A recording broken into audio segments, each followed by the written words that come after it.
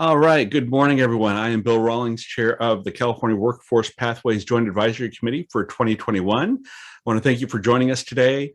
Due to the pandemic, today's meeting is being conducted virtually, so I'm asking for everyone's patience as we work through today's meeting. Today's meeting is being broadcast through Zoom. Interested parties can view the broadcast by visiting the California Workforce Pathways webpage and click on the Zoom link located under the 2021 public meeting notices, agendas, and minutes. A recording of the webcast will be archived at the California Workforce Pathways webpage in about a week. So I have the following announcements to ensure that we have a smooth meeting. Please keep all microphones on mute. All attendance and motions will be taken by roll call. Committee members will use the raise hand feature in Zoom to be recognized for providing a comment or question. And I will ask for public comment for each agenda item and again at the end of the meeting. And public comments can be made via Zoom, email, or by phone. And all options are explained on the posted agenda. So today we have a number of items to cover. This is going to be a long meeting. First, we will have a study session led by Jobs for the Future on the development of the state CTE plan, which will be followed by an update on the CTE state initiatives, the CTE incentive grant, and the K-12 Strong Workforce Program. And then we'll conclude today's meeting with a conversation around data metrics, which is one of my favorite topics. So since we must have a quorum to continue, and since this is a virtual meeting, we'll take a roll call. Tara, would you please call the roll? Chair Rawlings. Present. Vice Chair Sun. Present. Member Grande. Here. Member McQuillan. Here. Good morning. Member Rucker. Ex officio Member McGuire. Ex officio Member Rattray.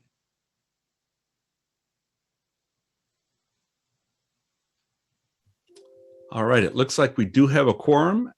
So it is now 9:10 a.m. and I will call the meeting to order. And before moving to the first agenda item, I'll ask Tara Nielsen to announce the staff members who are supporting our meeting today. We have Sandra Sanchez from the, that is the Assistant Vice Chancellor from the Workforce and Economic Development Division. We have Yana Iotrides, also Dean, also from the Workforce and Economic Development Division. From CDE, we have Pete Callis, who is our Division Director for Career and College Transition. And we also have from AMARD our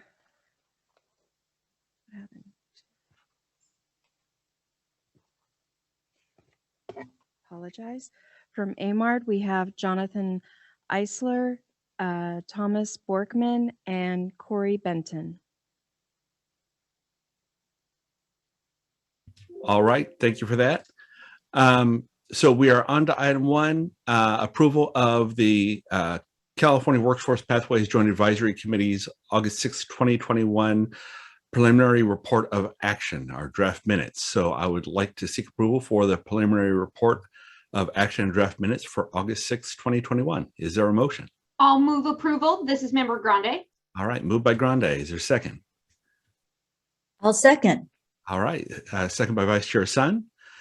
And could we call the roll? Oh, actually, are there any comments, by the way, on the minutes? All right, hearing none, then can we call the roll?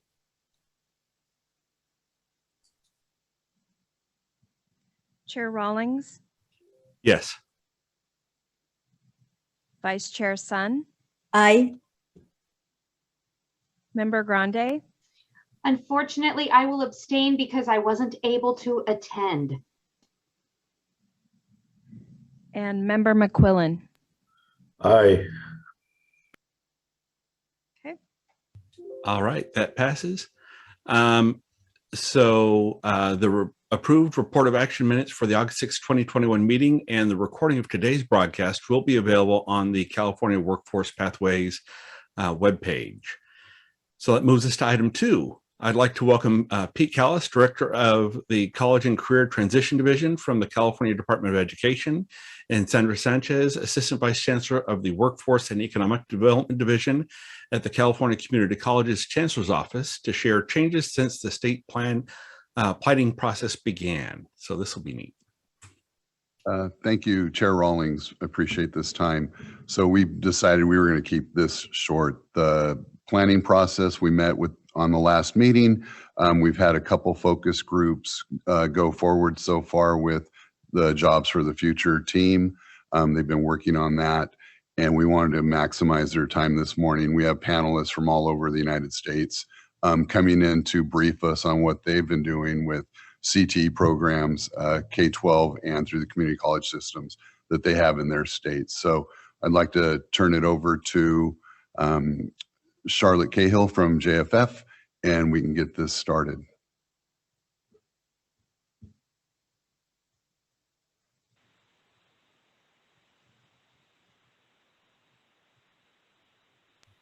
Oh, we're having audio trouble there.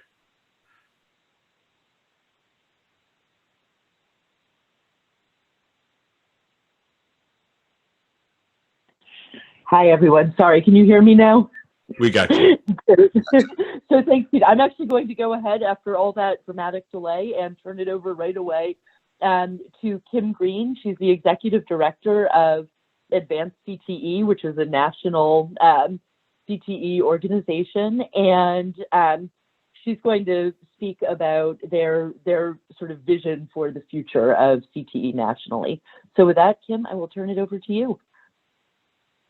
Thanks, Charlotte, and thanks, everyone. I am delighted to join you from across the country in Maryland today, where our organization is headquartered, and appreciate that California is a member of our organization. So I'm really excited to see that the state is taking on this task, and this is a topic of career technical education that I have a lot of passion about. And so trying to think about how best to leverage the time that I had with you and the charge before me, which is to share a bit about the issues and trends affecting CTE.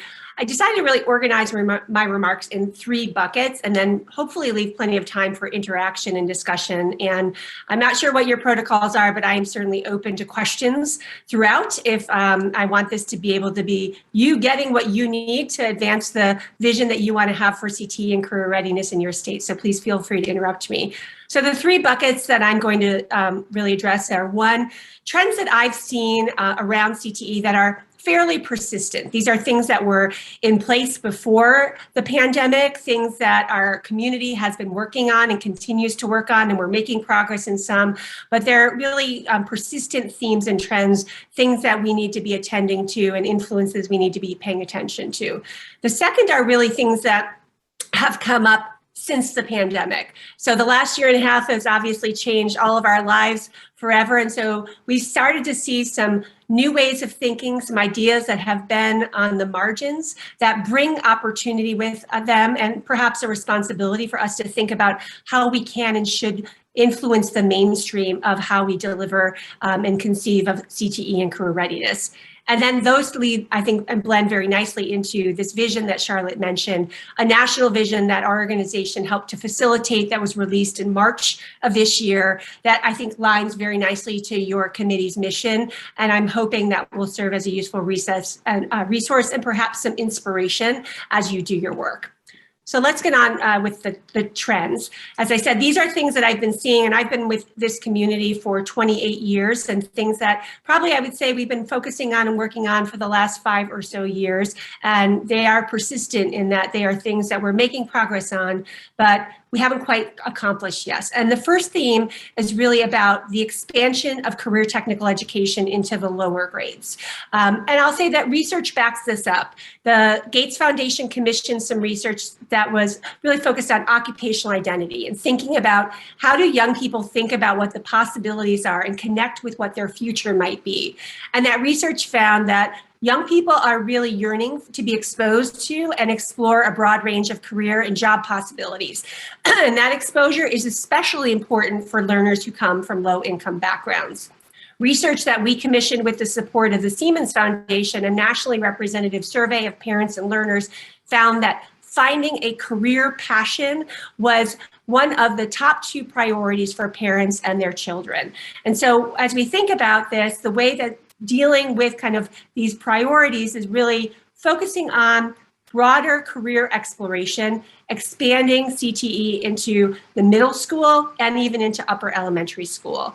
What we're seeing is the rationale for this is that if you start people starting to think about their career options and possibilities earlier, we start to build their occupational identity and we start to build their social capital. We're also working at starting to address a societal challenge of occupational segregation.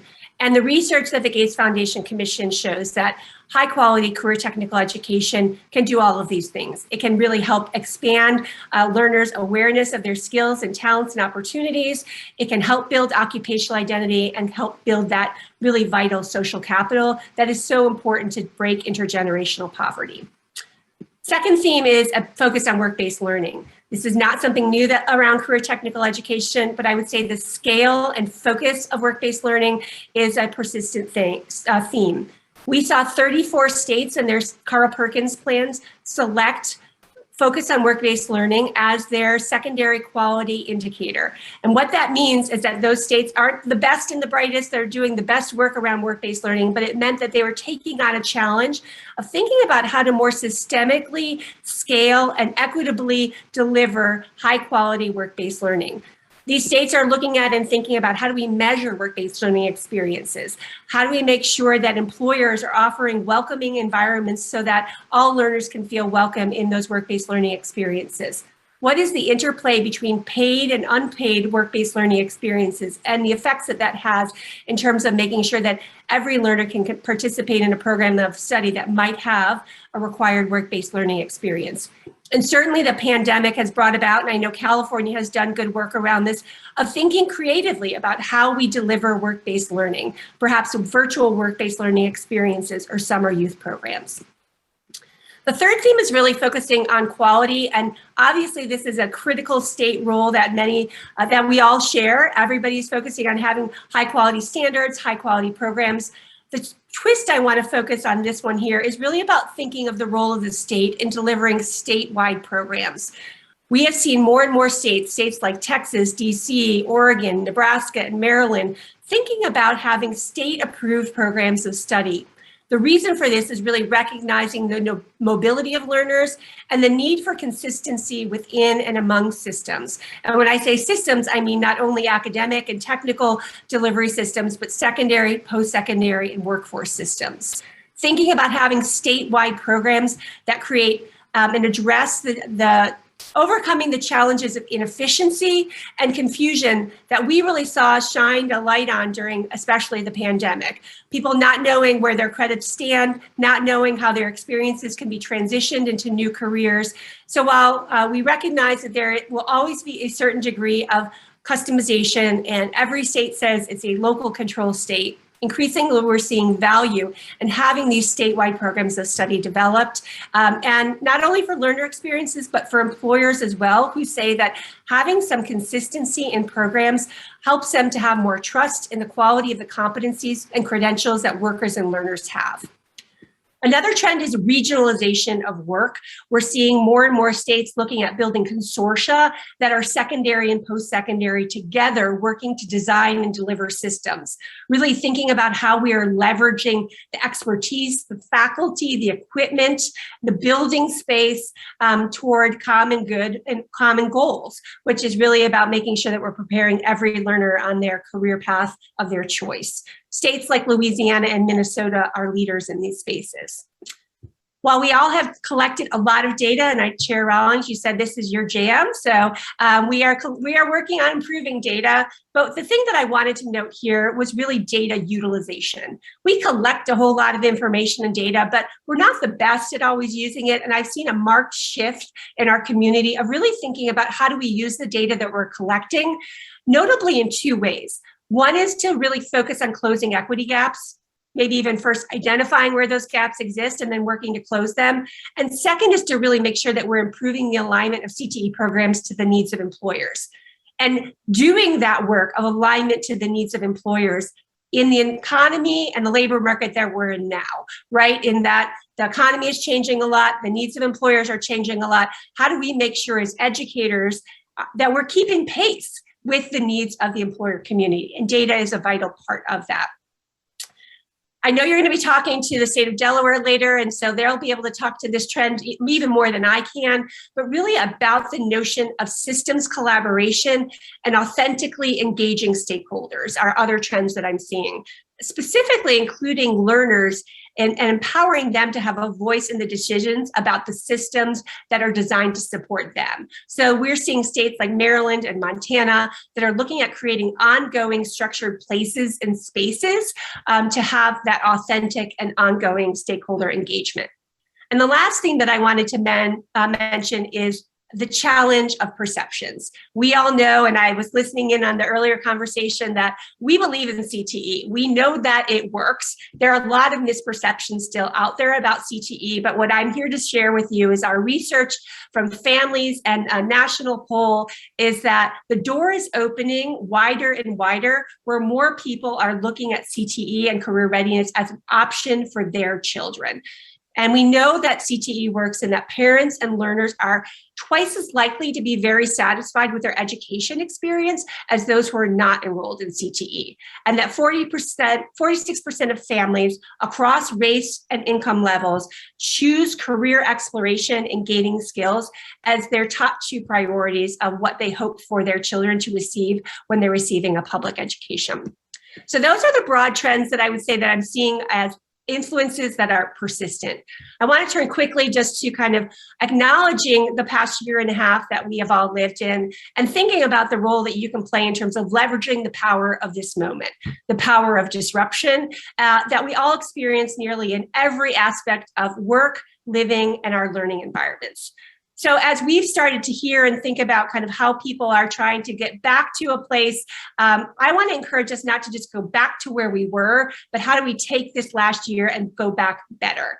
So thinking about things like restructuring our structures and systems of where and when learning happens and how we evaluate and recognize learning. For CTE specifically, a hallmark of our system is hands-on learning, but I don't think hands-on learning only has to happen in person. How do we best leverage technology to increase access to high-quality CTE so that hands-on learning can really be virtual learning as well? We know that surgeries are performed robotically overseas. Why can we not use this technology for our young learners? Also encouraging us to truly design learner-centric systems that are flexible, equitable, and high quality. They aren't focused on the adults that work in the system, but systems that truly value individuality, celebrate difference, and guarantee equitable access and opportunity. And the last kind of philosophical trend I will share before I go into the vision is recognizing that the future of work and workplaces is undergoing a massive shift in expectations. When, where, and how we work is changing. And because CTE is so inextricably connected to the world of work, we need to be thinking about how are we going to respond to this massive shift in the workplace to make sure that the learners that come through our programs are prepared for not only to succeed, but thrive in this economy. So all of these trends, I think, speak to the evolutionary nature of CTE.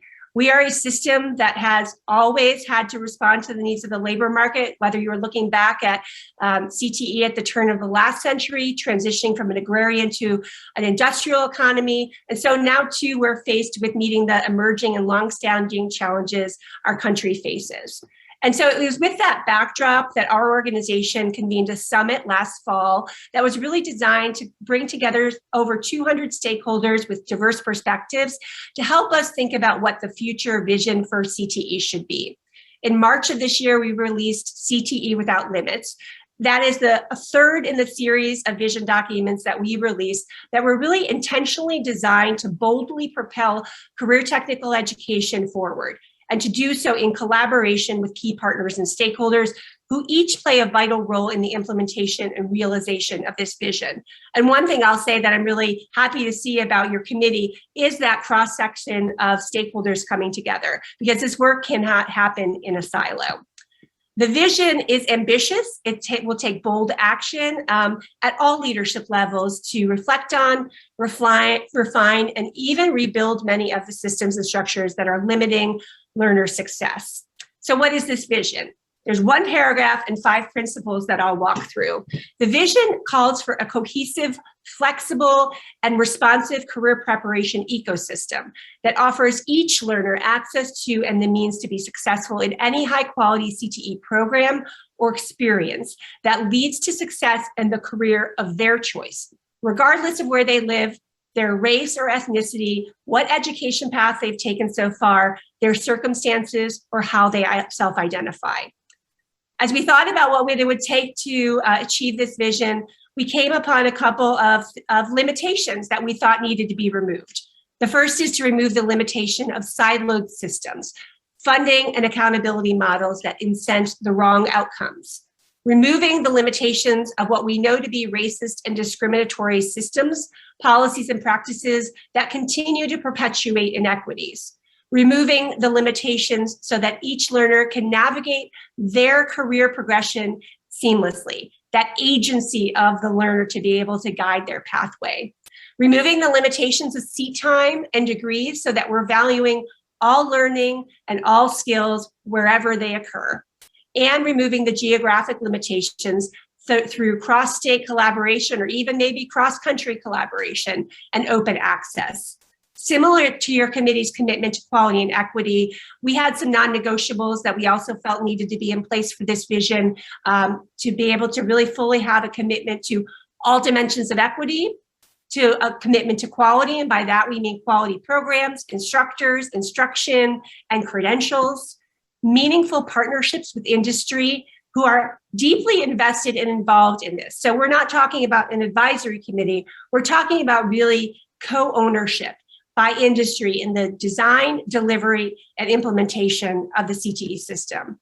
Actionable and transparent and trustworthy data and continuous improvement in leadership at all levels.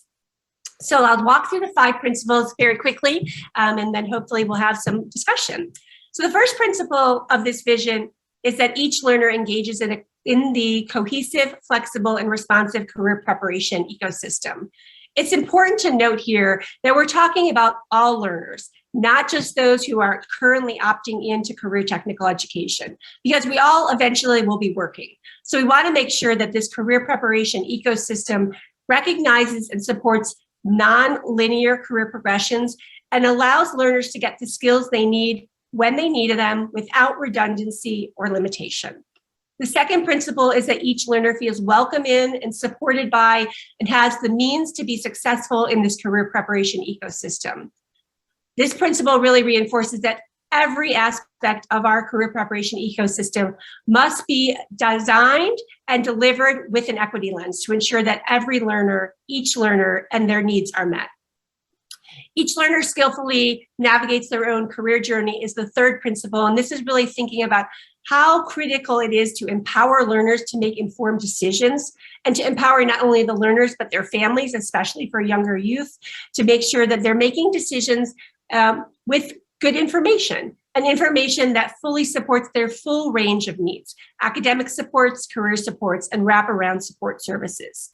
The fourth principle is about making sure that each learner's skills are counted, valued, and portable.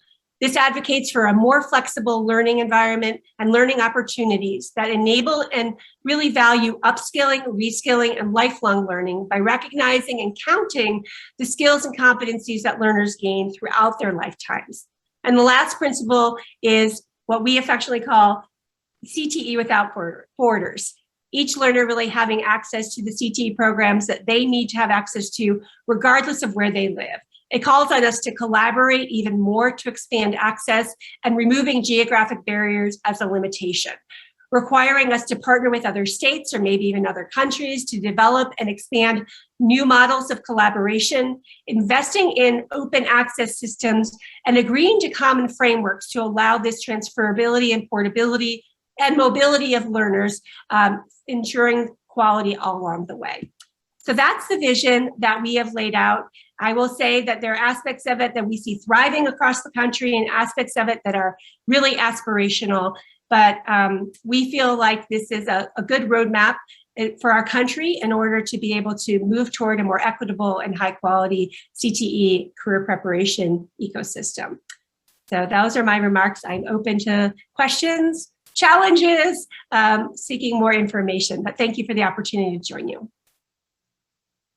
That's really exciting. There's a lot of really great stuff that you just shared. So so it's really fantastic. Any comments or questions from members of the committee? Let's say that was a lot of info, right? I'll ask the question, Member Rollins. This is Joseph Williams. Yep. How far away do you think we are before we see classrooms that are more virtual in nature? And with the you explained the being able to use the virtual reality technology for labs and stuff like that. Like when do you think that would be commonplace, say in high schools? Complicated question. I think it kind of depends on where we're at. I will say in some places we're seeing a lot of resistance in the CTE community to saying we're hands-on, so we don't want this, right? There's resistance to moving in that way, and there are other places that they're rapidly adopting this as a preferred model.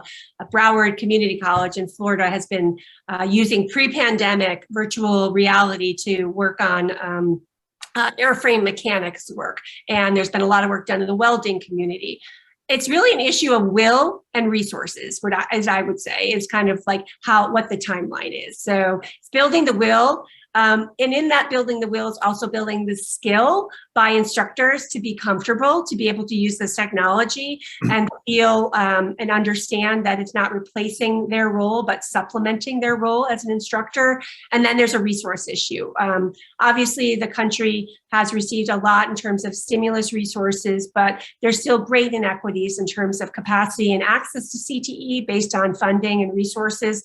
And so I think those are going to be the limiters. So if it were my choice, I would say we put the pedal to the metal and have this done next year, but I think it's probably going to be a long road.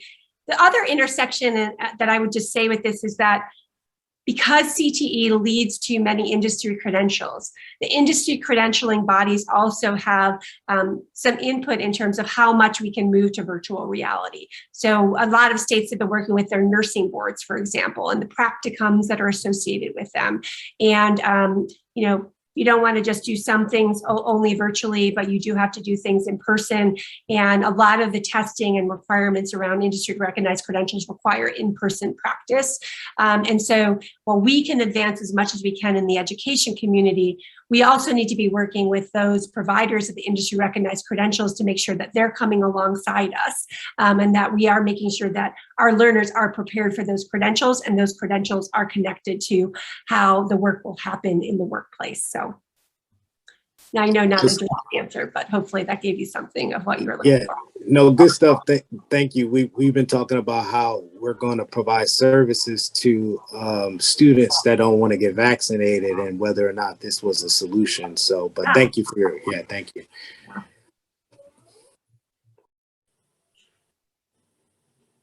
All right. Any other comments or questions? Member Rucker. Well, thank you. And Kimberly, I do want to thank you for the presentation that you made. I was curious as I was following along and trying to take notes and keep up with what you were saying. I'm hoping that somewhere you have this written down or it's in a slideshow that would be available to us that we can get a copy of, because a lot of the principles you outlined do connect and align to the principles that we spent a great deal of time refining and developing to give definition and structure to the work that we've been working on for quite some time with this panel. So it was really heartening to hear the connections and the linkages that you defined in your principles for this work. So one of the questions I am struck with, and I do feel I feel it incumbent upon this moment to ask, in talking about virtual learning, let's be clear, computer assisted learning or technology assisted learning is not a new thing. When I went through the teacher credential program and then later on when I taught in teacher preparation, it was a requirement for educators as part of their certification training to understand the elements and critical planning for technology assisted instruction. And so talking about virtual learning, whether it's in a K-12 program or in programs in higher education, looking at virtual learning environments is something we just spent, because of the pandemic, a great deal of time being immersed in. So I'm going to ask you this question, and it's okay to say we're still looking at it, but what have you learned in your programs about virtual learning that could inform and give us some guidance and counsel about the work we're undertaking in writing the CTE plan? Because I do agree that the opportunity to create access does lie in the technology-assisted instruction options, but there were frustrations and issues that were encountered along the way over the past 18 months with virtual learning.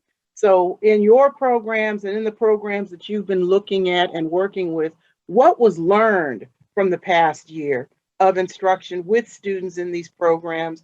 And of course, I already know that there are differences. You talked about the nursing program and the dentistry program. So I know that there are differences in the types of resources available, but what else is it that needs to be understood? Because I think the advice you will offer in answering that question will inform not only the plans we're making for our study session, but what it is we really do need to think about writing into the state CTE plan to support professional development and training. Well, thank you for that question. I should have prefaced that I grew up in New York, so I talk fast, so I'm sorry for that. But I will share my notes, and the vision is available, so I'll make sure that you get everything that you need to make sure that that you've captured or are able to benefit from my thoughts.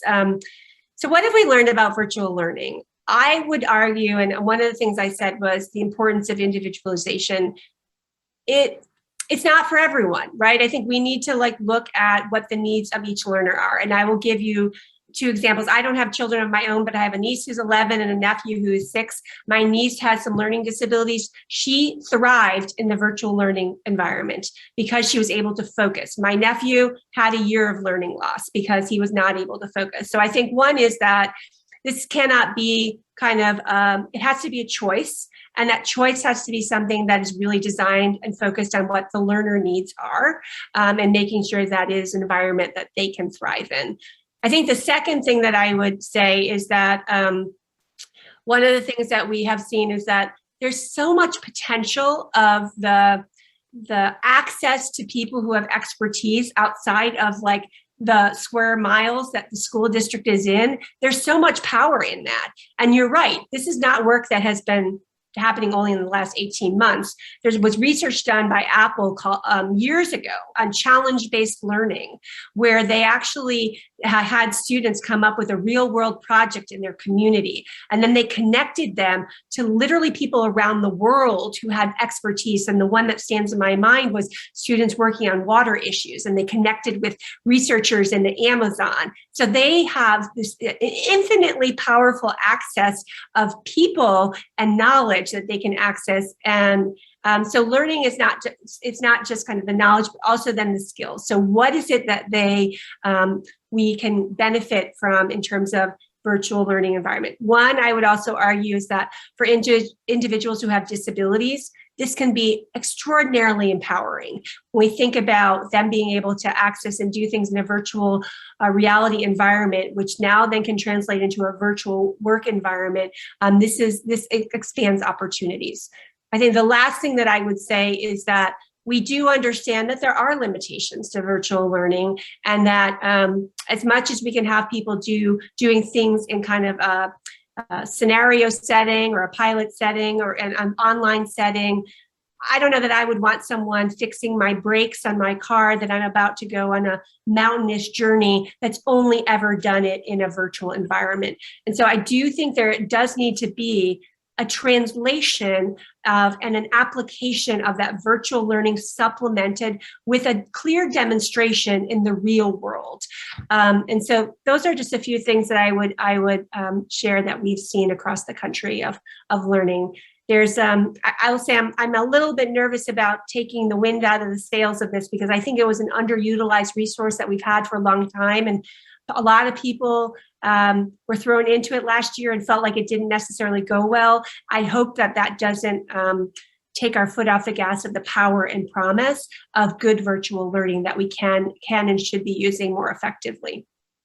Okay, so I'm going to work backwards from what I heard you say in responding to the question, and because I want to make sure I have my notes correctly. First of all, you identified that virtual learning is one part, not the instructional focus, but one part of an overall broad and diverse system of delivery of instruction and support for students.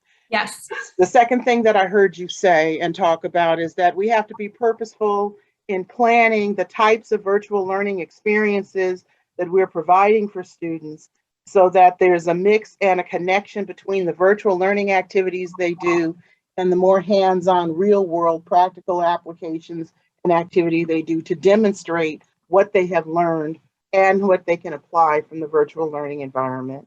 Yes. The third thing I heard you say is that we have to be mindful of who the students are that we're tasking to be involved or engaged in these processes. That in choosing these resources, and this is where the will and the resources piece that you spoke to earlier gets to, we have to be mindful of what types of resources we're making available. And in planning for those resources, we have to understand that not all students will benefit in the same way. So in planning to use those resources, we also have to think about what are the options or supports to provide for different types of students that will both individualize the instruction, but also make sure that we're addressing any of the learning or performance gaps that students may have in participating in the program. And then the final piece you talked about, and you said it obsequiously, both in your initial response that I asked the question about and here, was talking about the will. That gets into the planning, because we're not only planning what high quality CTE is, but we're actually going to have to look at not virtual learning for virtual learning's sake, but we're actually going to have some standards for how we select virtual learning activities and processes. Mm-hmm. Okay. Yes. Thank you very much. I appreciate all four of those. I wrote them down. So yeah, great. Thank you. I would just add to that, just as much as we have to be mindful of the learners, I think we also need to recognize not everybody's cut out to be an instructor in a virtual learning environment either. Okay. Right? So I think that we have some people who can do marvelously and their energy just is infectious in person, but there are people who they're not made to be on a camp. They're not comfortable. It's not the best delivery for them. So I think that we should also really be mindful of the instructors and their needs, and making sure that we're supporting them to make this transition. I have a teacher who lives next door to me, and she was forced to do kind of hybrid and instruction classroom at the same time. And she's like, I'm a Montessori teacher. This is not my jam, right? And so I think that being aware of the instructor needs as well would be just one addition to the summary that you gave. Well, and I appreciate that. And actually, I'm glad you brought up the hybrid and virtual instruction being provided at the same time. The interaction that an instructor in a classroom needs to have with students is different from the interaction that an instructor has in a virtual learning environment. And I think the most important takeaway that I have seen from our experience over the past year is virtual learning doesn't simply electronically replicate a classroom. There's purposeful planning that has to occur in the instructor's interaction with students. And so in the circumstances where we have placed, whether it's K-12 teachers or post-secondary higher ed teachers in a circumstance where they're simultaneously teaching virtual students and students in the classroom, there's not effective interaction or instruction between the students and there's not effective interaction between the students and the teacher in either environment, and there's not an effective instructional monitoring happen, because you can't do two of those very different instructional engagement activities simultaneously and do them well. So I think that's another key takeaway we have to look at, is we can't assume that hybrid learning programs are going to work well, because we've seen models already and we already know that they don't work well. So You didn't say that, but I'm glad I got to take the opportunity to say that today. Sure. Thank you, Member Thank you. I'll Rucker. take my hand down. Thank you. I will just comment that I've missed you on a couple of these meetings, so I'm glad you're here with us today, especially. So I see CDE moderator, which I believe is Pete. So Pete. Unmuted. Thank you, Chair Rawlings. I just want to, Kim, if you could send your notes to me, I can make sure that they get out to all of the members of the committee. Happy to do that. Thank you, Pete. Thanks, Kim. Appreciate it. Yeah, we want to make sure we're not missing a thing on this. So are there any other comments or questions from members of the committee? All right, Member Rattray. Well, I just put in the chat, I mean, thank you, Kimberly. I did get a chance to review the PDF as you were talking, or as a catching up. And it's terrific, team. So I would commend it to all of you. Take a look at what the link is they put in there that expands on what Kimberly said, or also just puts in formal words what she expressed to us verbally. It does seem very consistent with our principles in many ways, but then getting to like, what is the how do you actually make a vision like this happen, gets where the, where the rubber meets the road, I guess they say. And that's the discussion I think we should keep having. What does our system look like today? What's the sort of gap between a vision, our system that would follow these principles, and what we would like it to be? And then how do we build a roadmap of getting there? Thank you.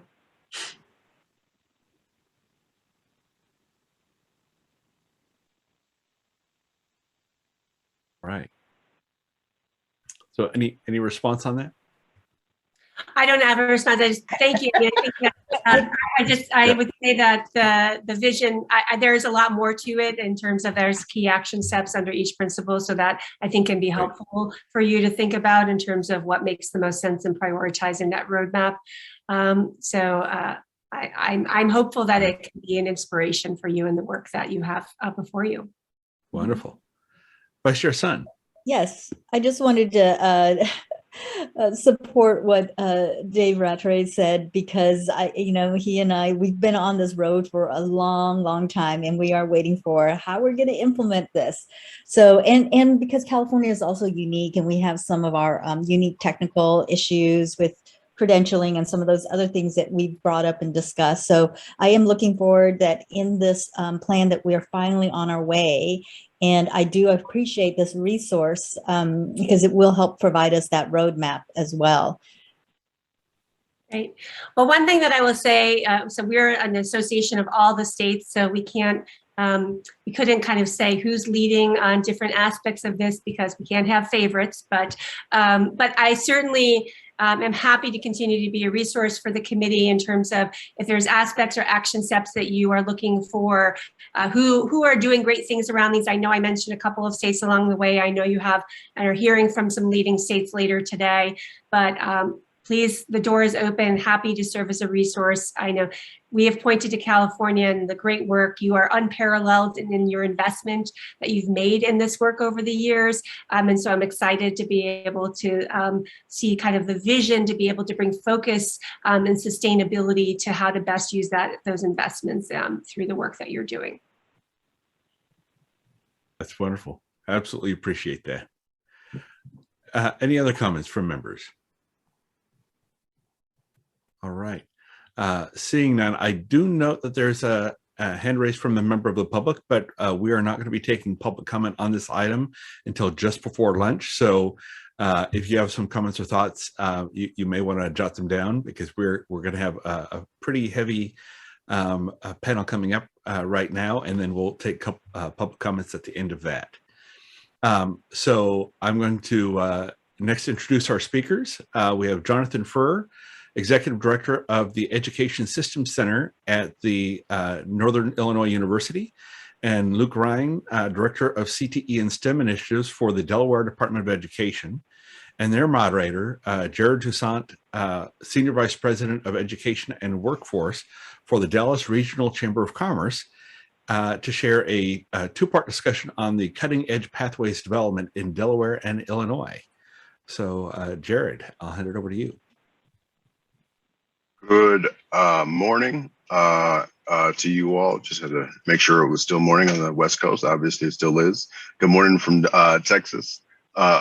Excited to be with you all today to talk about some of the important work that these two state leaders have been innovating in Illinois and Delaware, and quite frankly, that we've stolen from here in Texas in terms of many of their best practices and policies.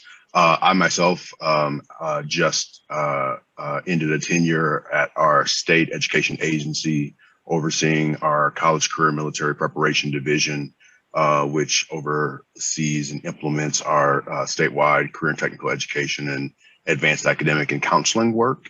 And now I'm at the regional level to support this work back in my hometown of Dallas. So pleasure to be here with you all today. I'll turn it over to Luke and then Jonathan to introduce themselves.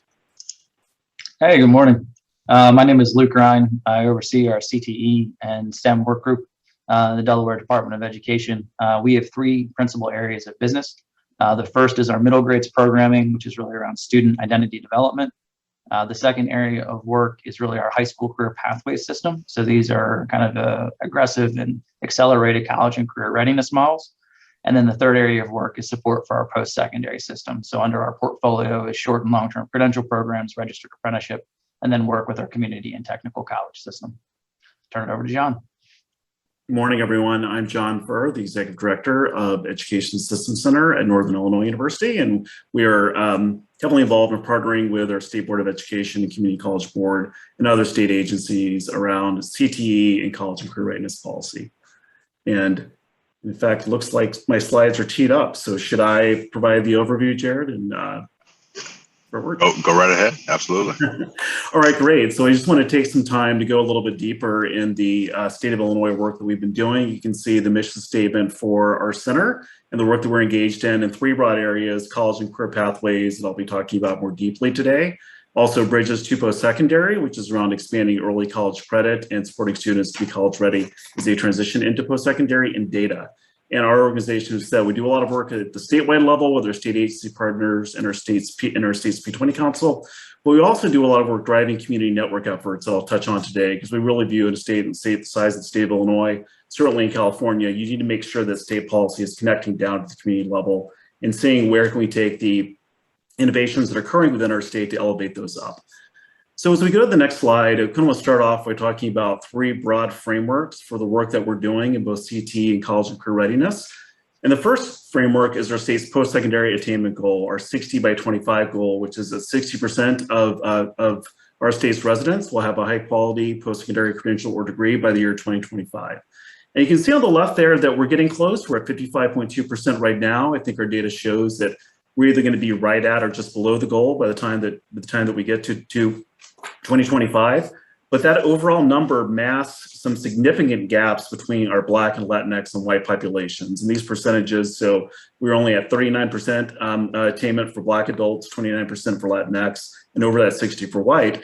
And that's been a key charge from our state leaders from the General Assembly to say we need to build in equity-focused targets for the attainment goal, and that lens for racial equity is driving all of the work we're doing, the CTE and college and career pathways space. If you go to the next slide, the other key state framework that we've had is that we've worked really hard across state agencies and various partners to have a consistent framework for state college and career pathways. And when we talk about the framework that we have for our work, it spans from secondary to post-secondary, and moving all the way from high school on through associate's and bachelor's degree levels. And the slides didn't translate here, but on the left-hand side, there's four core components to all of our pathways work: individualized planning at the student level, career-focused instruction, work-based learning, and core academics. And so those are all part of, again, our pathways models consistently across agency works, leading to credentials that are rewarding for students and building on labor market-related goals. And then the third key framework for much of our work is state legislation. As we go to the next slide, the Post-Secondary and Workforce Readiness Act. if you can, great. And this was legislation that was signed in 2016 after years of work with stakeholders to say, how do we address the key transitions from high school into college and career? And I'm going to talk a little bit more deeply about our new system for college and career pathway endorsements on high school diplomas, but we have also established grade level benchmarks from eighth grade on through high school for what students need to know and to be able to do to be ready for college and career and financial aid. We've had a significant focus on 12th grade transitional courses to address readiness in core subjects of English and math for students, and also looking at competency-based high school graduation requirements, because we know we need to move away from course titles to dig into the competencies that students need. To dive a little bit more deeply on the next slide into the college and career pathway endorsement framework. So this is a new framework that high school students can be able to obtain when they graduate from high school that demonstrates they have completed a high quality pathway program in high school. And part of the reason we needed to do this because we had no clear state definition. Saying students were a CTE concentrator just didn't cut it. So those four core components you can see on the slide, I know you'll have access to these. Again, students have to have a plan for where they're going. We have a defined sequence of work-based learning from 9th grade on through senior year that students need to be able to complete, moving from career exploration to career development, the internship types of activities. A clear career-focused instructional course sequence that includes at least 6 hours of early college credit, with a strong emphasis on giving students the opportunity for early college credit across all of our pathway areas, and demonstrated readiness in English and math for that transition. And as we go to the next slide, so that framework around college and career pathways is tied across multiple policy areas. It's in state law. It's in the states, within our state Perkins 5 plan. When you look at the quality criteria that we have around size, scope, and quality, the elements of that college and career pathway endorsement those are woven throughout the quality criteria that we have for our state. It's a strong part of our state's dual credit policy, which points toward those pathway models and strategic dual credit. It's part of our efforts to build the teacher pipeline, and it's also tied to our college and career readiness indicator through ESSA. So basically that is tied directly to that pathway endorsement model so that ESSA is beginning to reinforce that work through CTE and also within our state's plan for economic development as well. So for the next slide, as we've moved beyond those frameworks, we're really focused now on how do we provide more specific guides at a sector-based level for what a quality pathway looks like. And our center has been partnering with the Illinois Community College Board to build out model programs of study guide, working with our State Board of Education as well, that is showing for each sector what we mean by quality frameworks. And this is not the traditional CTE model where you can start with a high school course sequence and build up. This is starting with the end in mind. What are those quality jobs that are growing, that are important to our states, to the state's economy, and that pay a living wage? And we have a clear definition for what we mean by that. And we back map from those jobs to what are the post-secondary course and credential sequences that lead to those jobs, and analyze that across the entire state for what those course sequences are. And then we've been able to designate from that specific strategic early college courses that are foundational across multiple pathways within those areas to define those for the models, and then use that to map the secondary, post-secondary sequence and the competencies that relate to that. So as we go on to the next slide, and again, you can't read the details of this, but we can provide you these full guides that explain all the elements. For finance and business services, it starts at the right-hand corner, talks about the quality jobs, moves up to the post-secondary sequence, and then back maps that to the high school course sequence, including work-based learning and gen ed courses that are related to high-quality pathways in finance and business services. And as the next slide there just provides some more details on that high school course sequence. But again, we can make sure these slides are shared and links to these resources are provided, where it begins to show how we're specifically defining those strategic dual credit courses that are core to this pathway. And we've done that across all the multiple pathway areas.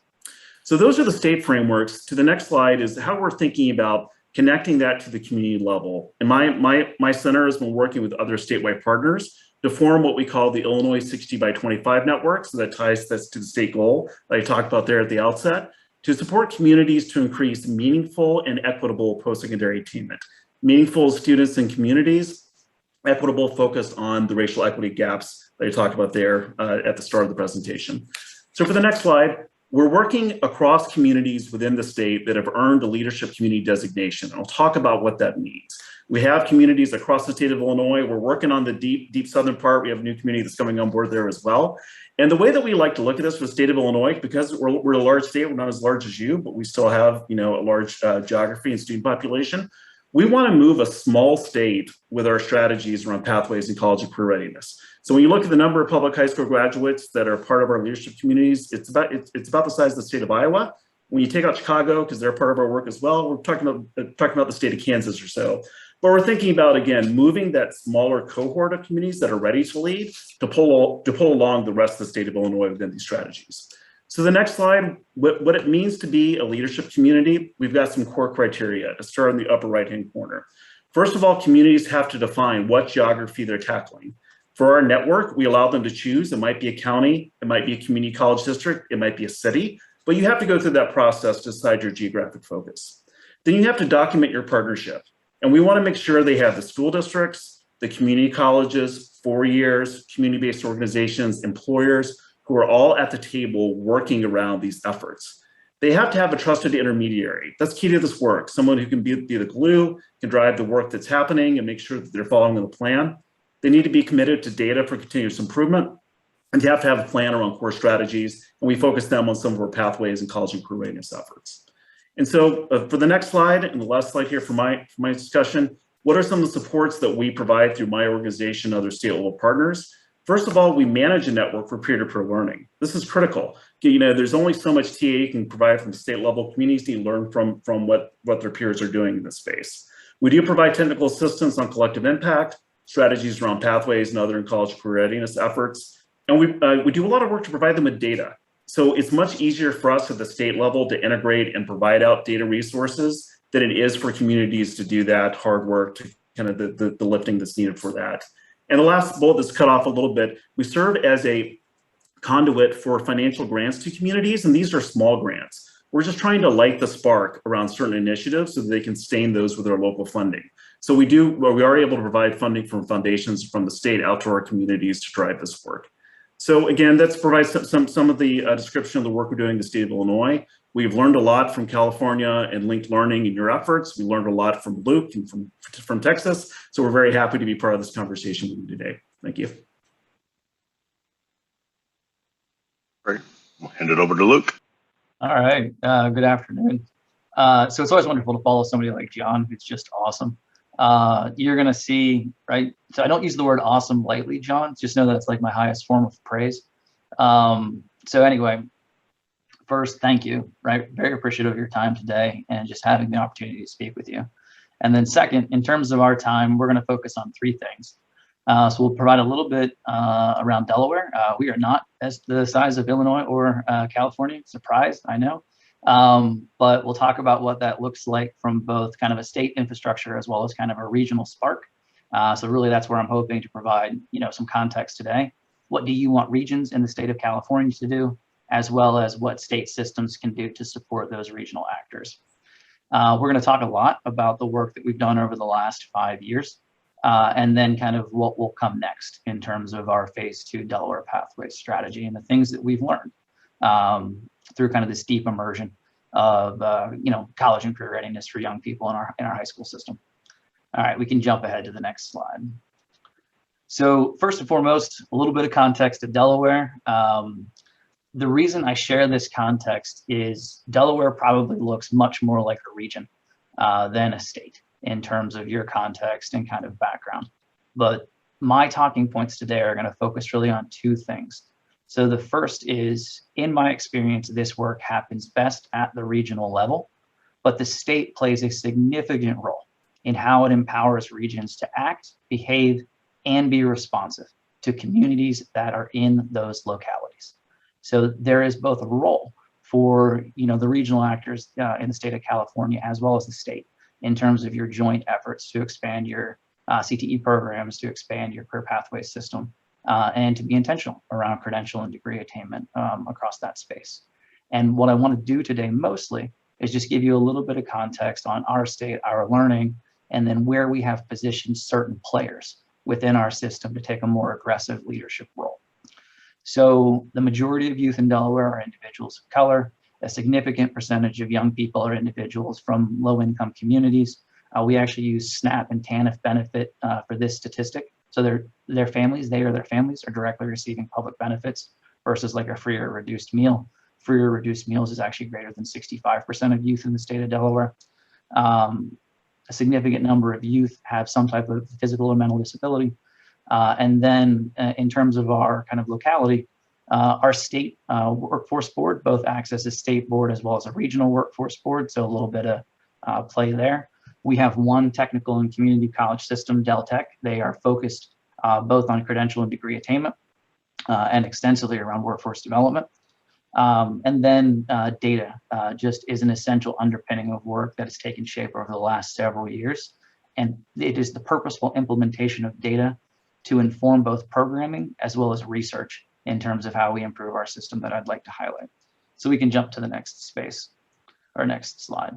This is a really quick nutshell of the last 5 years. 5 years ago, we had an idea that we wanted to create a state career pathways system that intentionally connect our K-12 system, our workforce system, our economic development system, and our institutions of higher education and adult learning.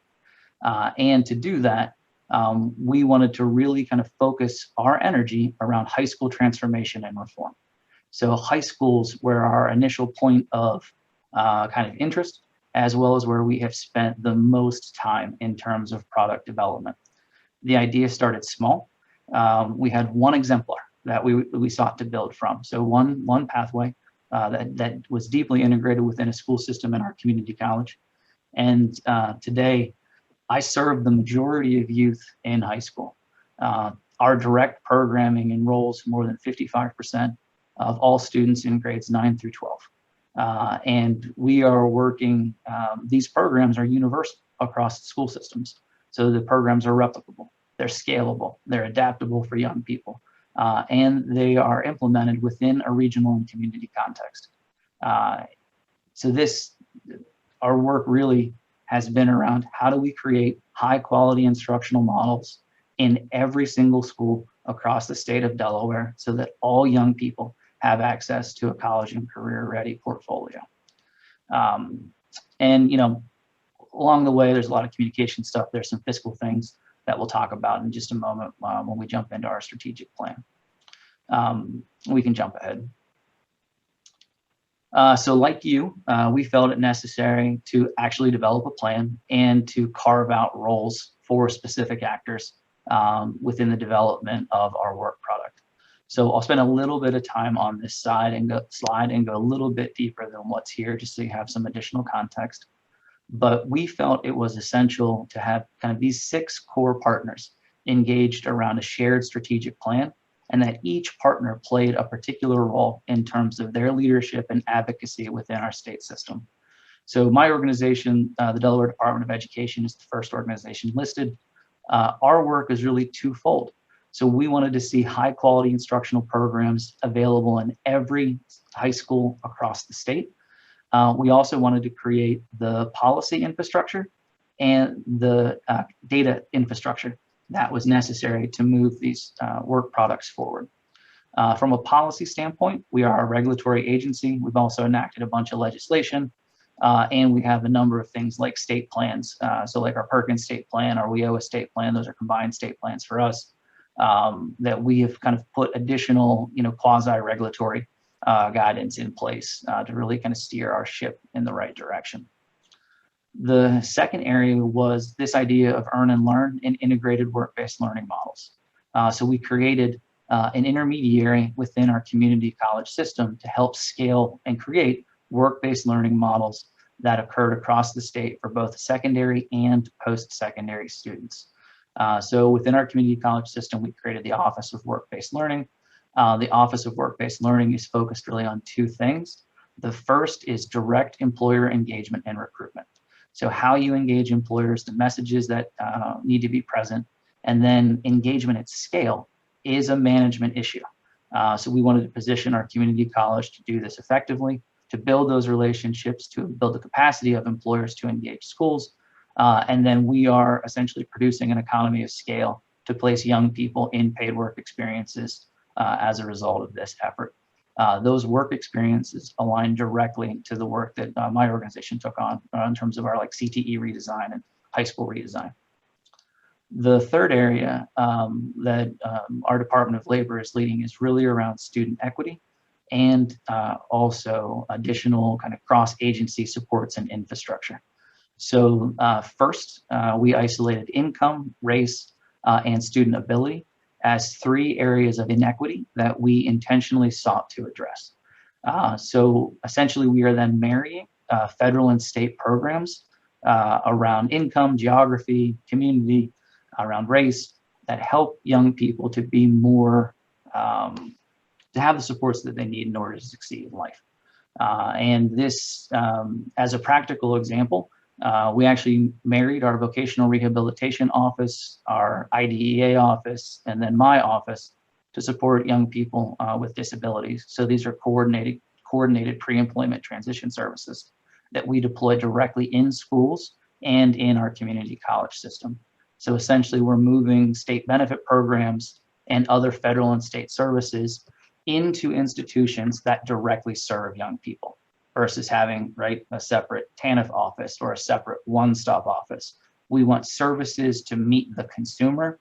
We do not want the consumer to have to travel for service. Does that make sense?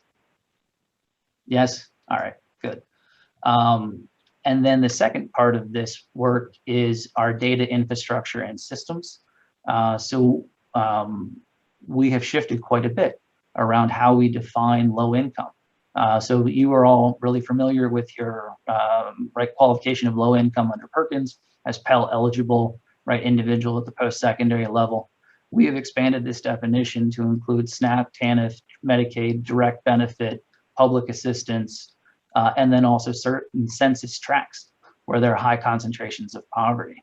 So we have grown kind of both our service as well as the footprint of the individuals with whom we have the pleasure of serving. All right, so jumping on to the next component of this is we can jump back to the last slide, but the fourth area is around financial support. This is not possible without coordinated resources. And what we sought to do in our partnership was make sure that we had a partner positioned to receive all types of direct benefit and service. So the United Way of Delaware is kind of a regional intermediary that does quite a bit with community-based organizations in terms of both their investment and the receipt of philanthropic investments regionally. The Rodell Foundation is a national philanthropy. And what we are essentially doing with these 2 actors is we are coordinating federal, state philanthropic dollars and making sure that we have a direct line of sight around fiscal resources and an ability to distribute those resources across all of the partners listed here. I will say that strategic financing is something you should absolutely consider as part of your work. It is necessary for regions and states to be effective.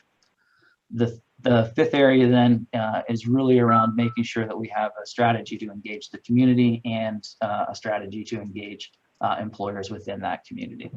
So we coordinated this effort through our Workforce Development Board. We engaged in shared communications and messaging issues and projects. And then we are essentially building a network of practitioners so that employers, teachers, students, families all have a direct line of sight to both service providers and systems agents so that their voice is present in our policy and in the work that we do daily. All right, we can jump ahead. Our systems model is really simple. It is about education, experience, and support. So high quality instructional programs married with experiential learning. So knowing what to do and having the ability to practice that skill set is paramount to young people's success. The third area that we prioritize is everybody needs a helping hand, whether that's like a high five in the hallway if you're a classroom teacher, or that is a coordinated support across multiple state agencies. Those both are necessary for people to be successful in our system universally. Our work then, if those 3 things happen in unison, produce opportunities. I'll talk a little bit about those opportunities. So in the last 5 years, we've actually seen the number of youth who participate in early college and career experiences double in the state of Delaware. The rates have moved faster for young people who are individuals of color. And what we're also seeing is CTE right now in the state of Delaware is the #1 way that students earn college credit. So there is significant opportunity that can be present and that can show up in terms of your outcomes models if agencies are partnered and advocate around community action. All right, so we'll jump ahead to the next slide. Things we've learned. Again, our work has really focused on high school transformation and reform. It is no surprise that not every young person enters high school on equal footing. So we are being reflective in terms of how we create and expand our portfolio in middle grades to really focus around student identity development. So helping young people to find out who they are, and then also to navigate our high school and kind of education and workforce systems is kind of paramount to our next phase and journey. The second area is our post-secondary system is not as connected as we would like it to be. So this idea of cumulative learning experiences, so stackable credentials, connected degree models, the evaluation of credit for prior learning are all policies that we're taking on currently as we evolve to kind of meet the diverse needs of our adult learners in our system. And then in the second bucket, the biggest transition is when we engage employers, they still view our work as good corporate citizenship versus an intentional talent strategy. So, 5 years into this, we are just starting to kind of turn the corner around shared talent models versus what was just good regional philanthropy. And then the third area is innovation occurs by design.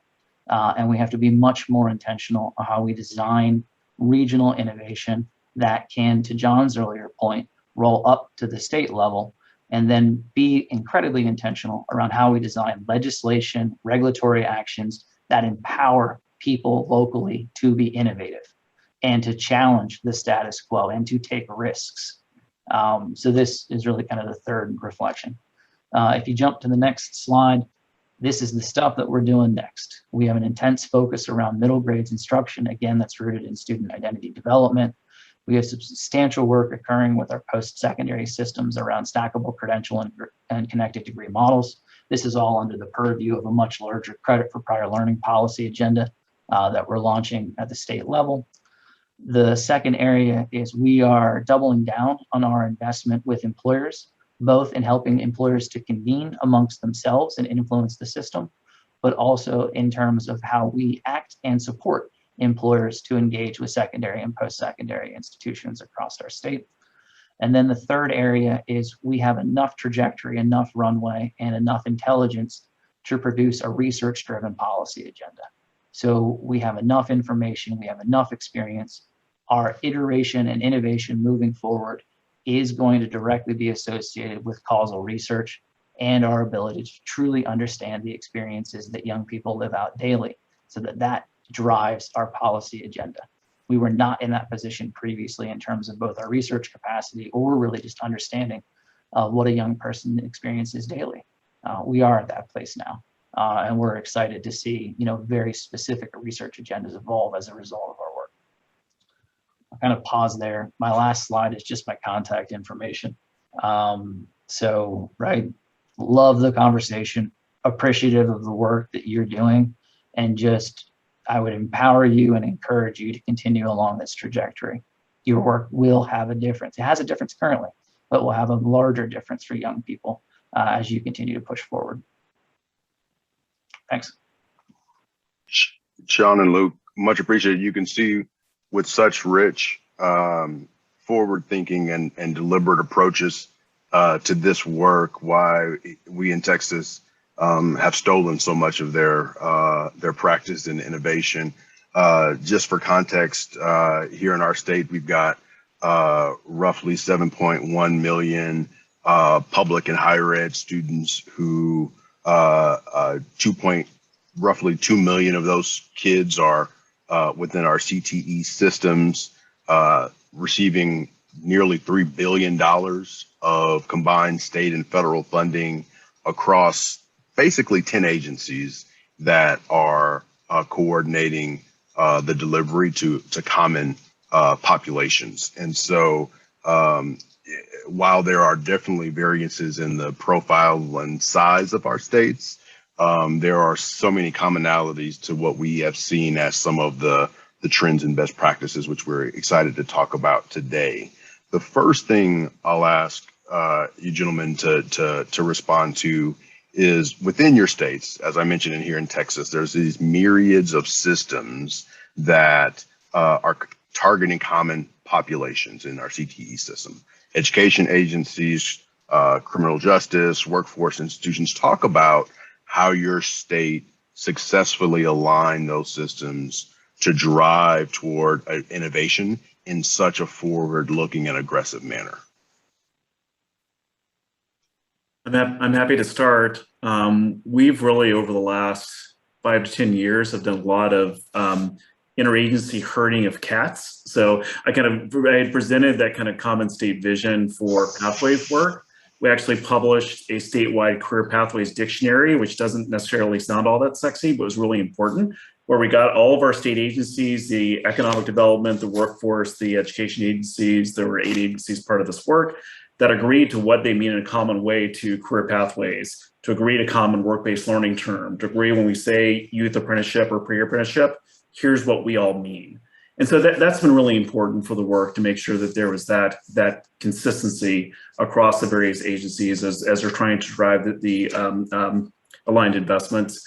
There's also been good, I think, relationships across agencies that have been built around these common policies, where they are doing much more collaboration, just in the way that you all are doing here around these joint efforts than has happened historically.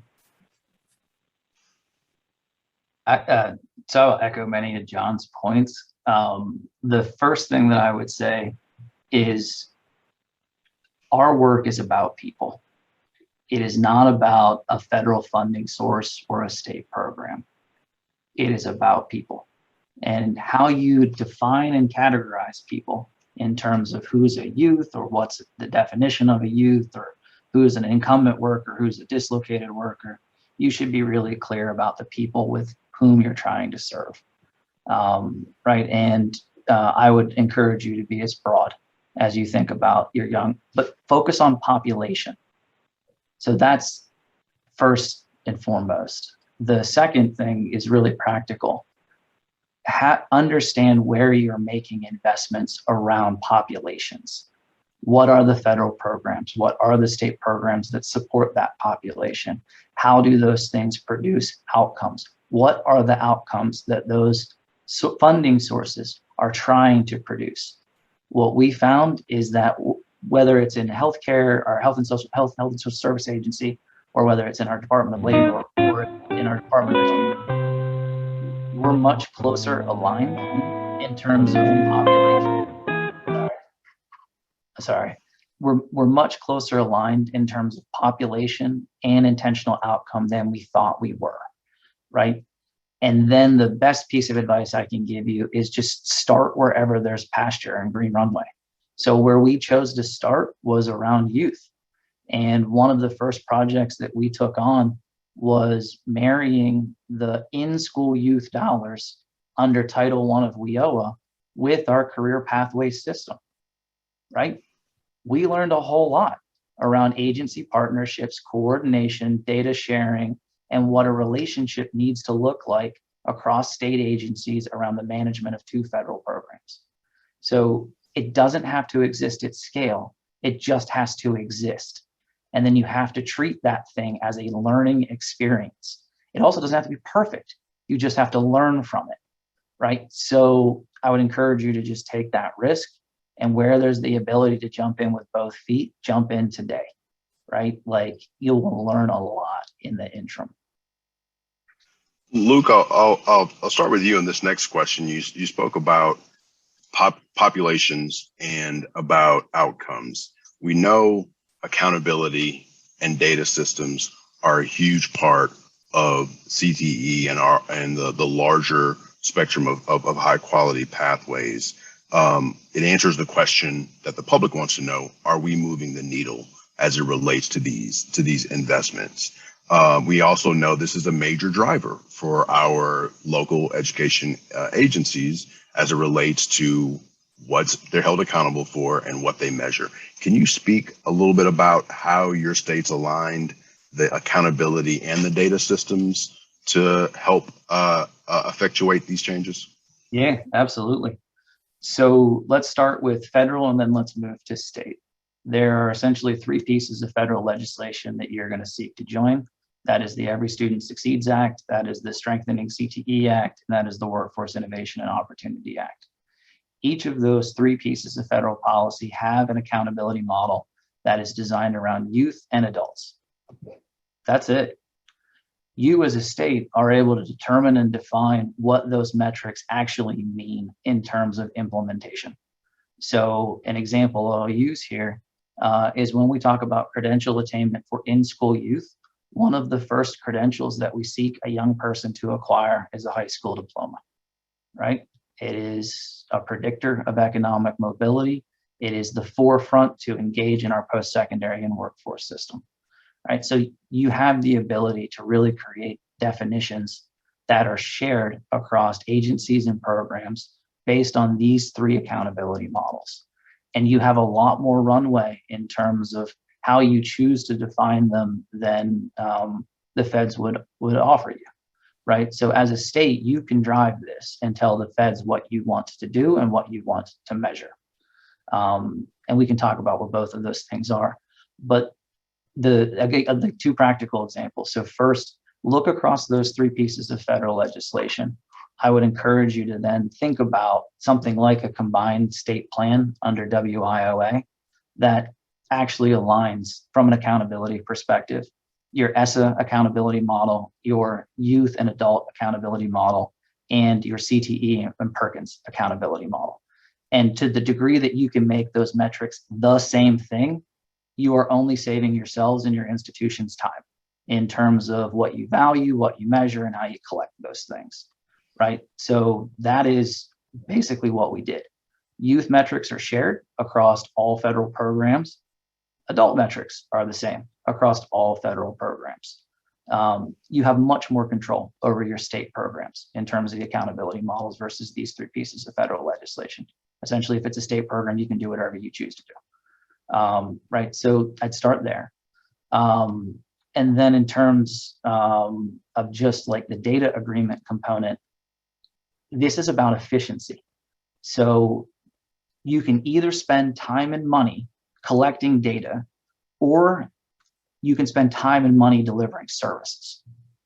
And the more efficient that you are in data collection, coordination, and dissemination, the more effective you will be in program delivery and service delivery. So the degree that you strategically solve your data issue means that you will have more money for people. And it's paramount to both how you improve, how you communicate, and how you advocate, right? So it's just, and the way that you do that is if you don't have access to the data, find out who does and produce what are essentially a series of administrative data agreements. So, sorry, at the state level, sorry, my boss is the Secretary of Education is literally waving at me. Anyway, we have a bunch of yeah, I know, that's what I said. So we have a bunch of state agency agreements where we are essentially collecting things like public benefit information, housing information, unemployment wage information, and we are collecting those centrally through an administrative data set, and we are pushing that information and data to institutions to more effectively provide service for the individuals that they serve at the forefront. Right.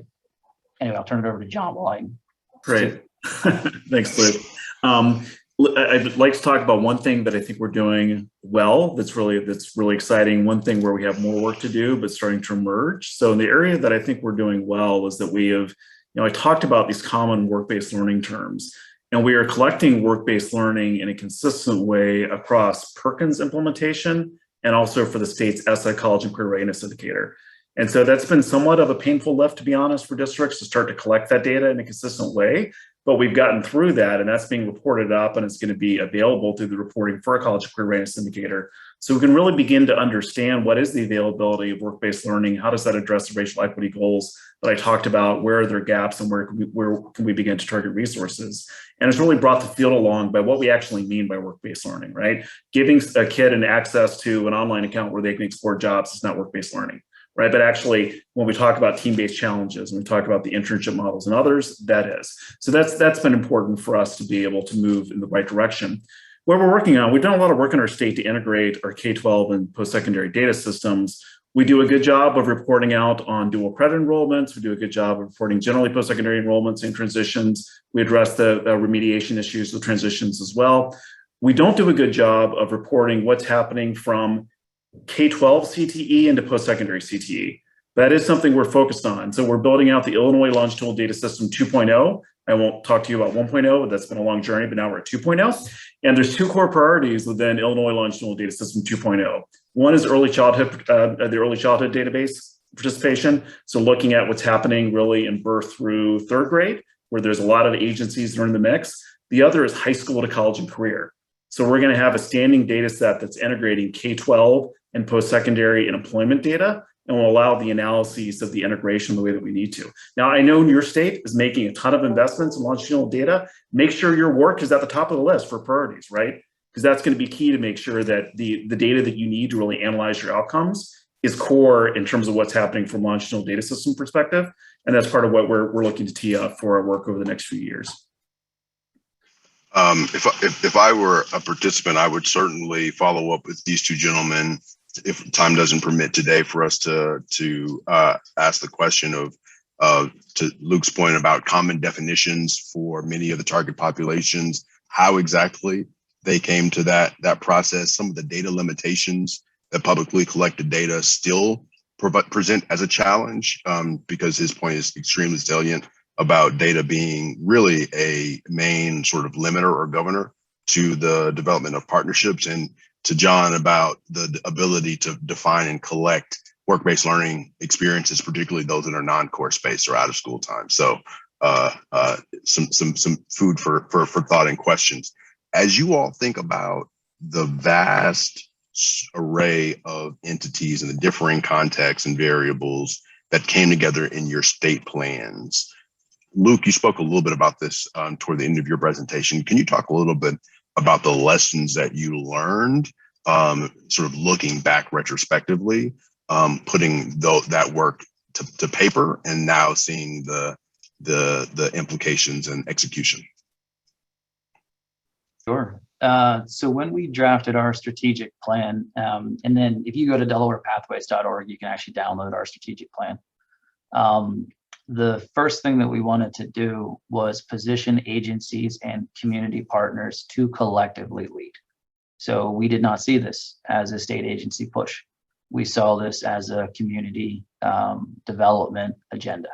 So, and we wanted state agencies to support our communities and our institutions of higher education and our school systems. So we wanted every partner to have an equal stake in the shared outcome of our strategic plan. So we really looked at where partners had capacity, where they wanted to lead, and how they wanted to be viewed in the community in terms of their leadership role. And then we assigned that to them to lead. In our strategic plan, what we also did was we defined how we would hold ourselves accountable. So we as a group were responsible for kind of producing outcomes biannually. We assigned ourselves a stock take schedule. We assigned ourselves a reporting annual report performance criteria. We were clear in how we were going to communicate both our success and our challenges. And then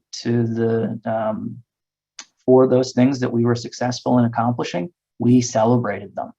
So we had our partners kind of champion other partners' work publicly, through op-eds, through community development, through joint grant, you name it, right? So, and where we had challenges, it was not just that one partner's problem, it was our shared problem, but we had to surface where the challenge existed.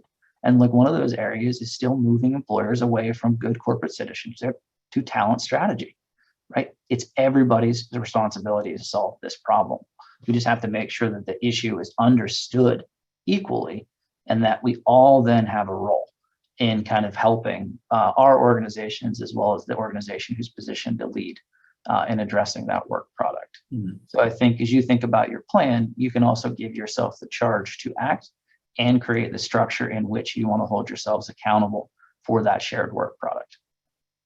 Yeah, and I would certainly say as we look back to the state plan development in the state of Illinois, there were kind of two forces that I think helped lead to a high quality plan. One from the state agency perspective, the State Board of Education and the Community College Board really did do a great job and were very thoughtful about how can they have an inclusive open process for input into the plan, which included multiple stakeholder sessions, getting out in the field, engaging with all parts of the state for feedback.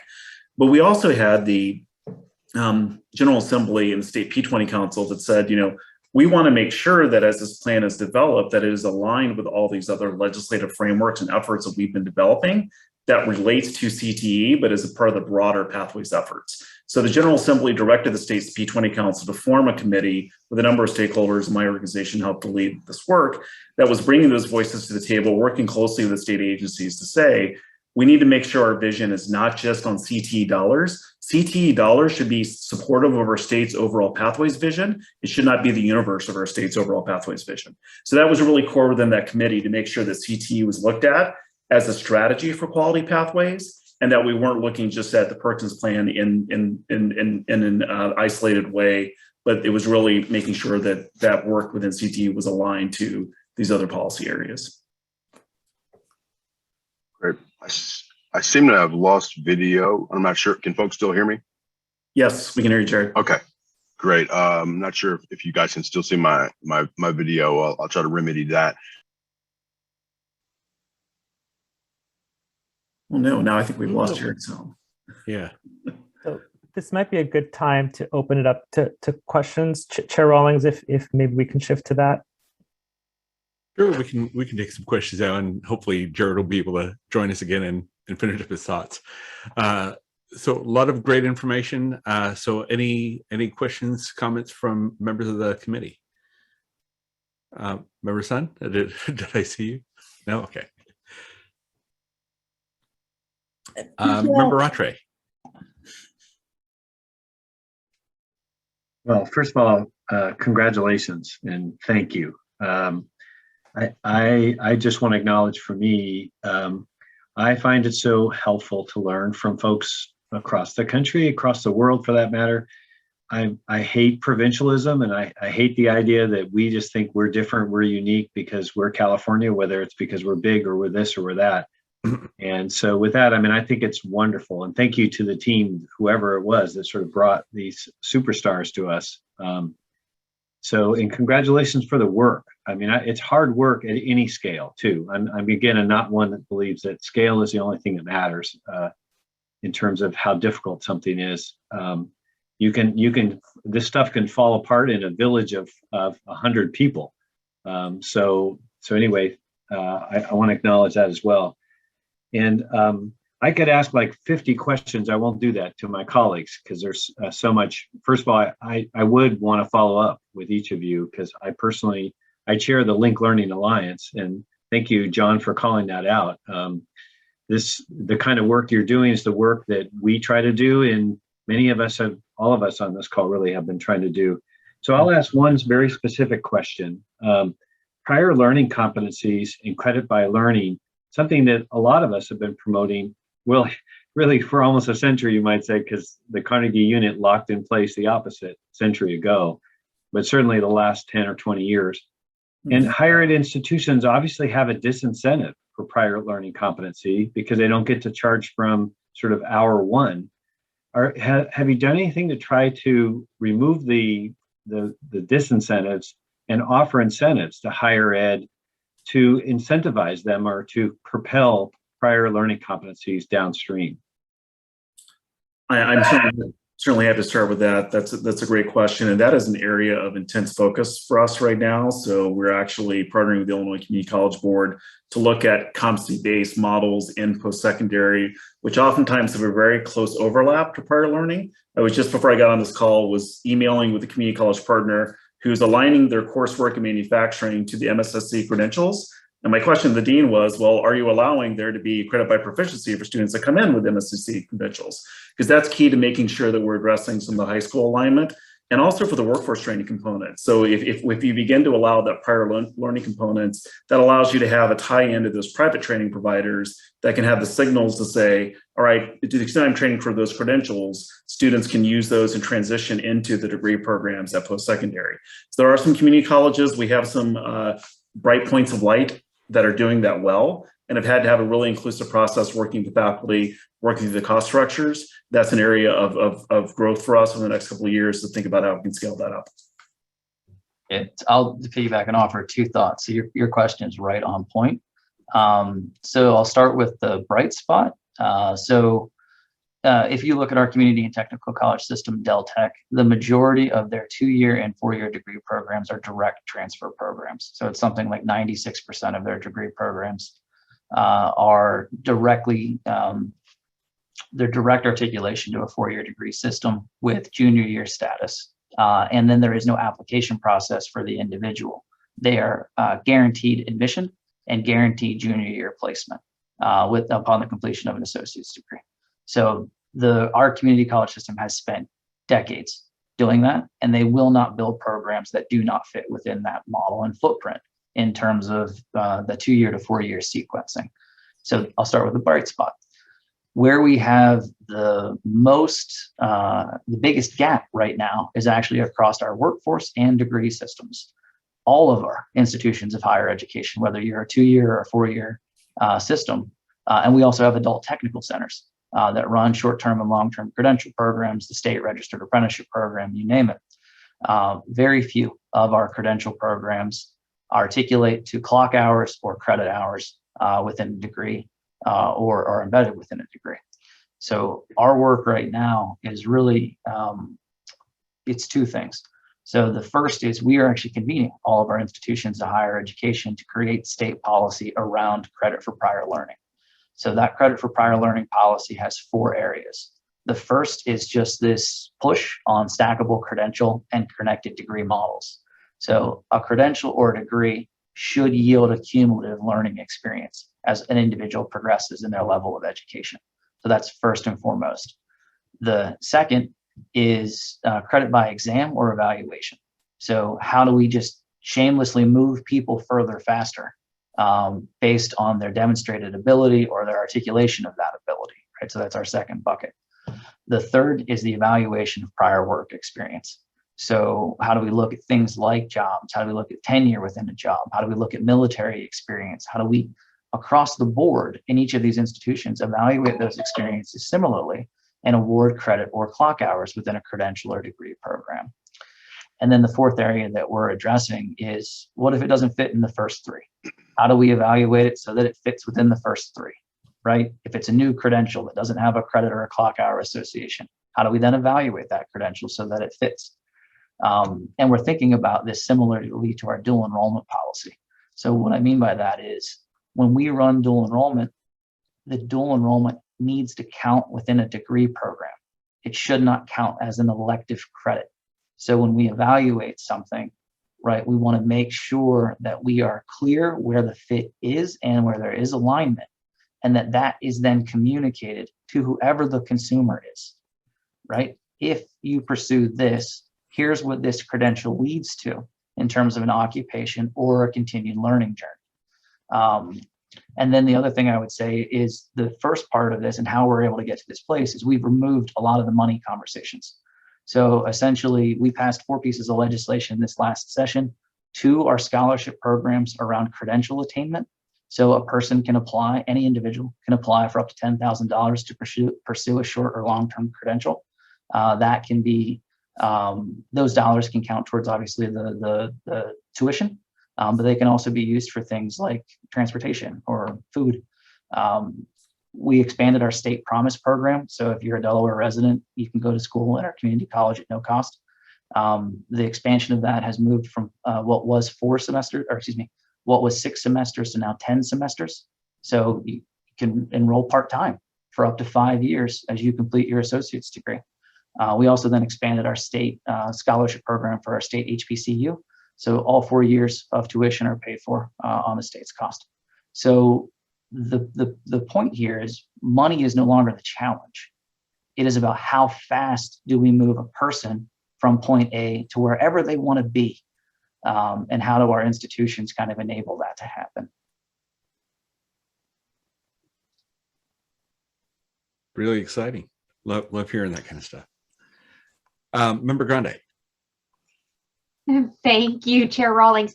The comment was made about featuring career education as part of guided pathways. And what I have seen as a community college educator is an extreme focus on guided pathways that take us through the associate degree for transfer to the university system. I would really like more information and best practices, if you could share them, on how to really focus and center career education as a component part, an integral part of a guided pathways initiative. Right.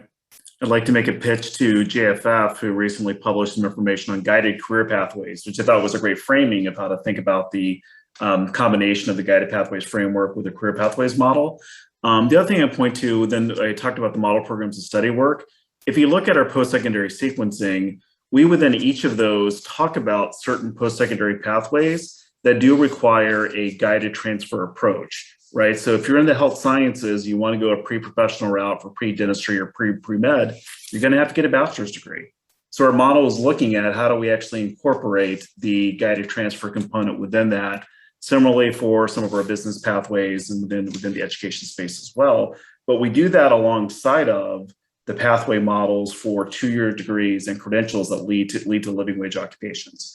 So I think it's really important to make sure that you're able to kind of show the student vision as they're starting out for pathways that may need to move through 4-year degrees. And you have to be honest with students. You can't say that you can get a job with a 2-year degree when you really can't. You need to be able to push on that, right? And push on employers, but that's a long-term goal. But show those guided transfer pathways, show the associate degree pathways that lead into the jobs that can pay the living wage opportunities, and make sure that that's all part of the comprehensive pathways vision.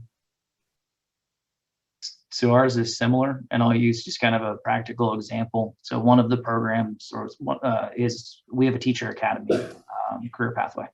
So there's a little over 2,500 young people who are pursuing coursework in high school to become a future educator.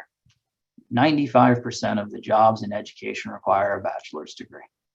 We are very clear with the young person that the initial point of entry into this industry requires this credential. And then here is how you can acquire this credential, whether that's through a paraprofessional to teacher track, whether it's through our teacher residency model in our 2-year or our 4-year degree, or whether it's a connected degree model between our associate degree program. Or actually, our community college system is actually just going to launch a 4-year program in teacher preparation next year. So like they could get a bachelor's degree in the community college here as well. Or it's through our HBCU, or through it's through an R1 or a private institution.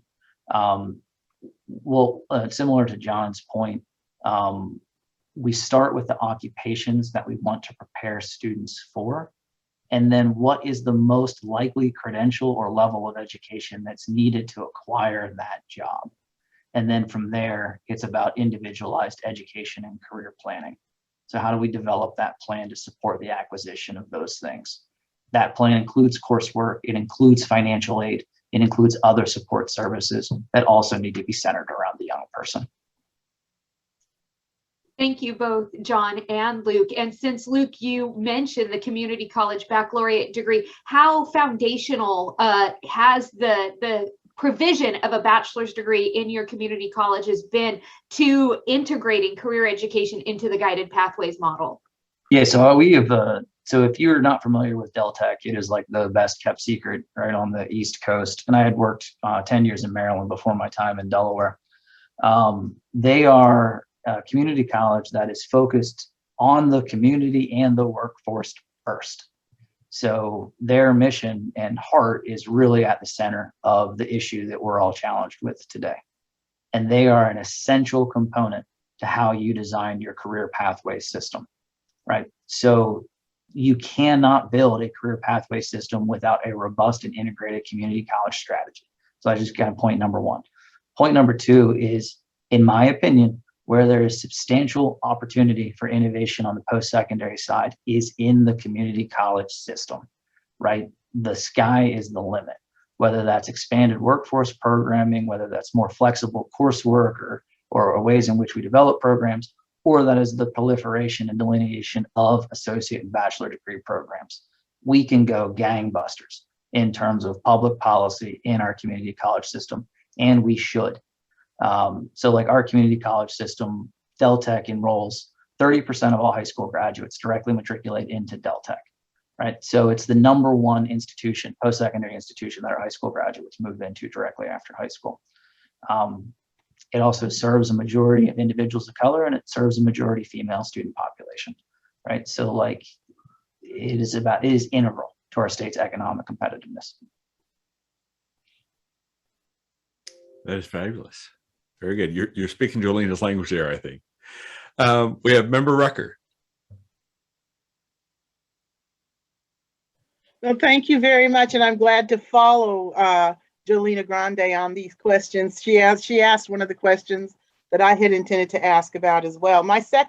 So I'll go directly to my second question, and it is about the performance gap among your student populations. And I'll start with John. You shared a lot of information about the differences among your African American and Latinx students in the work that you're doing in your programs. You know, a performance gap or an achievement gap is not something we're unfamiliar with here in California. And when I read our state plans, one of the things I didn't hear in our state plans that Luke Ryan spoke about is the program. It's not about the program, it's about the student. So I'm asking you in particular, John, in what ways does the real life experience of the students in your state, how is that reflected in your state plans in a way that actually addresses the achievement or program performance gap that you showed us from the data in your programs? What in your state plan is specifically addressing those students and their needs and experiences and the gap that you have in the performance of those students? Sure. I mean, I'm really happy to, sorry, a little feedback. I'm certainly happy to share some of the strategies that we're working on, and particularly the 60 by 25 network that I talked about, where we're helping to kind of work with communities and the development of these strategies. You know, we have taken a number of different steps to make sure that student voice is centered more squarely in all of our efforts. That includes establishing a student advisory council for our network, where we're making sure that we have students from across our state, but primarily students of color, that are beginning to influence directly our thinking about the right frameworks and the barriers and challenges that they are sensing. And we're making sure that there's a feedback loop between our state policy work and what's happening on the ground, and working with our various communities as well to be able to put in place community engagement strategies with their students of color as they're working through these efforts. I think there's also significant efforts to be very intentional about where we're making investments, both at the state level and philanthropic communities, and where organizations like mine are focused in our work. And that has taken a much more direct racial equity lens over the last several years as we've been engaged in those efforts. And also making sure that we are creating structures that are providing real living wage opportunities within the Illinois economy. And I think so oftentimes, particularly within CTE, we've seen assumptions and biases and issues built into the structures, where oftentimes there's very low quality pathways that are built out, particularly at the high school level, that aren't positioning students when you have multiple years with them as part of a CTE sequence to be able to successfully transition into post-secondary, into those living wage career pathways. And we've had a lot of battles about pathways to medical assistant positions. That's one flashpoint pathway that we've talked a lot about. And we've had a lot of discussions locally with districts and community colleges around, is there ever going to be a living wage opportunities for students in that medical assistant pathway? If not, why is that a high school CTE pathway? Maybe there's an opportunity in your workforce structure that may not be appropriate as you're working with students for multiple years. You need to think about health technologists, about physical therapy assistants, about other pathways for those students, obviously in nursing, and to make sure you're aiming higher with those goals, to make sure there's the living wage opportunity associated with your pathways work. So those are a lot of the hard conversations that we're having within our state.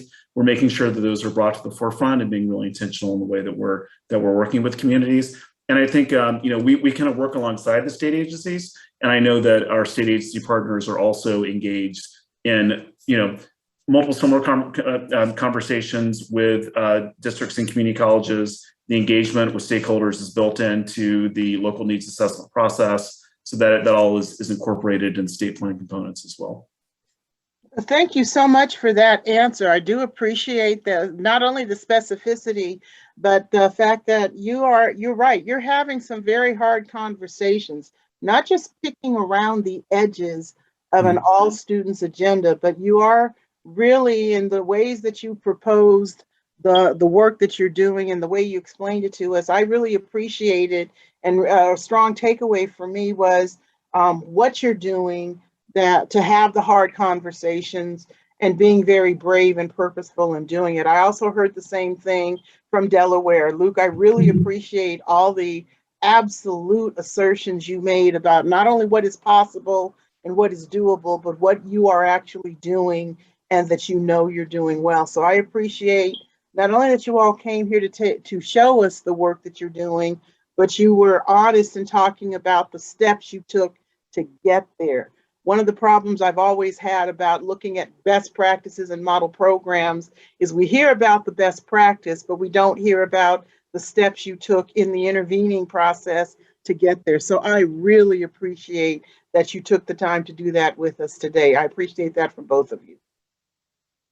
And I'd say it's hard work. It's continuous improvement. We definitely don't have it all figured out. We look forward to what you develop. We'll steal from you a few years down the road. So that, you know, we're continuing to learn with all the work that we're doing. Well, I certainly hope we come up with something that you want to steal. I'll just say that. Thank you very much. All right. And I understand that Luke is going to have to drop off pretty quick, but I believe we have ex officio member McGuire. Just really quickly, I really enjoyed this presentation. I was able to attend a presentation from Garland School District in Garland, Texas, where they have also utilized some of your work as a case study and have implemented a CTE program in their K-12 system. This is something I'm especially interested in and intrigued by. And like Member Rucker said, I appreciate, you know, sharing all of the trials, all of the errors, and giving us a really good example of how this work actually works. Very good. Thank you for that. So are there any other comments or questions from committee members? All right, seeing none, I just want to give a great shout out of thanks to Jared, who I understand can hear us but isn't able to respond. So thank you, Jared, Luke, and John for this work.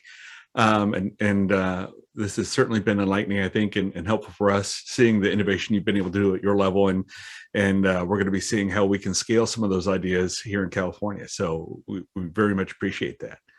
Thanks, everyone.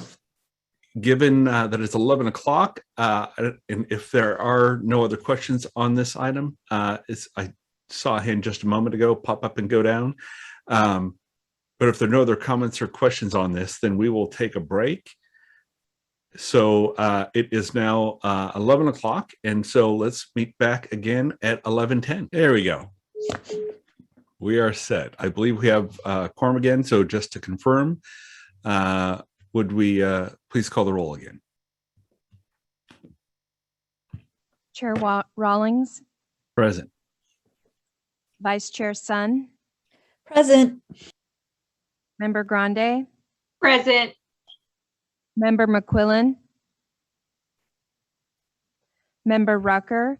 Present. Member Williams. Ex officio member McGuire. Still present. Ex officio member Rattray. Here. All right. So next, I'd like to introduce Charlotte Cahill, Senior Director of Jobs for the Future, to share with the committee strategies and systems to support high-quality, equitable work-based learning and a summary of next steps. Charlotte. Hi, thank you so much, Chair Rawlings, and hi, everyone. Good to be talking with you again today. What we wanted to do in this next part of the study session was to take a little bit of a deep dive into the topic of work-based learning, which we know you all have identified as a key area of focus for the state plan. And so really dividing the sort of my comments today, I'm certainly intending to leave time for question and conversation with all of you, but dividing my comments here into sort of two sections. One is just a little bit of, talking through what we mean by work-based learning. So we know that work-based learning can encompass a wide variety of things, from, short-term job shadows to apprenticeships that can be, in fact, a year or more in length. And so wanting to think about what work-based learning is and why we think it's important, and then getting into the question of what it looks like to really use a systems approach to build and scale work-based learning. And we'll pull in a few examples of how other states are thinking about and doing that. So next slide, please. So just starting with the what and why of work-based learning. Next slide. This is how JFF defines work-based learning. So we define it as activities and experiences in which a student or worker goes to a workplace or works with an employer. So that's really critical, that it is not only classroom-based, but that industry is deeply engaged here. And that student or worker then performs meaningful job tasks. So something beyond getting the coffee as an intern or something like that. Meaningful job tasks that develop the skills, knowledge, and readiness for work and support entry or advancement in a particular career field. Next slide. So within that definition, we identify 7 key principles for really effective and high quality work-based learning. And those include, again, those meaningful job tasks that are really building career skills and knowledge. And then as we're thinking about building career skills, also being deliberate about building in, right, some rubric for assessing skill gains. So identifying specific skills and figuring out how to validate that a work-based learning participant is in fact gaining those skills. Thinking about systems for rewarding skill development, whether that's sort of increased responsibility, or we've seen academic credit also as part of the sort of approach to rewarding skill development. Work-based learning should also support entry and advancement in a career pathway, while at the same time supporting college entry, persistence, and completion. So again, deep ties to both kind of the world of education and the world of work. We know that comprehensive student supports to accompany work-based learning are really critical to equitable work-based learning experiences, as is paying participants in work-based learning, particularly as we think about models like internships or apprenticeships or on-the-job training, certainly. But offering compensation is really critical as we think about equity in the context of work-based learning. Next slide, please. So as we think about all of those principles, here's the set of outcomes that we have seen work-based learning achieve. So it can both build career and post-secondary readiness. It can spur completion of pathways, whether at the secondary or post-secondary levels. Connected closely to that is, of course, degree and credential attainment. And then really set participants up for career advancement and self-sufficiency, which again is tied to this question of compensation for participation in some forms of work-based learning. Next slide. We also think of work-based learning as sort of something that can be categorized into a number of different components. And some of you are probably very familiar with the sort of work-based learning continuum. The one associated with linked learning, which I imagine many of you know well, is probably one of the best known continuums nationally for this. And JFF has gone in a slightly different direction. So this is our work-based learning framework. And the reason is that, as you can see, right, we've got kind of, well, so we've got these different, sort of 4 buckets of work-based learning experiences, starting with career exploration, which is actually not itself work-based learning because it doesn't necessarily have those really tight connections to industry that I was talking about, but that is really critical in terms of preparing participants for work-based learning. So in career exploration, we think about things like career fairs or like industry projects that are really led and supervised by a classroom teacher.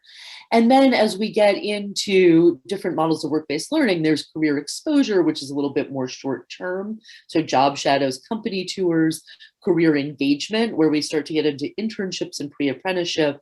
And then career experience is usually a form of work-based learning in which participants are actually employees of the company where they are participating in work-based learning, as is the case with an apprenticeship or on-the-job training. But also still maintaining those tight connections to classroom learning. So if we take apprenticeship as an example, apprentices are employees of the companies where they apprentice, and related technical instruction, to use the apprenticeship terminology, is a required classroom component of apprenticeship. So it's not simply a job, right? There is also very deliberate learning built in, but it is also very tightly connected to the workplace. And so the reason that we have these organized into boxes with little arrows going every which way instead of a neat continuum is that as we think about work-based learning, one of the things that we want to be really careful to emphasize is that we don't think of it as a checklist, right? So somebody shouldn't necessarily go from a job shadow to an internship to an apprenticeship because, right, one of the purposes of a job shadow and other forms of work-based learning is to explore a career of interest. So if you complete a job shadow in, say, healthcare and discover that in fact, right, you faint at the sight of blood, maybe you should not continue on to an internship in healthcare, but should instead do a job shadow in another industry and see if that one is a better fit. So that's why we have this sort of framework with the arrows going every which way to suggest that at every point we want to be really intentional in thinking about what participants are learning and what a logical next step is based on kind of the work-based learning activity that they are in the midst of or have recently completed. Next slide, please. So all of that is to say, right, as we think back to those different purposes I was talking about for work-based learning, no one work-based learning model can or should be all things to all people. So as we think about the different categories within this continuum, it's really important to get very clear about what we want folks to get out of participation in those different work-based learning experiences, from career exploration, which is really just kind of like starting to feel out what one might be interested in, to career exposure, where you're getting a little bit more information and able to make informed choices, to career engagement, which might focus more on kind of employability skills and general professional skills than skills that are aligned to a really particular occupation or field, while also coupling that employability skill development with getting to know an industry better, with academic learning, with perhaps some temporary employment, as in the case of a paid internship. And then at the career experience level, then participants are really starting to build out very specific technical skills for a particular industry, while still having the opportunity to reinforce, refine, and reflect on that skill development through academic learning. Next slide, please. So why does all of this matter? Well, the first thing is, as anyone who's ever applied for a job probably knows, it's a lot easier to get a job if you've already had a job. And in fact, right, surveys bear that out. So in one survey conducted by the National Association of Colleges and Employers, 91% of employers said, yes, I would rather hire a candidate who has previous work experience. Similarly, 65% of employers specifically speak relevant work experience, meaning in the same industry. And there's really interesting kind of data that we don't have time to dig into at great length today, but that indicates, right, that the importance of relevant work experience varies quite a bit by industry. So one figure says that 96% of IT employers, as one example, require relevant work experience for entry-level employees, right? Whereas if you look at retail, the number who require relevant work experience is down more around 30%. So there are, industries where I think many of us have had their first jobs, like retail, where relevant work experience is less critical. But as we're thinking about pathways that are aligned to labor market needs and to family supporting wages in fields like IT or healthcare, it's really important to be thinking about how we can support CTE participants in getting relevant work experience. So, right, only 5% of employers say work experience isn't a factor in hiring at all.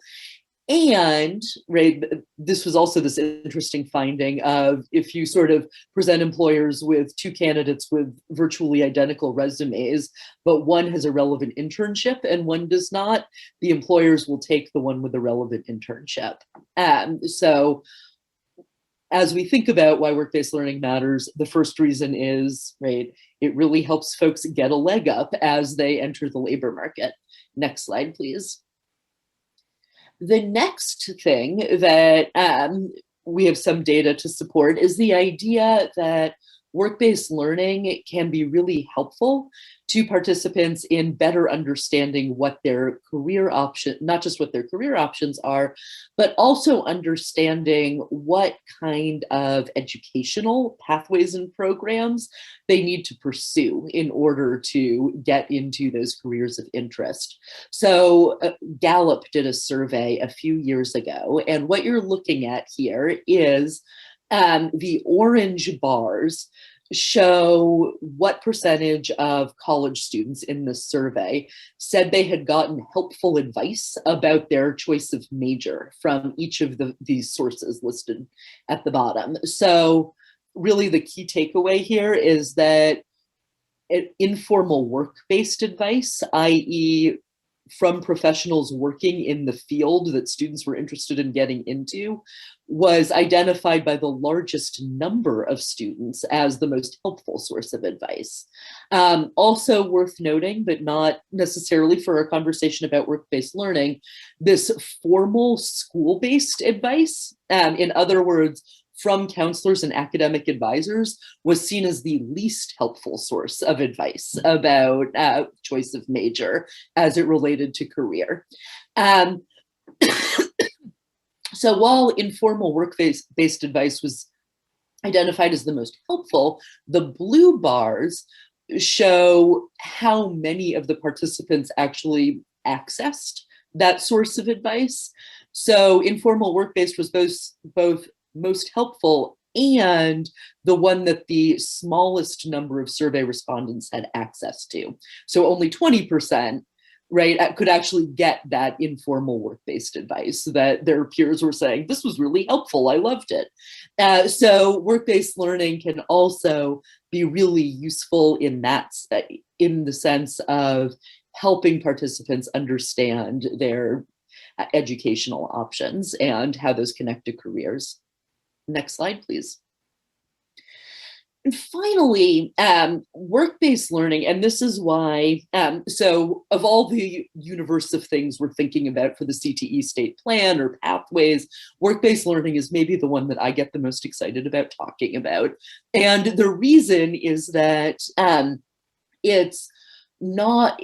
think it has the potential to be a real driver of equity in terms of outcomes. So lots we need to think about in terms of equitable access to CTE and to work-based learning. But if we can get it right, I think work-based learning is a really critical lever for getting to more equitable student outcomes. And here's why I say that. So we know there's ample evidence to show that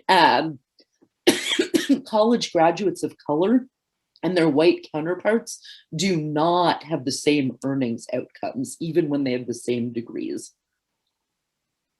We also know that implicit bias is a big factor in hiring and how people advance within jobs in the labor market.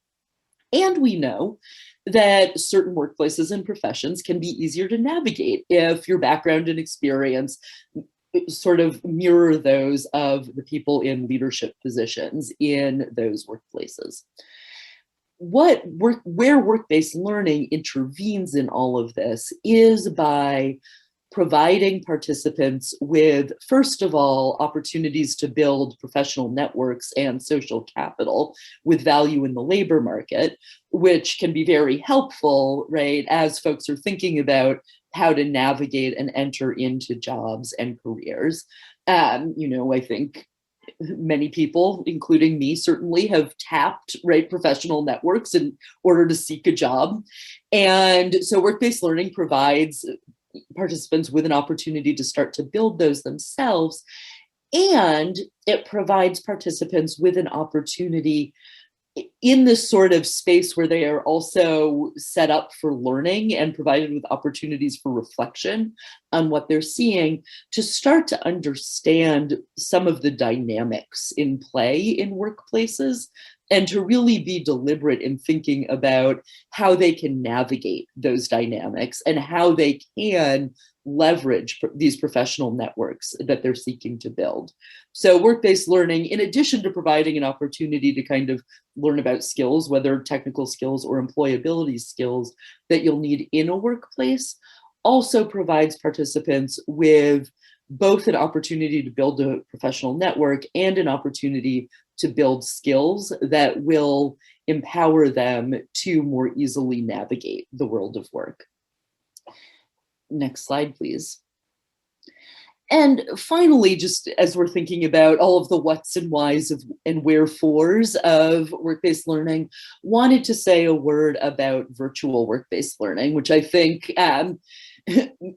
much of what I hope to say here closely mirrors the earlier conversation with Kim Green about virtual learning in general. And so, as we know, over the last 18 months or so, there has been a pivot to virtual learning in lots of settings, and that has certainly included an effort to pivot to virtual work-based learning. And I think, and sort of the headline, I would say, is virtual work-based learning has a ton of promise and possibility in terms of getting to scale and opening up access to the benefits of work-based learning for more people, particularly as we think about how it can, overcome issues with like barriers to transportation or a limited employer base in some regions. But we need to be very, very careful about how we design virtual work-based learning in order to ensure that it is really structured in a way that gets to all of the benefits and outcomes that we hope to see in work-based learning. So there's a little bit of, an overly simplistic breakdown on the slide, but of trying to get to some of the key kind of, benefits and challenges that we see in virtual work-based learning. So certainly there's, an opportunity to expand access and right, this again gets to this sort of on the peril side, right? Expanding the number of participants doesn't necessarily mean that those participants are sort of achieving equitable outcomes or have really equitable opportunities. So that again points to the need to be careful in how we're designing virtual work-based learning. So just opening the doors to everyone is not going to get us where we need to go in terms of equity. And similarly, in terms of rigor, I think, especially as we think about specialized fields, so perhaps somebody is very interested in some healthcare specialty, for example, that is not practiced in a small rural hospital, they may have an opportunity to complete some kind of work-based learning experience in a much larger hospital system and to get some of that exposure to a specialized work-based learning experience. And, it's again coming to structure. It can be much more difficult to create situations in which work-based learning participants can perform virtual or meaningful job tasks in a virtual environment. Similarly, virtual work-based learning works really well for some learning styles and not at all for others. So again, keeping kind of the student experience at the center of our thinking, need to plan for that. Lots of the pivots to virtual work-based learning that we saw, especially in the early months of the pandemic, had very limited opportunities for participants to really engage with industry professionals, which is critical in terms of this issue of building professional networks and social capital with value in the labor market. Employer engagement is a challenge we hear about all the time as we talk about work-based learning. And virtual work-based learning, on the one hand, provides access to a much larger range of employers with all kinds of different specialties that may be out of your geographic area. And it really shifts a big burden potentially to employers to manage all of the different requests. So if we think to ourselves, virtual work-based learning in tech, like perhaps my students could do internships at Google, that's great. Can Google manage a request coming from every separate school district and college in the country for internships, right? So how do we kind of think about how to navigate that? And so that really brings us to this question of infrastructure, which I wanted to dive in on quite a bit in the next section here. So next slide, please. We'll just go straight into thinking about this question of what an effective work-based learning system is. So wanted to, again, take a minute to level set and say what I mean by system. So we know that all over the country, all over the state of California, there are very high quality work-based learning programs in operation. They may often be operating independently of one another. They may focus on a particular population, on a particular industry, and they may or may not be closely tied to CTE programs of study or other kinds of education and career pathways efforts. None of which is to take away from the really good work that those programs are doing, but is to suggest that we think it's really critical to build out a system that encompasses those programs and can help to support their development while also creating a system that is easy for educators to navigate, for employers to navigate, and for work-based learning participants to navigate. Next slide, please. So at the heart of these systems is an infrastructure to support work-based learning. So work-based learning is one of the reasons it's challenging is because stakeholders from so many different sectors need to be at the table. Right? At a minimum, you've got educators, employers, and work-based learning participants themselves. And very often there are workforce boards, there are community-based organizations, there are other kinds of intermediaries in the mix as we think about work-based learning. So there's a need for infrastructure to support those partnerships and to support leadership across those partnerships in a work-based learning system. Work-based learning systems, and we'll get into this more, can operate at both the state and regional levels, often in tandem, although sometimes separately. And so at a regional level, there's a need for a focus on kind of the regional economy and labor market within a work-based learning system. Infrastructure can also support engaging employers, integrating work-based learning into education, and really developing and managing a lot of the logistics related to work-based learning, including facilitating wraparound supports for participants. Next slide, please. So just a word on this question of integrating work-based learning and pathways, and what am I talking about there, and what does that mean? So these are a few key strategies that we've identified for integrating work-based learning into pathways in a high quality way. And it starts with defining key skills to be taught through work-based learning and in both academic and workplace settings.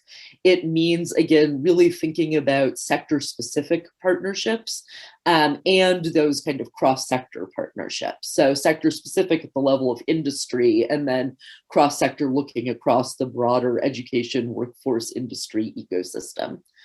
Being really intentional about the design of structures and systems to ensure that work-based learning is intentional and is building on prior learning. And using metrics and data to push for quality and continuous improvement in work-based learning. Next slide, please. So moving into just a few examples of what other states have done and how they have taken on this challenge of building out work-based learning systems, starting with Colorado, which has developed a work-based learning continuum, and they worked across the K-12, post-secondary, and workforce agencies at the state level to create this continuum and align on a set of shared definitions for work-based learning, and kind of sort, right, you can see all these different work-based learning models into different stages along the continuum. And then, right, they've really adopted this at a state level, and it's driving thinking about work-based learning across these different state systems and agencies. Next slide, please. To go along with this continuum, they've also put together a set of quality indicators, which I've just pulled a few examples from here. There's a much longer document that I'm happy to share with you all, but really, digging in on sort of how to understand quality work-based learning within the context of that continuum, so that, again, as they're working across state systems to implement and thinking about how to push that implementation out at a regional level, they're really doing level setting about what it means to do this in a high quality way. Next slide, please. The next system that we wanted to talk about a little bit is Washington. So Washington has an initiative called Career Connect Washington that was launched in 2017 and then formalized through legislation in 2019. And this is really kind of a big play around the development of a state system and infrastructure to support work-based learning that has been very intentional about thinking about how you do this at a regional level too. So Career Connect Washington has, worth noting here, a population focus on youth up to age 29. So certainly they are looking across both high school and 2- and 4-year colleges, but they are not looking across both youth and adult populations in this work. They are really explicit in their focus on equity and wanting to build a system that is explicitly anti-racist. And they are putting their money where their mouths are on this, and have dedicated funding within the Career Connect Washington system to support the development of equitable systems and structures. They have, I should have mentioned, this cross-agency work group chaired by the governor. So the work group, Career Connect Washington itself, was launched by the governor's office and has been, since, through legislation, there was a sort of Career Connect Washington body that was created that reports directly up to the governor's office. But Career Connect Washington is essentially seeking to put itself out of business as a body that's overseeing the system. And their goal is to embed the work in the state agencies that they're working with right now. So it's a little bit of this idea of, we're going to jumpstart this by putting some dedicated staffing on this through this Career Connect Washington body, knowing that, in the agencies, folks have lots and lots of other things on their plates. Everybody already had a day job, but how over time can we move Career Connect Washington into the agencies? They also developed an endorsement process for career launch activities, which is one of their categories of work-based learning, focused more on the intensive internship and apprenticeship end of the spectrum. And so they're both kind of seeking to drive program quality through that.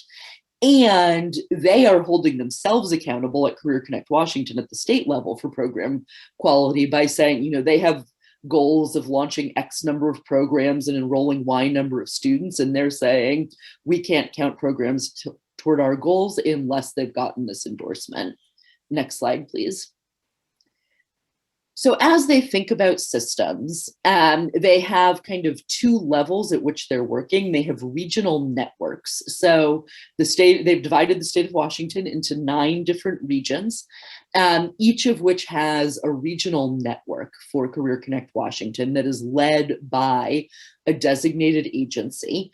And what the regional network is in charge of doing is coordinating across a set of program intermediaries within the region. And the program intermediaries are sort of operating individual work-based learning programs, sometimes more than one work-based learning program. But, again, sort of with these regional networks, there to reduce duplication of efforts, to make sure that there aren't multiple tables being set, to ensure that, excuse me, asks of employers are, make sense, and so on. And I should say that both the regional networks and the program intermediaries are funded. They get grant funding on a competitive basis through Career Connect Washington. And Career Connect Washington is getting that funding in part through a direct appropriation in the state budget and in part through their WIOA dollars. Next slide, please. Last example is Texas. So you all saw and heard from Jared Toussaint earlier today. And really, I'm just here to tell you about all the things Jared launched while he was at the Texas Education Agency.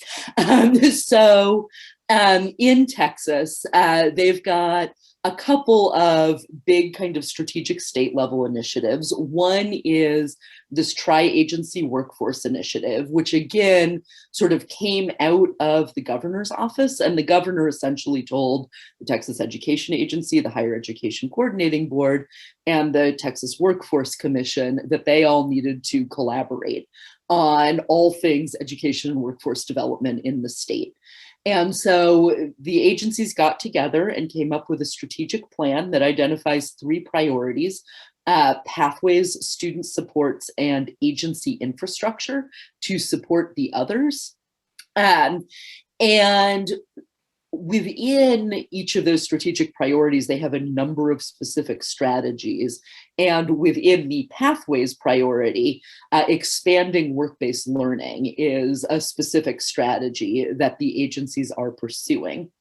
And one of the ways that they're doing that is by seizing the opportunity presented by a bill that was passed in the most recent state legislative session, HB 1247, that instructs the agencies to put together a work-based learning strategic framework, and to do the work of aligning priorities and programs and goals for work-based learning across the 3 agencies, coming to a set of common definitions, figuring out how to support regional collaboration and intermediaries at the regional level, to coordinate funds and grants so that they're not duplicating each other's funding and sort of overfunding, let's say, high school internships, while at the same time providing no funding for, for dislocated workers, for just to take an example.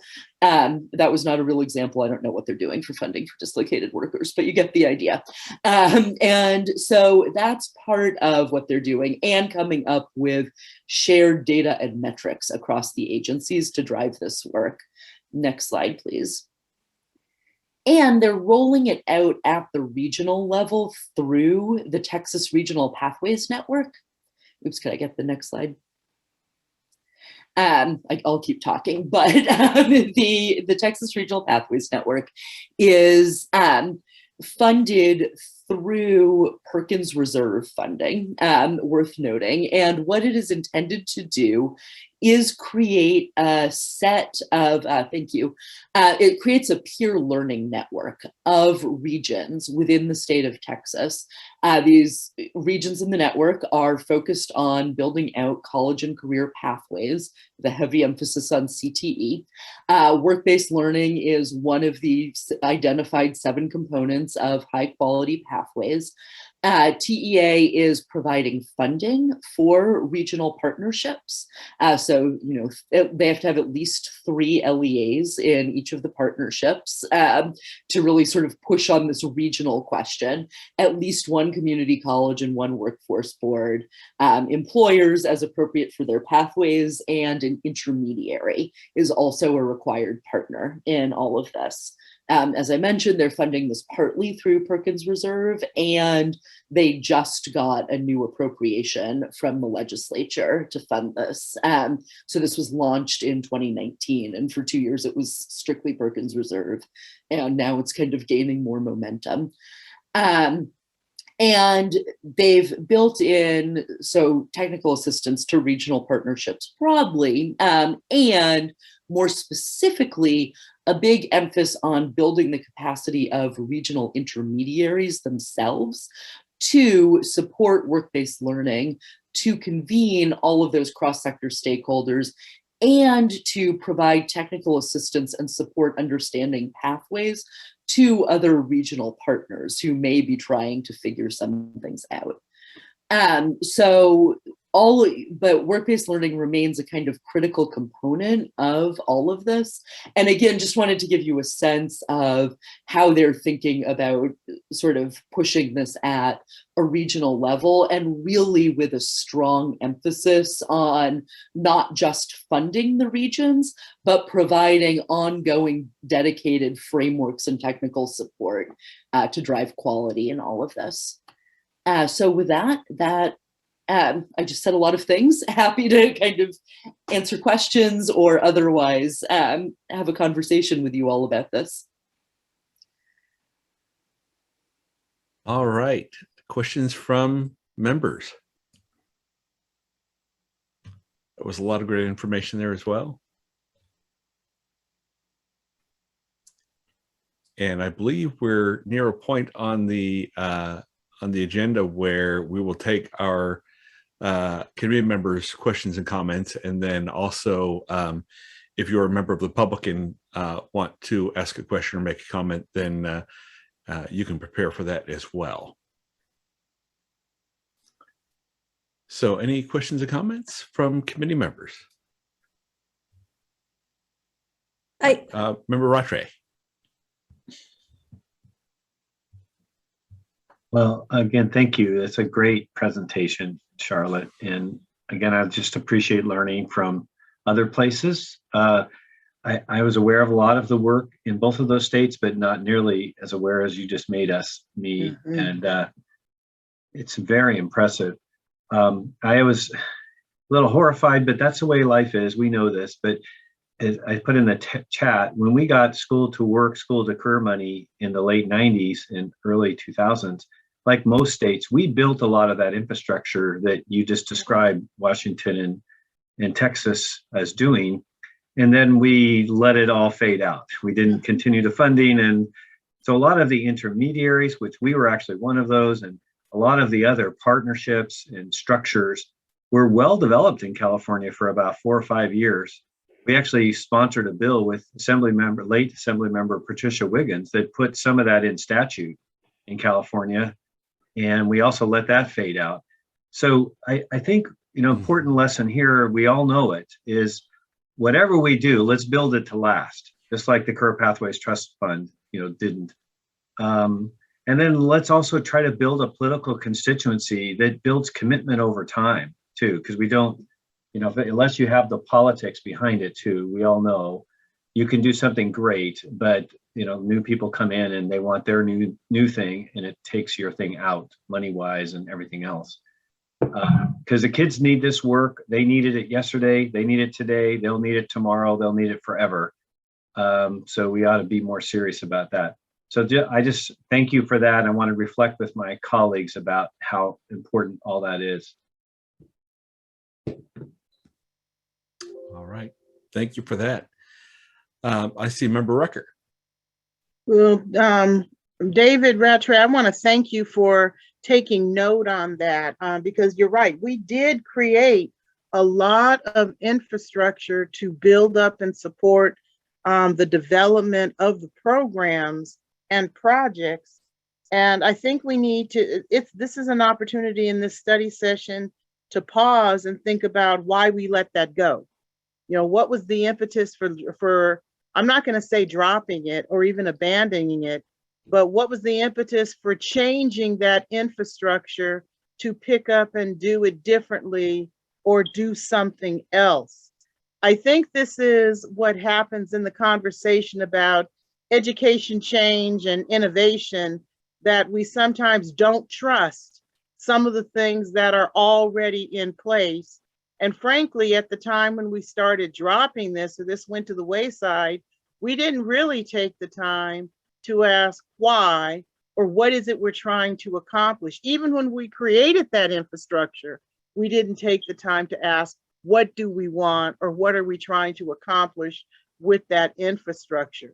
So I think that that's part of the reason why it got laid aside as we moved on to a new WIOA plan, and more recently, the new Perkins plan, why none of that very successful infrastructure was considered or included. So I think, again, going back to the principles that were laid out for us by the first presentation, as well as looking at what we heard in particular from Delaware and Illinois about making specific commitments for not only the short term, but the long term, so that you're not just looking at the money or the program, you're looking at who the students are that the program is intended to serve. Maybe some of that infrastructure question and those infrastructure commitments could be better, and more reliably, not only developed, but we can make sure we don't abandon or set it aside for a new structure or a new idea.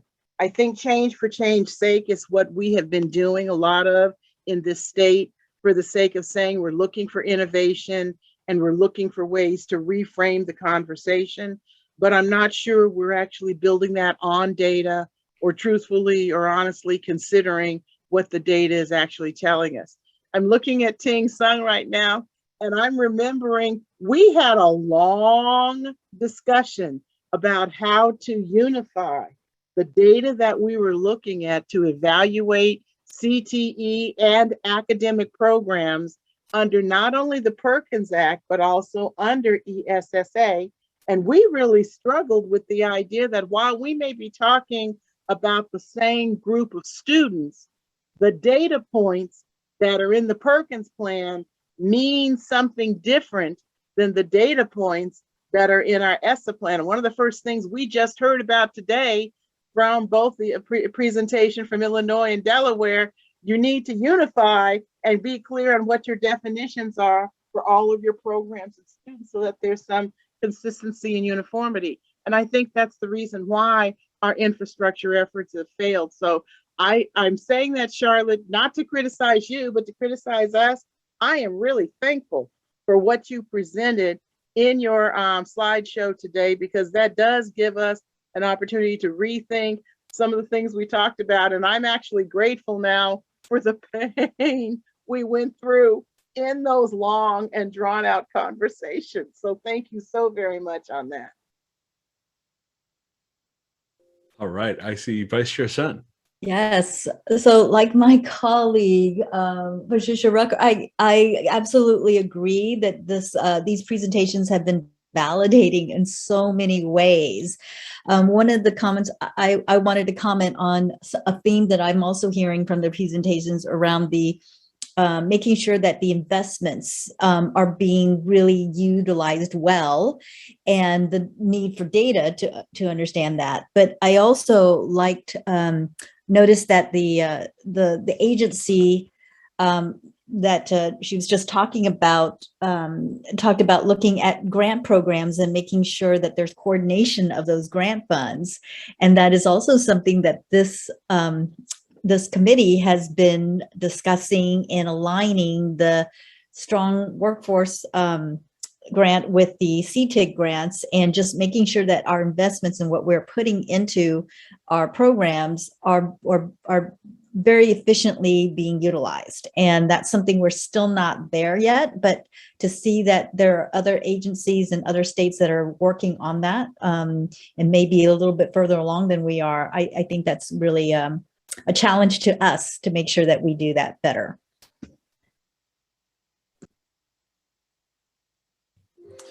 I would certainly echo that, and the work we've done on data metrics, I think, is now as important, following the information we heard from our presenters earlier and now as well. So I appreciate that. Any other questions or comments from members of the committee? All right, I don't see any new hands up. So it is time, I think, for public comment. And I know that we had some hands raised from attendees, but those seem to have dropped off. So I will ask staff if we have any public comment through other methods. Chair Rawlings, we do not have any public comment at this time. All right, and I do see a new hand raised. Was it Lance Gunnarsson? I see a hand raised there.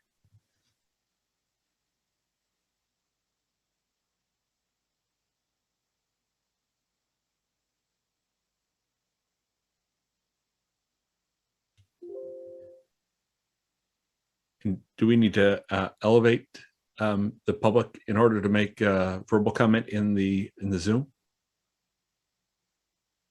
We're checking on that right now. 1 second. Got it. Thanks.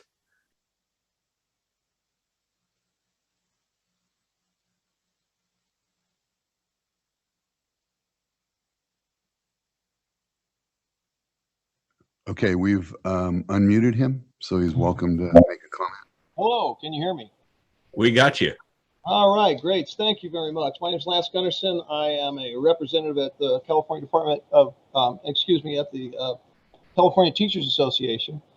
And one of the things that one of your presenters made in comment in a little bit of in passing, and I know it did come up in the chat as well, was John Furr, who said that their education, their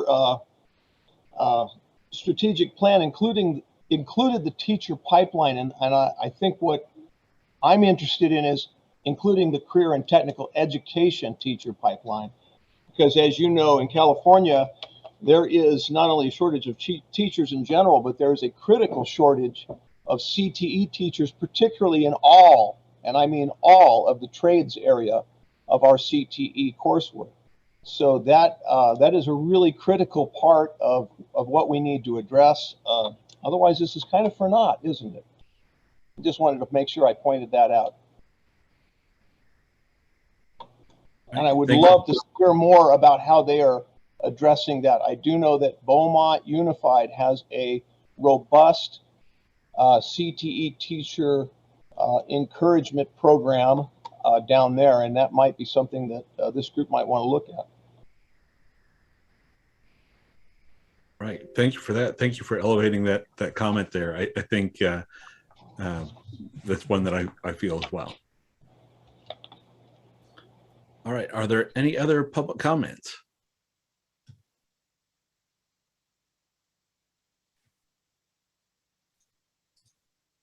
All right.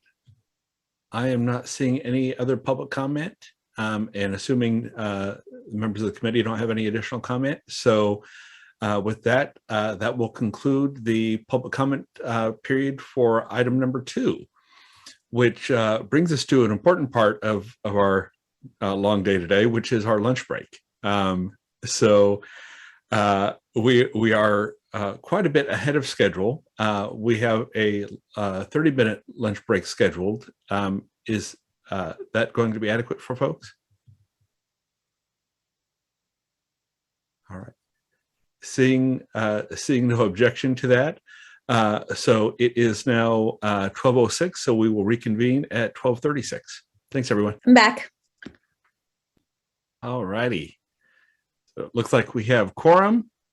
So staff, would you please call a roll? Chair Rawlings, Present. Vice Chair Sun, Here.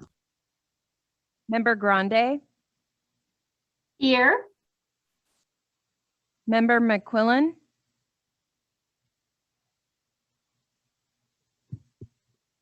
Member Rucker, Present.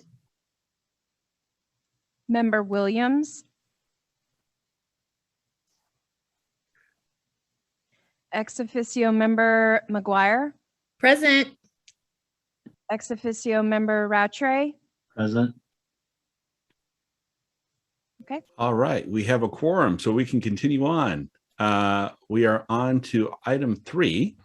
So I'd like to welcome back Pete Callis, the Director of the Career and College Transfer Division, along with Sandra Sanchez, the Assistant Vice Chancellor, and Yana Yatridis, the Dean of the Workforce Division of the California Community Colleges Chancellor's Office, to update us on CTIG and the K-12 Strong Workforce Program. Thank you, Chair Rawlings. I appreciate this time to be able to present on this. I know that update was provided at the May meeting by Michelle McIntosh, who was the administrator over the Sotelo office back then. And so I'm just following up from that update that she provided. There have been some changes since then in the CTIG language and program that we've had to implement over the last month as we received changes in the trailer bill language on CTIG. So next slide. So really our 2 programs are considered sister programs between the CTIG and the K-12 Strong Workforce Program. We're really working together on aligning these programs and working together on aligning our systems. We've made some progress in the last couple months since I've taken over as the division director, and we look forward to our work with the Chancellor's Office staff to take this even further in the next year and ongoing after that. So next slide.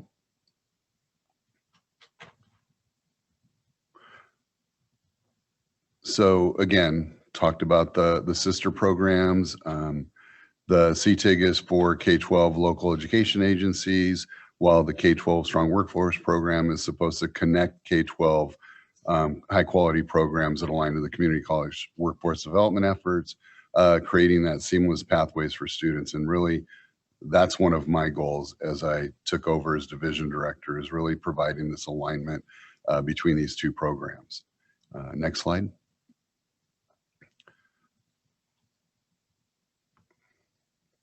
So for fiscal year 21-22, the applications, again, were released in April. They were due in June.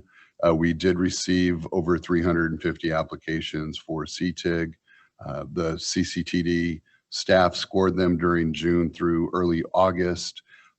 With the trailer bill language that we received for 21-22, we did receive some changes to the application requirements for applicants, along with requirements for CDE staff. We anticipate getting the allocations to the state board meeting in January, depending on getting what we have put in the application as an addendum 1 and 2, which will be due in October, on October 13th, 2021. Addendum 1, next slide. So the changes to the CTIG through the trailer bill language was that the total grant funds available have been actually doubled to $300 million. Another change that has occurred that we've had to provide more information and receive more information from applicants is the match. Normally, the match was allowed during the entire grant period of the grant. Now it's during year one, and it's still a 2-to-1 match across the board for all applicants. So it shortened the grant period, the match time for the grant period down to year one. All funds must be encumbered in the match during the first fiscal year of the grant. The other addendum and change that we've had to deal with is languages added to the CTIG program regarding allowing for CTE-based advanced placement, international baccalaureate, and dual enrollment programs to be eligible to apply for CTIG. So we had 2 addendums that have gone out to applicants and waiting to get those back. So see how that will impact their applications going forward. If their match was not going to change, then they checked a box and said their match will stay the same and their application stays intact. If their match had to change, then they would provide the new match amount along with a new budget for that to follow up. And then if they were going to add CTE-based advanced placement, international baccalaureate, or dual enrollment programs to their CTIG application, they could do that and notify us within the addendum that they needed to submit with those pathways identified for their application. Next slide. Now I'm going to turn it over. That's all the changes that we have for the CTIG program. I'm going to turn it over to my partner over at the Community College Chancellor's Office, Ioana Iatridis, to follow up with the K-12 Strong Workforce. Thank you, Director Callis. Appreciate that. Good afternoon, Chair Rawlings and members of the board. Thank you for having me today. I'm Ioana Iatridis, and I'm the Dean of Workforce and Economic Development Division for the California Community College Chancellor's Office. You had received an overview of the K-12 Strong Workforce Program by AVC Sanchez in May, and I will just be providing a quick update. Here's the 2021 K-12 Strong Workforce Program timeline for the Round 4 request for application.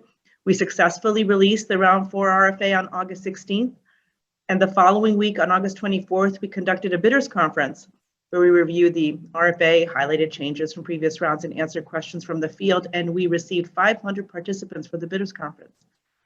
Applications are due in our NOVA system on Friday, October 15th by 5 p.m. The NOVA system will automatically stop accepting applications at that time. And the following Monday on October 18th, the regional consortia will convene with the selection committee members for calibration and training. And their deliberation will conclude on November 19th, with preliminary awards being announced November 30th. Appeals will be due to the regional consortia by December 14th, and by December 24th, the regional consortia will communicate the intent to award funds to the LEAs and initiate the subcontract process, and the project will begin in January. May I have the next slide, please?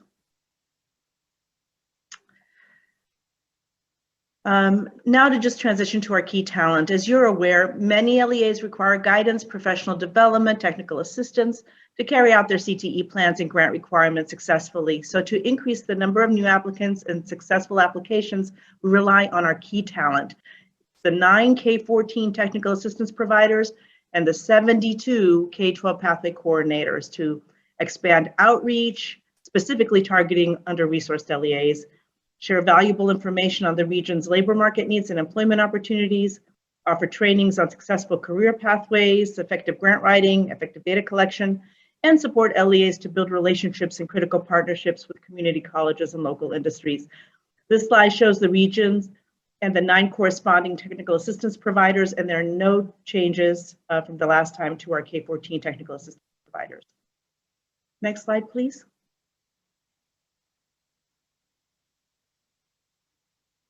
May I have the next slide? Oops, sorry, one back. My fault. We have had some turnover with the K-12 pathway coordinators this year. We're currently at 66 out of our 72 pathway coordinators.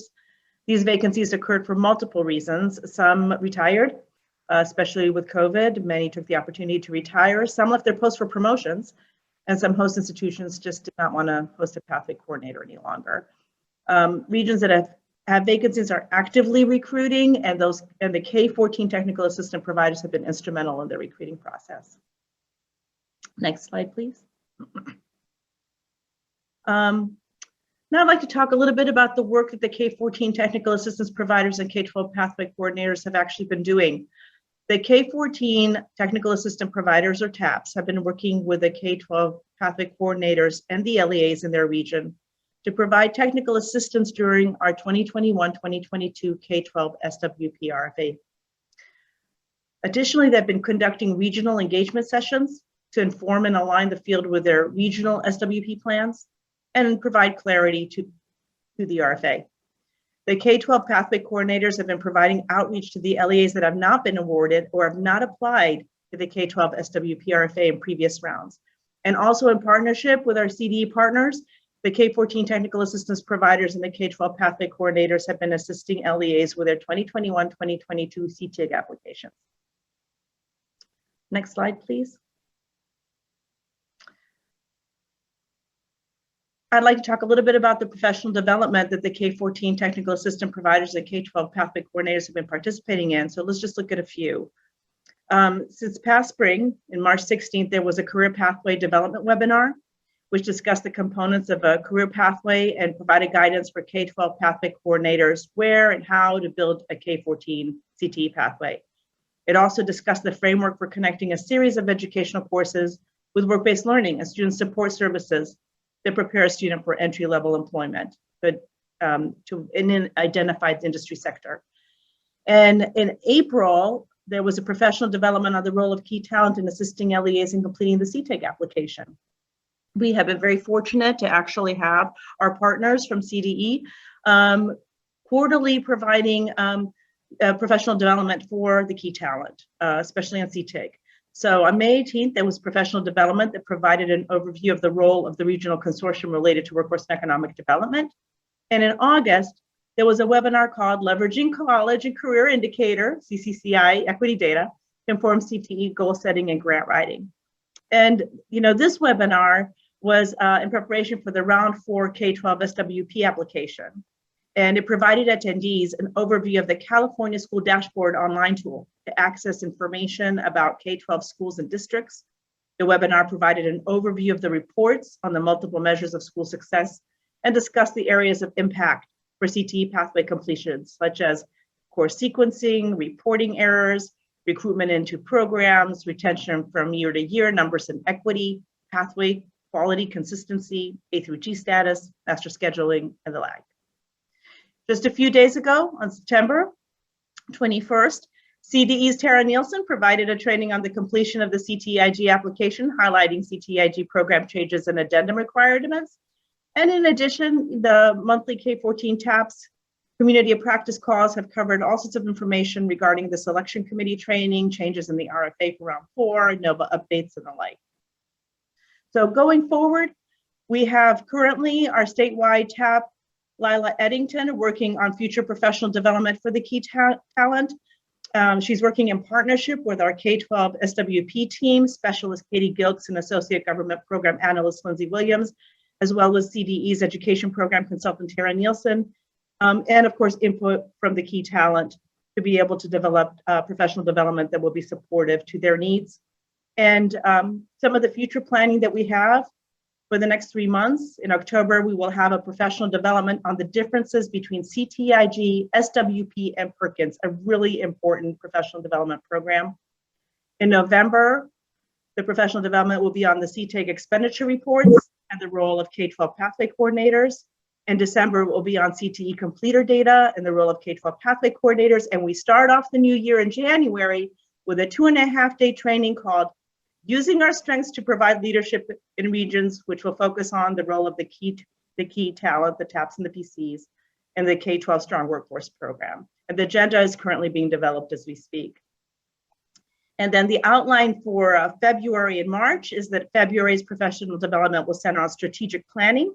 How does Perkins and CTE funding opportunities fit into the district's LCAP plan? And in March, the professional development will focus on developing advisory and stakeholder engagement at the K-12 level.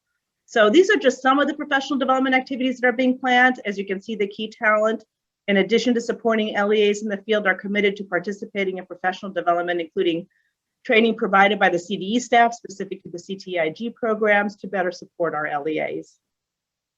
Thank you. All right.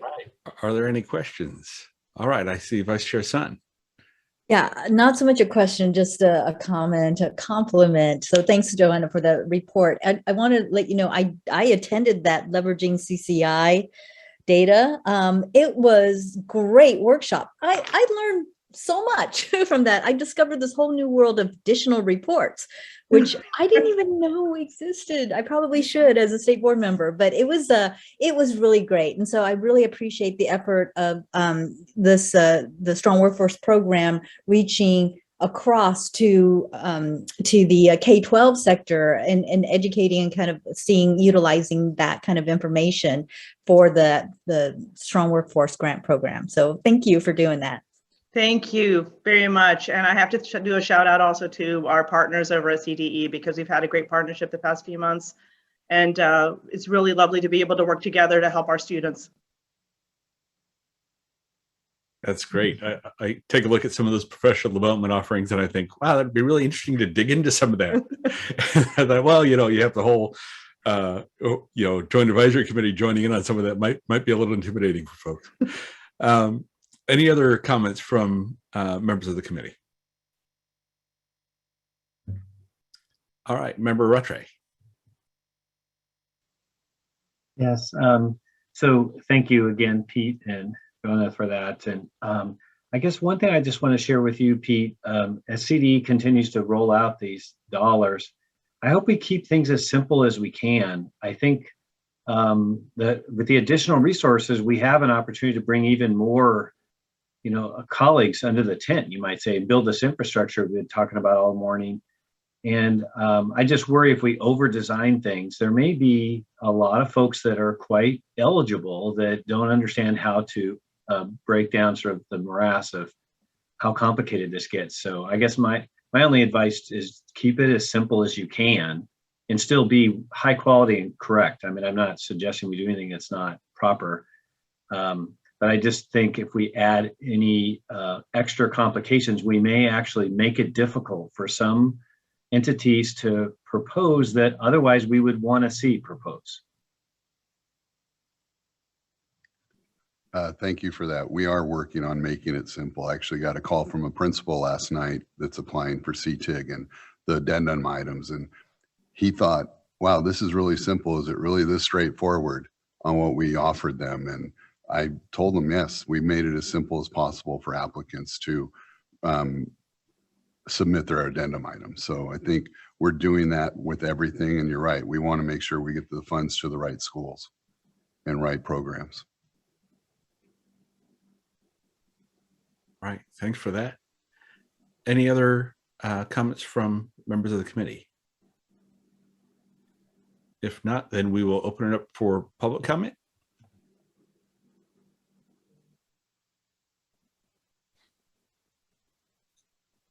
Just a quick question for staff. Do we still have the delay on this, or we want to make sure we give people time to type if they don't have audio connected to their computer, but do we still have the delay on the broadcast on this? No, we do not. And Right. we do not have any public comment at this time. All right, I don't see any hands raised either. So thank you for that. That will conclude the public comment period for agenda item 3. That gives us to agenda item number 4. And so I'd like to welcome back Pete Collis, the director of the Career and College Transfer Division, and welcome Jonathan Eisler, education administrator, and Thomas Bjorkman, education research and evaluation consultant of the Measurement and Accountability Reporting Division, AMARD, who will continue our conversation around data. I know this is going to be an exciting one.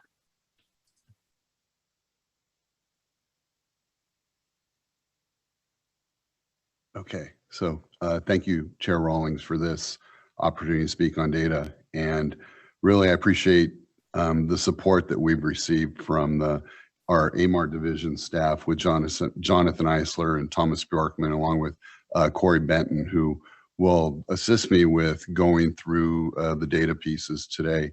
We need to have an understanding of, we have 6 different metrics within our data system to measure CTIG along with Strong Workforce Program. And currently, we only have the cohort from the 18-19 data to consider, which impacts some of the metrics that are within the 6 metrics, which we'll get to when we get through the slides. Some of the data is not available yet and will be available in the future. I also want to look at considering different data metrics at some point that really speak to what Member Sun and Member Rucker were talking about earlier with the presentations on, are we truly measuring our CTE programs with some of this data, and what other metrics are out there to really provide us a good measurement on their success and some guidance on how to move forward with these programs. I've had 20 years experience as a site level principal, and I've had multiple CTE programs in my experience, and really looking at data with my staff and utilizing the data to improve our programs has been a huge goal of mine when I was at the site level, and also looking at it for our CTE programs statewide. And what are we doing to drive those programs and improve those programs in partnership with the Chancellor's office? So one of my big goals, I know I've only been in this position for 2 months. I've been part of CTIG for the last 2 months and really getting myself up to speed on all of this work. I did have grant programs in my previous role in the division as the High School and Innovations and Initiatives Office Administrator. So I understand grant programs, and we had some very successful programs in that office where we were able to utilize some of our stronger grantees to become mentors for other programs across the state. And I think we can do something similar with CTIG programs where we identify mentors, since we don't have, we do have the TA support from the Chancellor's office, but I'd like to see us look at something where we're supporting each other regionally with programs. And I've been able to do that with the California Partnership Academy programs across the state, along with some other high school programs. So, and also really looking at the middle school piece. We started middle school CTE academies about 4 years ago in the high school office, and we have about 40 academies that actually align to their feeder high schools and the pathways within those feeder high schools. And we probably want to start looking at that data also on how we can implement this with middle schools and make a difference for those students and getting them started on pathways in 7th grade. So looking at metric number 1, number of pupils completing CTE coursework. And we had a number of, we have 4 different indicators that we were considering with this. The first one, next slide, is the number of pupils completing one CTE course. So we do have a large number of students that out of this cohort that completed, 75% of them completed a CTE course. And I think I look at this from a different perspective of being a high school principal, is that, we look at this number and then we'll look at the next number in a minute and we see a drop because of the next number we're looking at completing the course sequence. And many times the students possibly in this group could be just students completing their elective for graduation requirements and not really looking at a pathway. So that's how I look at some of this. It may not be all of it. Maybe some students just weren't interested in that pathway and went into a different direction. But also we need to really dive into this deeper. And I've been having these conversations with my AMARD team regarding this because of the difference in numbers here. And so, yeah, 75% of the entire cohort completed at least one CTE pathway course. With CTIG students that are funded through CTIG, 77% completed one pathway course. And the main reason we don't have SWP on here is because we're looking at a graduating cohort. SWP actually came out in 18-19. That was their first year of funding. So we don't have a cohort that's completed graduation yet. and having the data for them yet. So that's why they're not on here. Next slide. And here you can see, the drastic drop in this number, but these are actually those students that took that first course and decided they wanted to stay in that pathway, or that's what their goal was. So it's a solid number. And for us to say that this is for all, we do want this for all students if this is where their interest lies in their K-12 education. But also we have to consider how many pathways do we have at each school site where every student would have access to completing a pathway.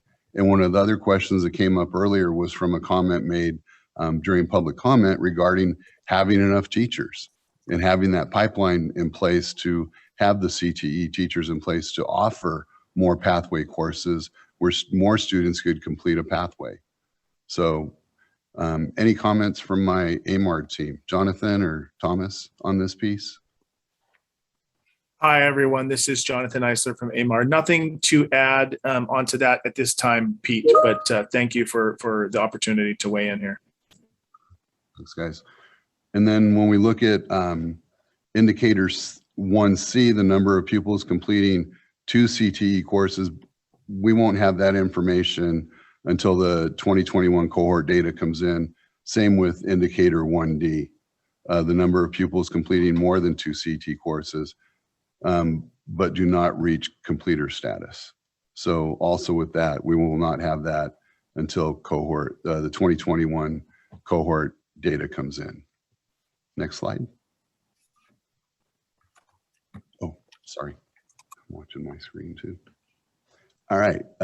High school graduation rate is metric 2. And so an unduplicated aggregate count of pupils in the adjusted cohort for the graduating class where the LEA has identified the pupil as having completed 1 CTE course during the 4-year cohort. So next slide. So this indicator 2A is for the graduation rate of students that completed 1 course, 1 CTE course, as part of being funded through a CTIG program. And you can see that overall, the entire cohort, the graduation rate is 84.4%.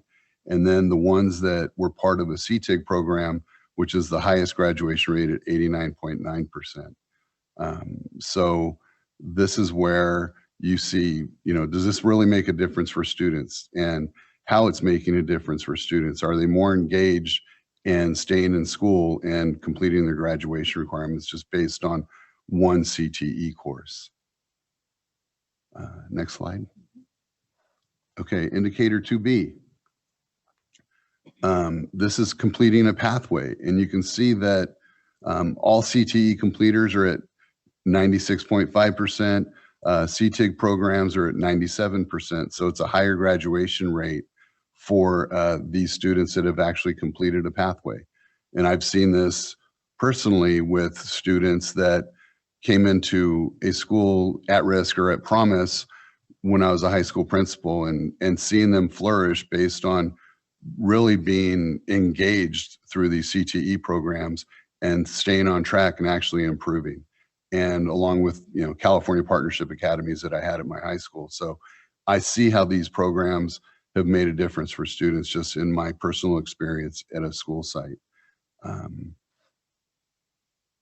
Next slide. And as I said, 2C and 2D are for future data collections that we will have. Jonathan, anything on metric 2? Nothing to add on to Pete. Thank you. All right, so we'll move on to metric 3, the number of pupils meeting academic and career readiness standards as defined in CCI associated with California School Dashboard. So 3A is the number of pupils meeting a score of level 2 standard nearly met in the Smarter Balanced 11th grade language arts. Indicator 3B is for the Smarter Balanced mathematics exam. And then indicator 3C, the number of CTE completers as defined in the CCI associated with the California School Dashboard. And then 3D, the number of pupils completing college coursework as defined in the dashboard. So for 3A, which is the next slide, Jonathan, you want to help me out on this one? Yeah. So, and again, it's difficult to kind of read because of the font size, obviously, but this is essentially, listing by everyone in the cohort, and then, non-CTE and all the different subcategories we have here. So non-completers, completers, all CTIG participants, non-CTIG, so on and so forth. So obviously this is listing the percentage of students that are at the standard exceeded, which would be level 4 in the yellow bar, the standard met, which is level 3, the blue, and then the green is the level 2, and then standard not met is level 1, that kind of darker blue. And while the indicator itself is looking specifically at the percentage of students that are at that standard nearly met or level 2, I think it's really important to note that this slide, we really wanted to present the larger context, because if you look at just level 2 performance out of context on its own, it's not a complete picture, right? Because you could, in theory, you could have a school of very high performing students that have very few students that are in that level 2 range, and hardly any at all or none in level 1. So most of those students are in levels 4 and 3. And conversely, you could have a school that is challenged, having some struggles, and the majority of their students might be in level 1, but not in 2. So, in theory, you could have 2 very diverse schools that have almost the exact same percentage of students in level 2. And that story, the story is more complex than that. So that's why we really wanted to point out here, the whole picture of looking at levels 4, 3, 2, and 1 together. So you get kind of a larger picture here. And again, I think really looking at the level 4 and 3 together is really important, because that is kind of those who performed better on the Smarter Balanced English Language Arts assessment. So you can see, right? You can see the completers, you can see the CTIG participants, you can see these folks collectively are doing quite well. So I just wanted to add that larger context to this particular slide. And it, of course, it also applies to the slide where we present the math data as well. Okay, next slide. And as Jonathan referenced, the math is very similar to the language arts data that we had on the previous slide. So next slide.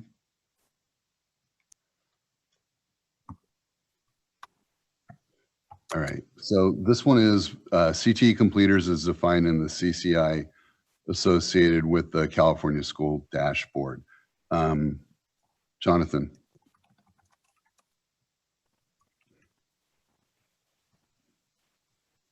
Why am I struggling to come off mute? I apologize, everyone. So again, this is the college career readiness indicator that our accountability division has prepared over the past few years on our California School Dashboard, which we use for both our state and federal accountability.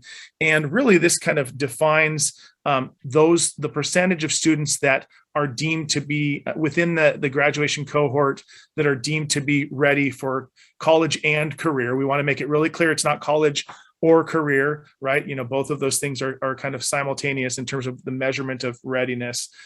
So if you look at the all cohort, you can see that about 45% of students within the cohort are in that prepared range. And then you have, the approaching prepared or not prepared are those, the orange and that kind of grayish line.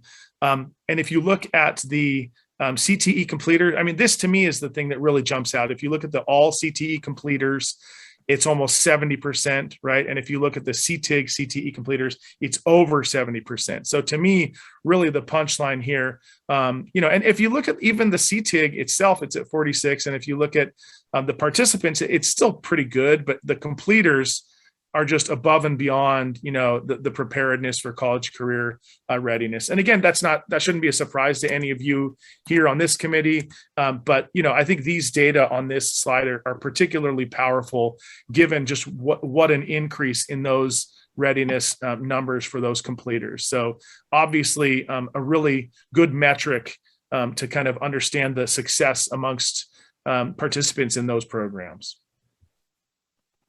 Thank you. Okay, next slide, indicator 3D. The number of pupils completing college coursework is defined in the CCI associated with the California School Dashboard.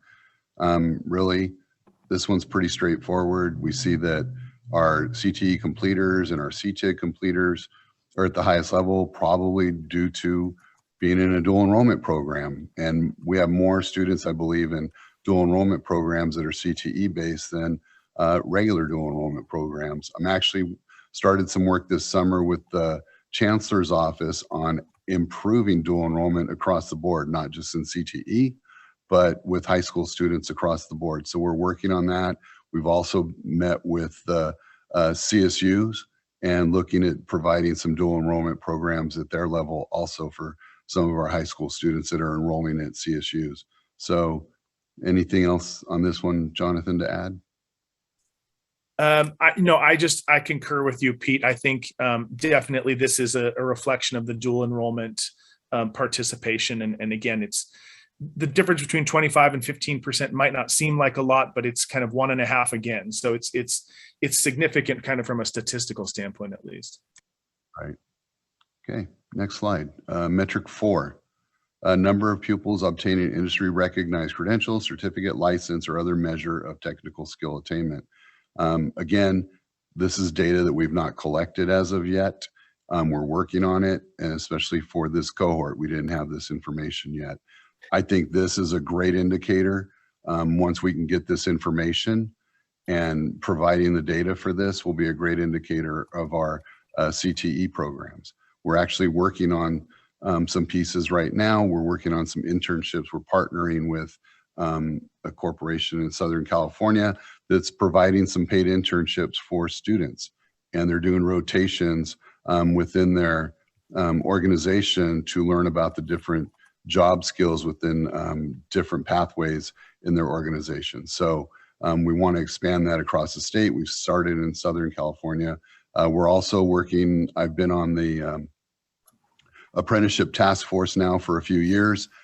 We've actually started meeting on youth apprenticeships across the state, and our industry sector leads are partnering with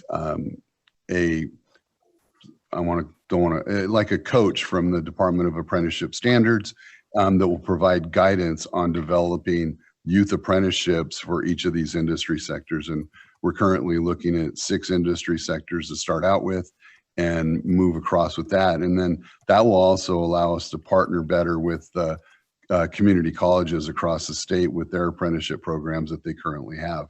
So really building out this apprenticeship model. I've actually had it as part of the California Partnership Academies for the last 6 years with building trades and construction trades that provide students with a pre-apprenticeship certificate once they complete the program. So those are some of the things we're building out. As I said, this one we did not have data on this one for this cohort. Pete, can I jump in real quick? Jonathan. This is Jonathan. Sorry.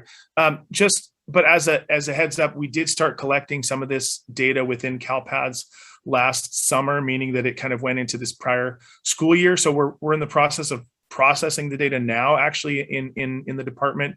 So we, just to repeat what Pete said, very excited about these new data. It is going to be something incorporated into the college career readiness indicator, but again, can be used for this purpose as well. So we're excited. It's coming out relatively soon. Obviously, we'll make sure that we can provide updates to this group when the data are hot off the presses. So it is forthcoming relatively soon. Thanks, Jonathan. I appreciate that. Metric number 5, the number of former pupils employed and types of businesses in which they are employed. And I think this is another piece, Jonathan, that we're looking at collecting going forward. And really, this will provide us some really good basis on whether pathways are actually working within districts or schools, and if students are actually following that pathway that they started out in their high school. If they completed the sequence of courses in high school and then they moved on to being employed in that pathway, that'll give some really strong data points on the strength of each of those pathways. Is that accurate, Jonathan? Yes, that's all correct, Pete. Yep. Next slide. Okay, so this one is metric 6, the last metric that we have. The number of former pupils enrolled in each of the following: post-secondary education institution, a state apprenticeship program, and a form of job training other than a state apprenticeship program. Again, data that I know we will be collecting in the future, and we will be able to use this metric and really evaluate our pathways and how we're utilizing our CTIG funding, our strong workforce program funding, and seeing how those funds are making a difference for our students across the state. And I think just some of the items that I spoke about earlier with developing some type of mentor program across the state where schools are supporting other schools in their region. If they're trying to develop a new pathway, when you have a strong pathway in their region, how can we provide them that support in that region to develop out that pathway? And then I think a lot of this will help with teacher recruitment. We're revisiting some of our contracts that we have out there for recruiting and developing a pipeline of CTE teachers. I asked some tough questions of our contractors this summer. And so my goal is to, if we're spending money on developing CTE teachers, I want to see results from that and what our return is on our investment for those programs that we're looking at. But again, this is another metric that was put in place, and we really need to be able to collect this information on these students that will make a difference for them.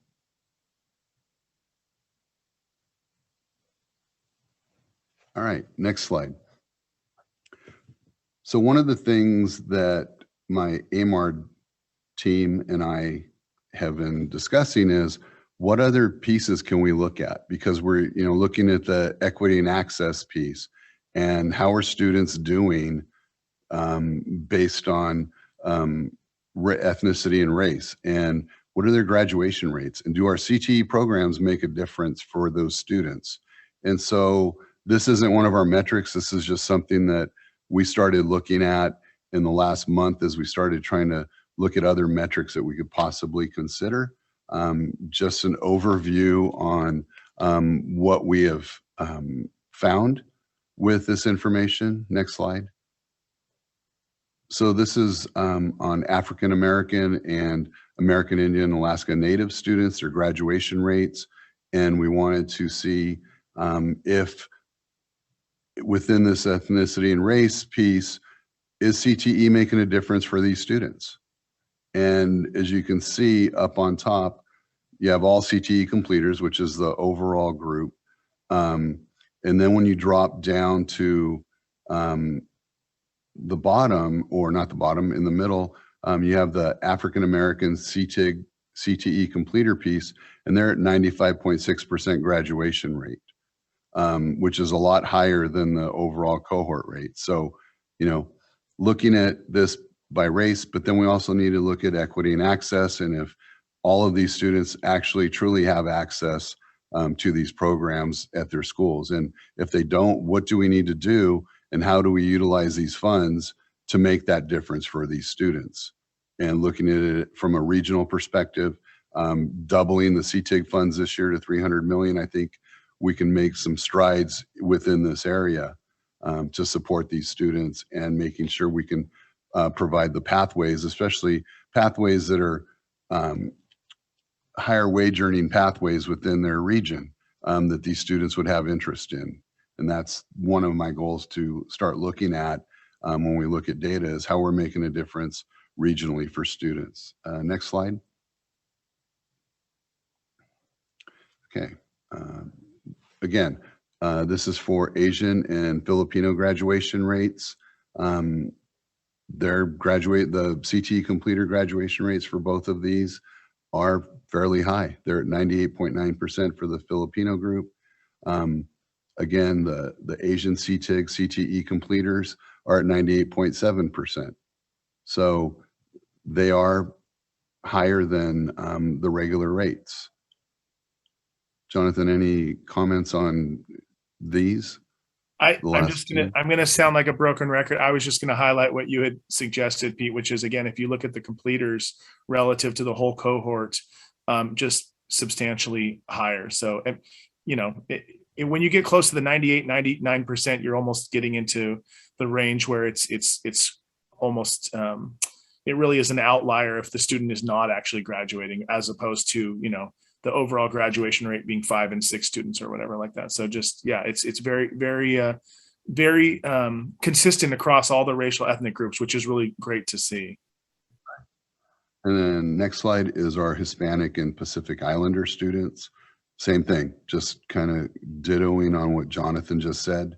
We're seeing, and I think it comes down to engagement with these students. And if they're a completer, they were probably more engaged in their courses and overall. Next slide. And then we have the white students or students of two or more races. And again, their graduation rates are higher if they were part of the CTE program or the CTIG programs. Next slide. And then not reported. All CTE completers are at 96.5%. And then our numbers get lower on this one, because the not reported is 415 students out of the cohort. So now we're getting down to those numbers. So next slide. Okay, so that completes our piece on the data that we have currently.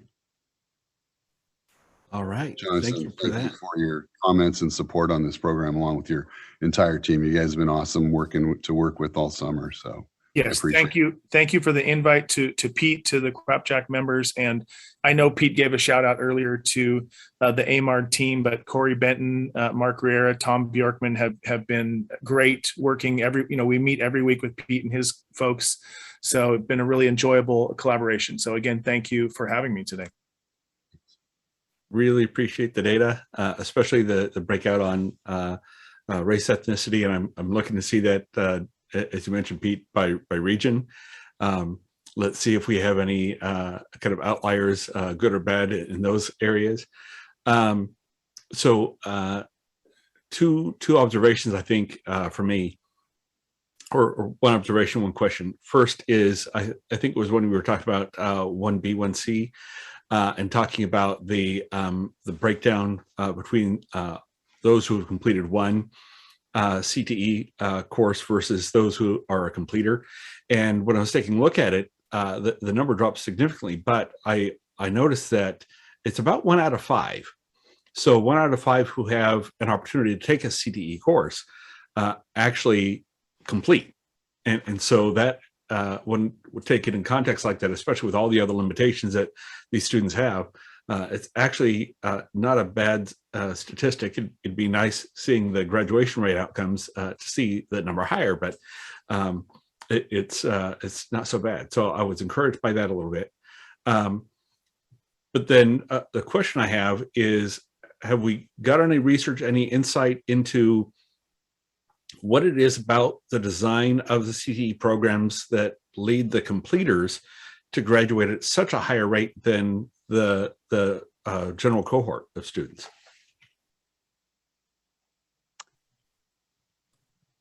If I can jump in real quick, and then Pete, you might have additional comments. So, I mean, I think for now, to be perfectly honest, we're kind of just delving into the descriptive statistics. So we really haven't had an opportunity to kind of look into designing kind of more of a research angle. So, I mean, I think definitely looking through kind of what are some good research questions to dig into this more qualitatively, I think is very helpful feedback. But as of now, honestly, we're kind of just mapping it out descriptively to kind of see, because then it can open our eyes into thinking about these questions.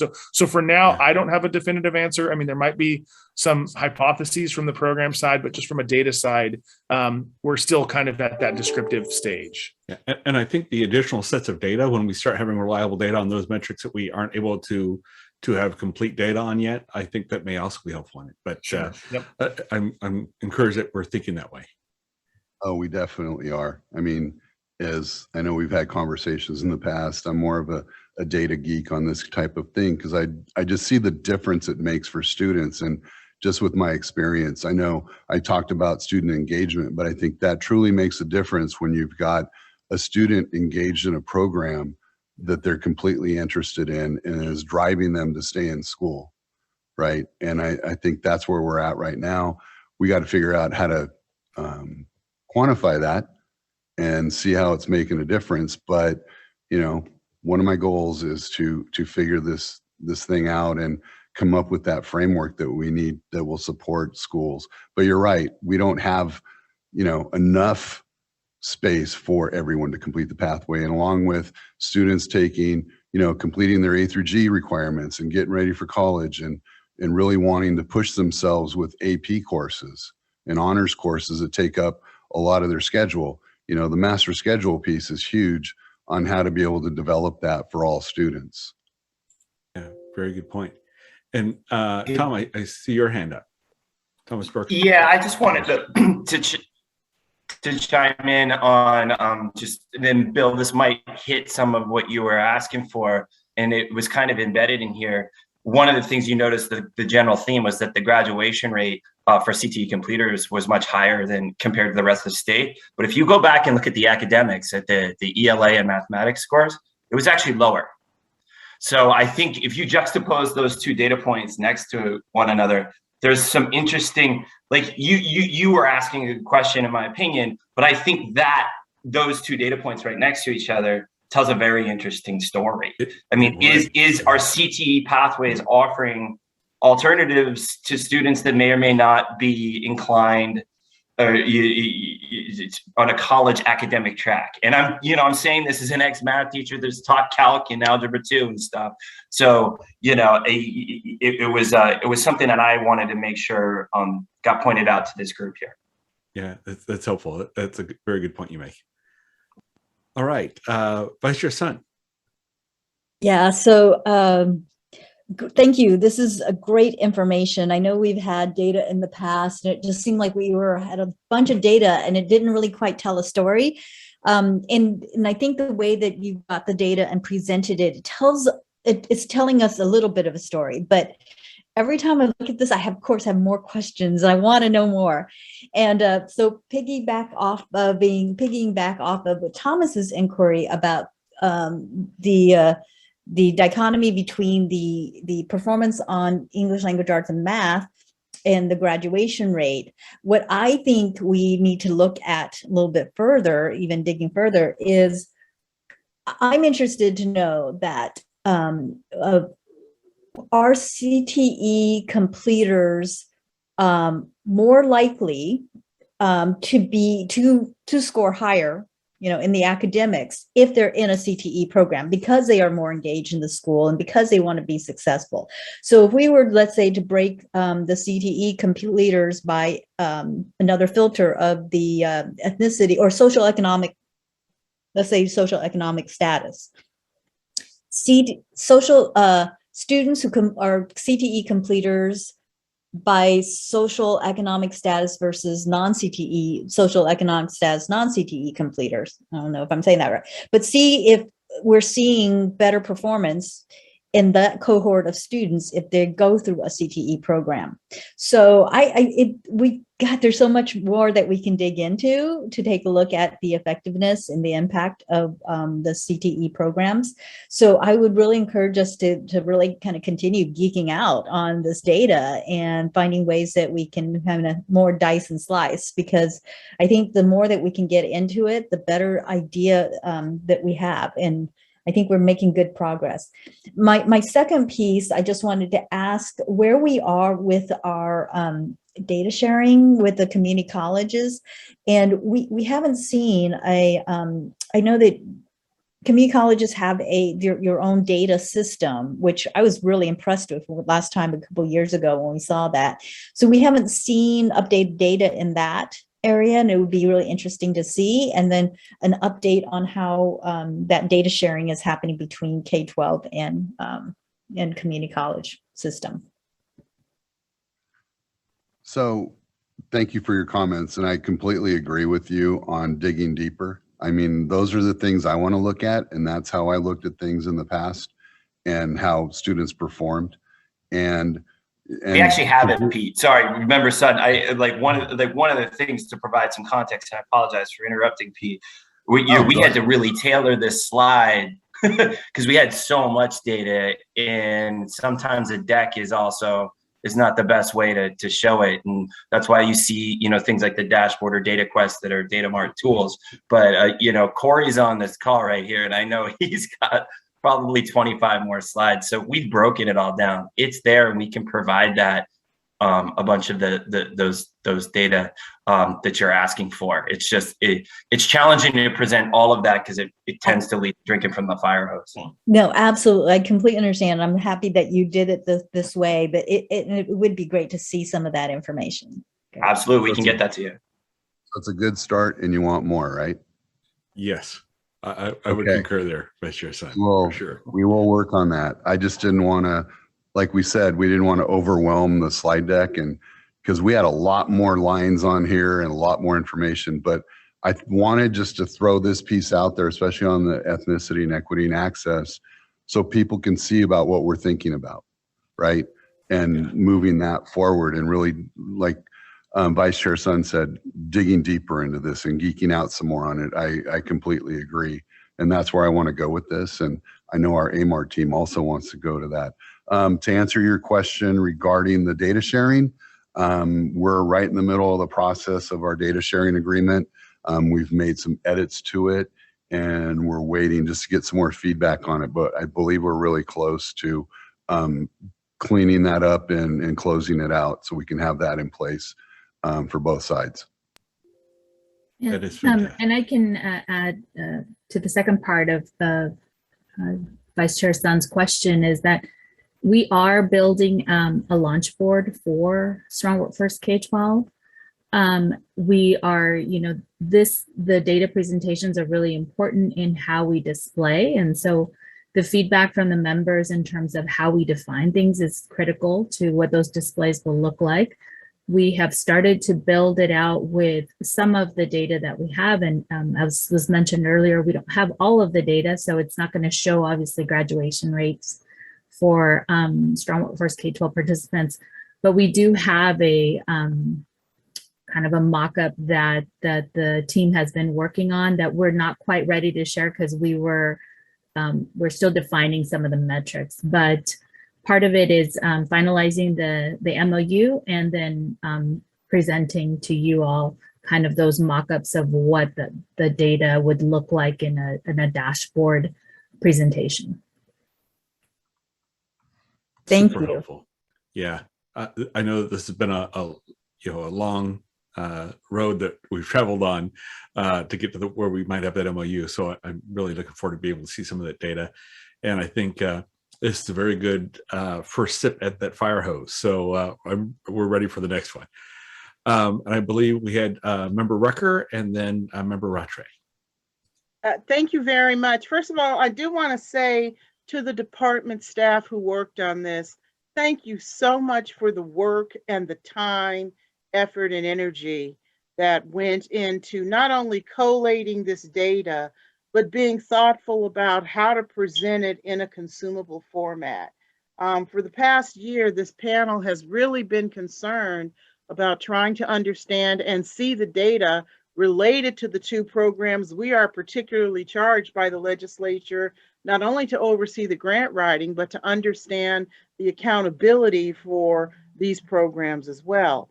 And so I know that you said this is a good start. And so it is a good start because in November, we're required to review this matrix of metrics and make some determinations about the key questions that you started with. And as I was listening to your data presentation, I kept those two questions uppermost in my mind. That first question is whether or not these metrics remain the most appropriate metrics to measure and evaluate program outcomes for both new and renewal applicants. And my answer is absolutely yes. I think it is important, primarily because of what we heard during our study session. It is important to align and to have some connection among the multiple programs that these students are represented in. While we're talking about career technical education programs, these are general education students first. And so it's important to be able to look at these students through a common lens, regardless of what program we're talking about. So these metrics are absolutely important. But there was a point made, and because I'm afraid to try to pronounce his last name, I'm going to ask his forgiveness that I call him Thomas instead. There was a point made about what we have to look at, whether or not other metrics should be included. I think it's not a question to search for other metrics. I think there is a question about how we cut or discuss the data that has been collected and understand what it means in the context of the programs we're discussing. So if you wouldn't mind, would you go back and put up the academic performance data? And we'll start with English language arts first. If you would put that back up on the screen, I'd appreciate that. Right. Okay, so as we look at this English language arts data, what we're actually getting is overall performance information. Those just simply the number of the performance for each of the individual students that they were given on that scale that's established for each of those 4 performance levels. So that does tell us something relative to the performance that we're looking for, because we're looking for that minimum performance about at least nearly met the standard. But there's actually more information available to us already that tells us more about the performance of these students. There are, and I'll as you look at these, as you look at this data here, I'm going to ask you some questions. Does this data help us understand how well students understand the information that they read? This is important because the English language arts assessment is not about just English language arts. It's about English language arts and literacy. When we look at the full and correct title for the English language arts standards, it's the Common Core State Standards for English language arts and literacy in history, social science, science, and technical subjects. And so one of the core anchors about the instructional shift in the English language arts and literacy standards is the increasing use of nonfiction over fictional information for students as they matriculate through the grades. So as we're looking at these CTE students, and in particular for the grades these students are in, their understanding about non-fictional information and the types of text that we can assume that they would be using and being guided by in their courses becomes important.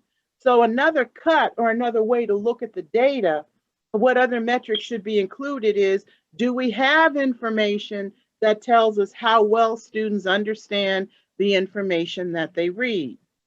Continuing to look at that, how well do students communicate in writing? Again, that becomes a literacy question. How well are students able to communicate what they're learning in writing? Is there assessment information available that can give us that information about these CTE students?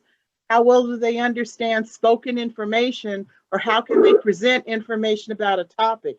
That's information we have, and that's the point I think Thomas was trying to get to. It's not enough just to see how many students graduated and how many nearly met the standards. When we actually do a deeper dive into what this should be telling us about what they've actually gained or attained from their learning, those are the critical questions that become important. And we do have information that can be presented to us in that way. Can we go to the mathematics report? Okay, I think I misunderstood what somebody said, because I think when the statement was made, this is similar information. I think I don't think you meant the outcomes are similar, because they're not. I think what was meant was that you were able to collate the information based on the 4 performance levels. But again, as we look at mathematics, and particularly for students in this grade level, there are other questions and other ways of cutting this information and studying this outcome that become more important for us, particularly for accountability in these CTE programs. How well do students use or apply mathematical rules and ideas? How well can students show and apply their problem-solving skills? How well can students think logically and express their thoughts in order to solve a problem? The data that we have right now, while that is required and that's what we ask for, it does tell us a lot about the program. But if we're looking for other metrics, if we're truly trying to hold our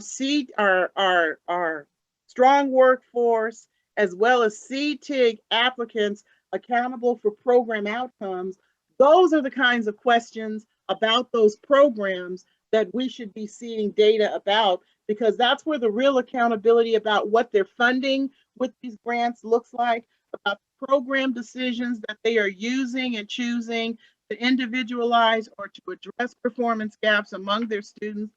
Those are the questions for mathematics performance that answers real accountability for those programs that we're funding and that we would be required to look at in November. I hope that kind of makes sense, but it was when Thomas made his comment, that's what really sparked that conversation for me. This has been a long-standing discussion that I personally have had with department staff about what's in the report and what the complete data set would look like. So I am so grateful for all the time and attention you all took across these last few months to put this report together for us this month, because this tells us so much about what the programs look like overall, what the landscape is, but then what it really has done is given me the opportunity to see, well, what a deeper dive could look like. You know, looking for data for the purpose of just simply reporting different ways to cut the same information about the same students is one thing, but looking for metrics that give us a deeper dive, not only about disaggregating based on student subgroups and ethnicity, but about what the reports and what the performance of the students tells us about what was learned and what was gained. I think that's a way to look. The questions that I asked, the 4 questions I asked concerning English language arts and the questions that I asked concerning mathematics reasoning, those would be the ways to look at accountability and the other metrics we could take a look at for reporting. I hope my suggestions made some sense. Thank you, Member Rucker. This is Jonathan Eisler. I'll just jump in real quickly about one of your comments, which is in specific about that comment I had made on the math slide 10. So I apologize if I misstated. What I was saying was that the form of the slide was, the format of the slide of presenting all 4 levels of the CASP results was similar to the English language arts, but not the results, obviously. I mean, you know all too well, having working with the board, that the math performance is obviously across the board. So apology for the misunderstanding. I was really just saying the format of how we were presenting the information, but yeah, the results obviously for math across all grades is very different than the outcomes for English language arts. So I don't know if Pete or Tom wanted to jump in on your other comments about the more substantive, but just in terms of how that slide was presented, I wanted to clarify that. I appreciate that, Jonathan. Thank you very much. And I do believe you when you say that's not what you meant. That's why I wanted to make that comment, because other people sitting out in the public would see that and say, that's not similar. Those results are not similar. Yeah, I appreciate it. Precision in speech. Yes, absolutely. Yeah, I knew you meant to say we were able to collect the data and report the information in a similar way. But that's why I wanted to point that out. And while I've got you, the other point I do want to make on this is just simply reorganizing this data and redistributing this information for comparative purposes between the academic performance for English language arts and mathematics is not a deeper dive. So if we simply put together the information for about all the level 1 students or the students who are level 1 and 2 for English language arts and mathematics in another chart, that's not a deeper dive. And while that's great information to share, that's not the kind of deeper dive that we would actually need. So I appreciate. Sure, I think maybe a better way to frame it is just it's a more comprehensive view though than just looking at the level 2 in itself. So yes, I appreciate that. Thank you. And Member Rucker, this is Tom. I just want to point out, I just find it really compelling that we saw such stark, success in the grad rate of the CTE completers, where you see a little below average in the academic performance. And no, I don't have an answer to that. I just think it means that we, I think you provided some guidance there, and so did Member Sun, mentioning, maybe looking at it across, the SED program, which actually we do have, as well as, you were mentioning the literacy, and with the mathematics, I know their claim scores, and there are other data that we collect on these scores, and we could reach out, see if we would look into those data. Yeah, and I recognize that, and I do recognize that at the subgroup level, because of the numbers of CTE students we could be speaking about in either the CTIG or the Strong Workforce Program, it may not be possible to disaggregate down to that level, but across the program itself, I believe it is possible to report information based on the claims, because that's closer to the level of accountability for improvement on academic performance that we would need to be looking at, not only to consider the data, not only as a data point to consider for continuing to fund programs that are applying again, but also as setting the table for programs that might become newly funded in the next round of competitive grant applications. So I think having the claims level reports, particularly for the CTIG and Strong Workforce programs, is actually more important than these two charts. It provides us specific types of accountability data that they are accountable to write into their programs and to address. So Member Rucker, this is Pete Callis. I was nodding yes the whole time you were speaking, and it gives us, kind of takes us where I was thinking on all of this. I think that's our deeper dive, is using your examples for us in our discussions over the next month on the metrics as how we look at them. And we'll try to get into that and bring that back in November. Absolutely. And I'm happy to continue talking to you and working and taking a look at your reports as you develop them between now and the next meeting, because this is a conversation I've had with a number of folks in your department, and I'm glad to continue doing that. And thank you so much for being so gracious to say yes, even if you're saying in your mind, oh my God, how am I going to get this done? But in saying yes, I also want to know, if it can't be done, what is it we need to do to make it possible? Because that's an important part of doing this data work as well. I heard very clearly in the advice that came in particular from Delaware and Illinois, we have to not only be purposeful in the type of data we're collecting, but we also need to be not careful, but we don't need to just make this work for work's sake and make it a lot of work that really doesn't yield anything. So I'm glad we're going to have this, take a look at this and look at a way to do it. But if it's not doable, then we want to also understand what's not doable and why. Will do. I'm pretty straight up on things, so yeah, you'll know yes or no. Yeah. Thank you. Thank you. That's wonderful. Member Rattray. Thanks. So one question, I can't remember the components we had in the College and Career Readiness Index. What were the main components in that index? So Member Rattray, that includes graduation, but it also includes things like AB, it includes dual enrollment, it includes, and now I'm blanking on some of the career side metrics like apprenticeships. Oh boy, I'd have to go back and look specifically at our documentation on our dashboard website. It includes dual enrollment. It includes there's a lot. If you scored a particular score on one of these, IB as well. Is A to G completion in there? Yes. Yeah. So there are multiple ways you can meet the CCI. Okay. Well, so the reason I was asking, I was thinking it did. First of all, I was just very encouraged by that indicator 3C. The CCI at 69% for our CTE and CTEC completers seems spectacular to me. I mean, am I missing something? Isn't that a really spectacular outcome? So I think so.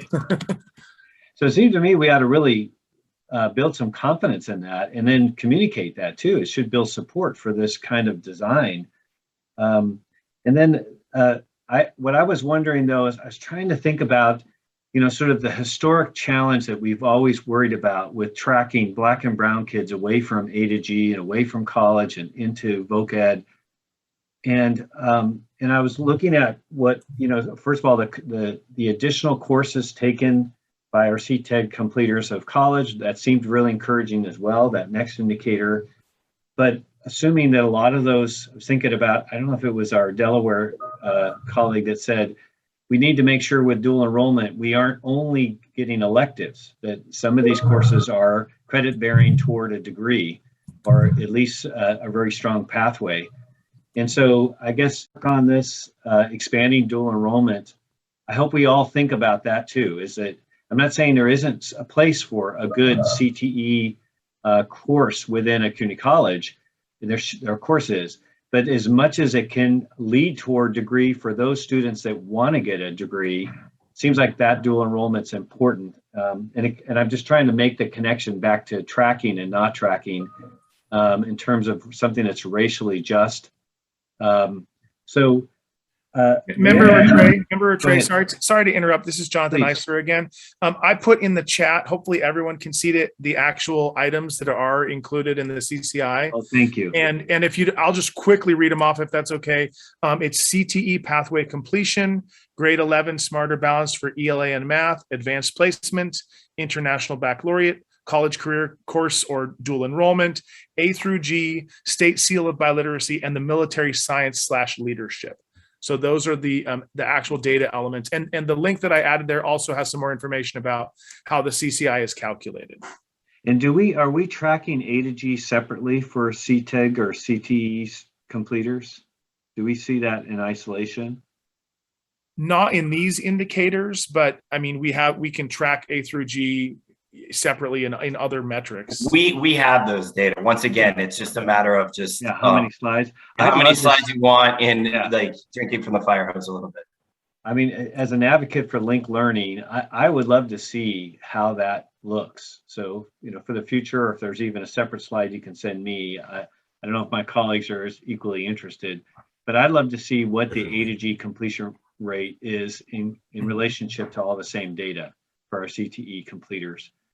And then the other thing I was just going to say is, I'm glad that we had the courage to put in 4A and B and 6A, B and C, even though we knew you couldn't collect them now. And thank you for committing to this.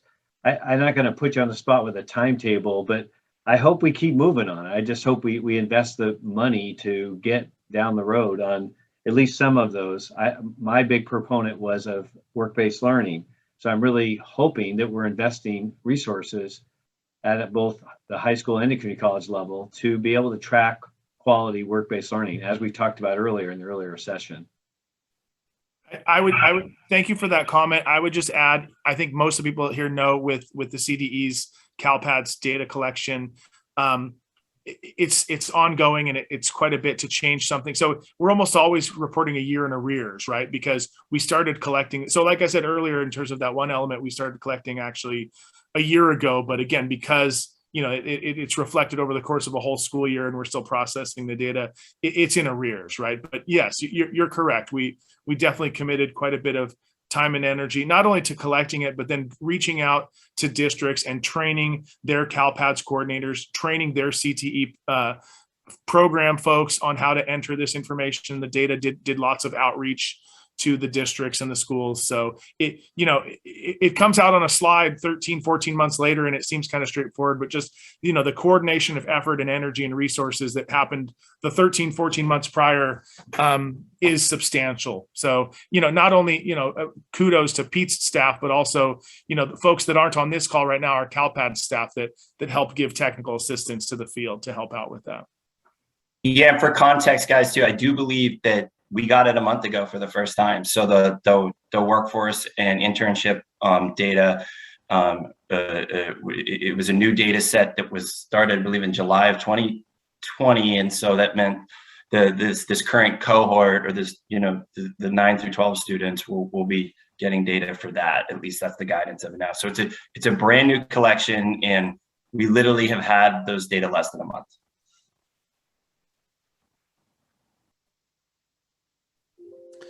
Very helpful. Member Grande.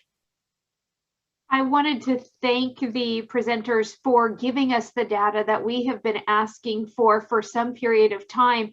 And I'm looking at it and I'm absolutely impressed with our baseline information that we're looking at. But I'm wondering, from the collection perspective, was there any piece of data for which there was an aha moment and you looked at it and said, now that's interesting, I didn't expect that? So from my perspective, I anticipated that our CTIG completers would be much greater in terms of their percentages of accomplishment compared to the general population of all students. So none of this was surprising to me.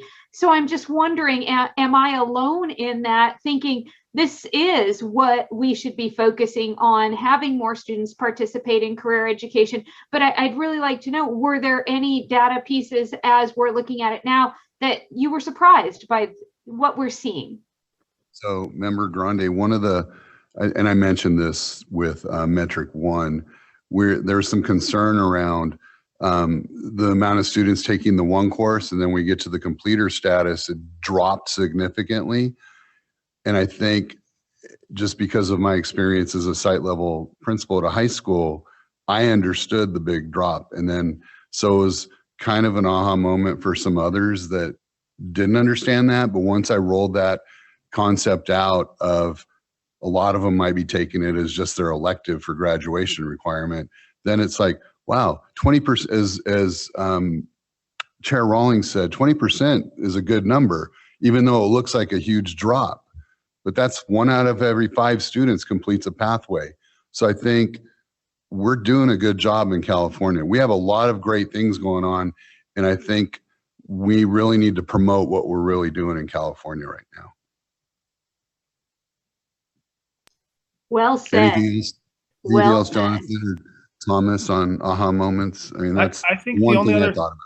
Yeah, Pete, the only thing I think I would add is just, and I don't know if it's necessarily was a surprise, but rather I was pleased to see that a lot of these findings were comparable or similar across the different racial ethnic groups. So again, that speaks quite a bit to a testament to the importance of the CTE programs themselves and participation and completion. So not necessarily surprised, but heartened, I guess.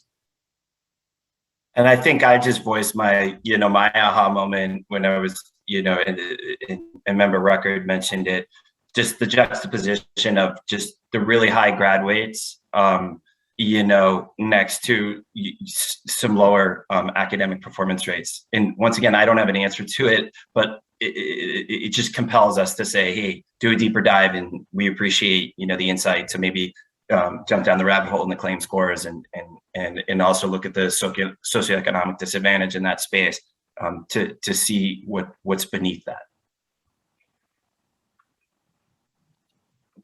Very good to hear. Member Rucker.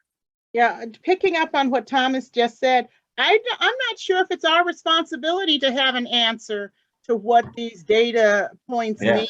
I think having that aha moment is important for all of us, but it's actually more important for the programs to have that same aha moment. And so maybe it might be that we need to task them to do the same kind of data dive and data study, looking at the data points we presented here, and ask them to explain in their grants what these aha data statistics mean for them and how they will address it in the plans that they're asking us to fund. So that may be where to take that conversation. We can't answer it, but we certainly can hold them accountable to think about it and to figure out what that should mean and what they're asking us to fund or provide funds for them to do in their programs. That may be a better way to turn that question. So again, thank you, Thomas, for that idea. You sparked my thinking again. And I do apologize for addressing all of you by your first name instead of your surname, but we're all friends here, so it's okay. We're good with that. No worries.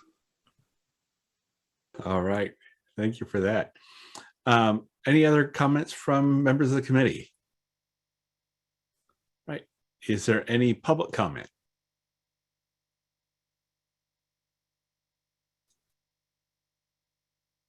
And I see, none, right? Yeah, no hands raised. All right. So that gets us down to the end of the comment period for item number 4. And on to item number 5, which is general public comment. So members of the public, if there's something that was not specifically on the agenda that you'd like to make a comment on, now's your chance to do it. So if you haven't dropped an email yet, then feel free to raise your hand here or call in.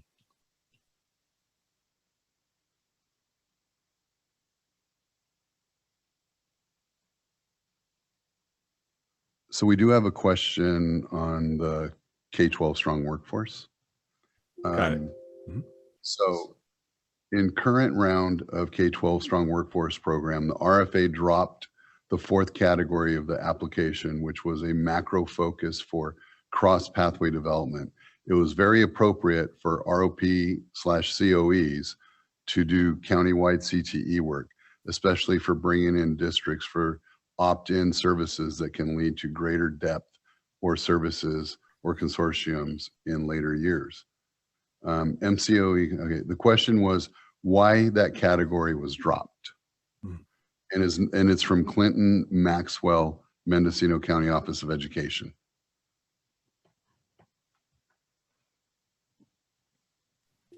Sandra or Yana? Sandra had put in the answer. So I'll Okay. say, yeah, and her answer was that, you know, by eliminating that general across multiple programs category, we actually get a better insight as what's happening in the field because it focuses things better. The general category was often selected and it really didn't adhere to the intent of the legislation, which was to focus on the high skill, you know, high employment wage sectors in the region. And so that way we required them to select a priority sector for their regional investments. And even from a practical perspective, which I don't think she put into the answer, but from a practical perspective, it allows us then to be able to get the data to glean and measure what is actually, how effective the program is. But that's from a more practical perspective. But yes, initially it was to eliminate that whole across all sectors to be able to focus on pick a priority sector. Did that help? Thanks for that. Is there any other public comment? I'm not seeing any hands raised. So absent that, that will close the public comment for general public comment for item 5. And then that gets us to discussions and next steps. So committee members, any additional thoughts or comments?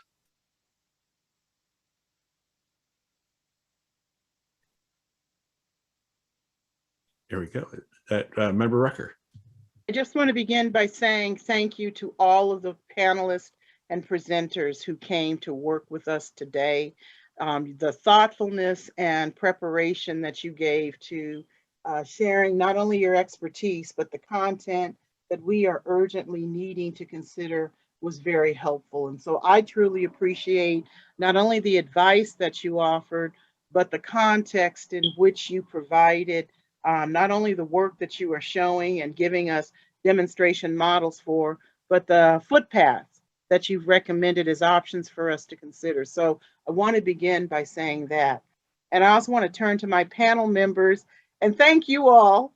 I need to thank you all individually and personally, because as you know, I have really been, really a data, not a data geek, but a data monger about what it is we need the data to tell us, what we need the data to show us, and what data we actually need to see. So I appreciate from my colleagues on this panel your patience as I doggedly asked questions and doggedly pursued requests about what the data can look like and why the data needs to be presented to us in a particular way. So I hope you will agree that that dogged determination helped us to bear some fruit today. And I believe that we're on a path to being not only more efficient with the data analysis we do, but we're actually creating guidance for our funded cohorts and programs on how to study their data in a way that creates clear accountability and attention in their applications for the programs they're funding in ways that will give us the program outcomes we're seeking to put our students on a trajectory for. So I'm very excited about the work the data division has done on this, and I really want to make sure I absolutely thank you for all of that. This has been the best data presentation I have seen in the time I've been on this panel. So thank you very, very much. Thank you for that, Member Rucker. It's a pursuit of mine as well, as I think you know. So I think we're of the same mind on that. And I also want to thank those folks who visited from out of state on a completely different time zones, coming and spending time with us. It was very helpful. Just this whole meeting has been very productive, I think. Any other comments from members of the panel? David Rattray. Well, so I echo your comments, Member Rucker and Member Rawlings, our chair. I think the presentations from the other areas and some of our experts and allies was so positive. So I hope we hold that. You know, I guess my request to staff is play that back into this so that we can have some discussions and go deeper on what are the implications of what was shared with us and how can it affect us. Shani didn't present today, but I hope as we think about our big Uber plan that we really take advantage of a lot of these amazing things that our colleagues shared. And then the other thing I want to raise that, you know, of course, in this budget, there are a lot of career education oriented investments beyond the things that are directly in our space, the CTEG and the strong workforce. The P16, you know, was $250 million for these P16 collaboratives, which are meant to be industry aligned.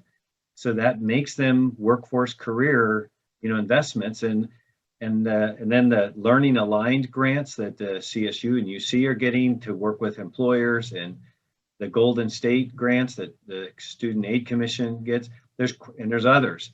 And so I guess I just asked the staff to help us think about how can we provide input, and then also just be connected to several of the other things that were in the budget that are very much career education, workforce education related. And I wonder if in the next meeting or one of the next meetings, we can have a discussion about what those are and how can we be helpful to those and be relevant to that.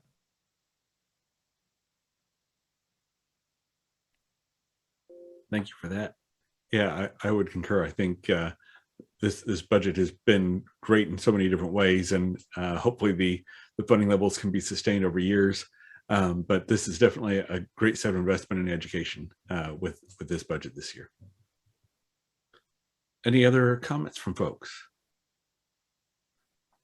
And seeing none, I'll go and just want to thank everyone for attending, all of those in attendance who've made comments and brought some ideas forward.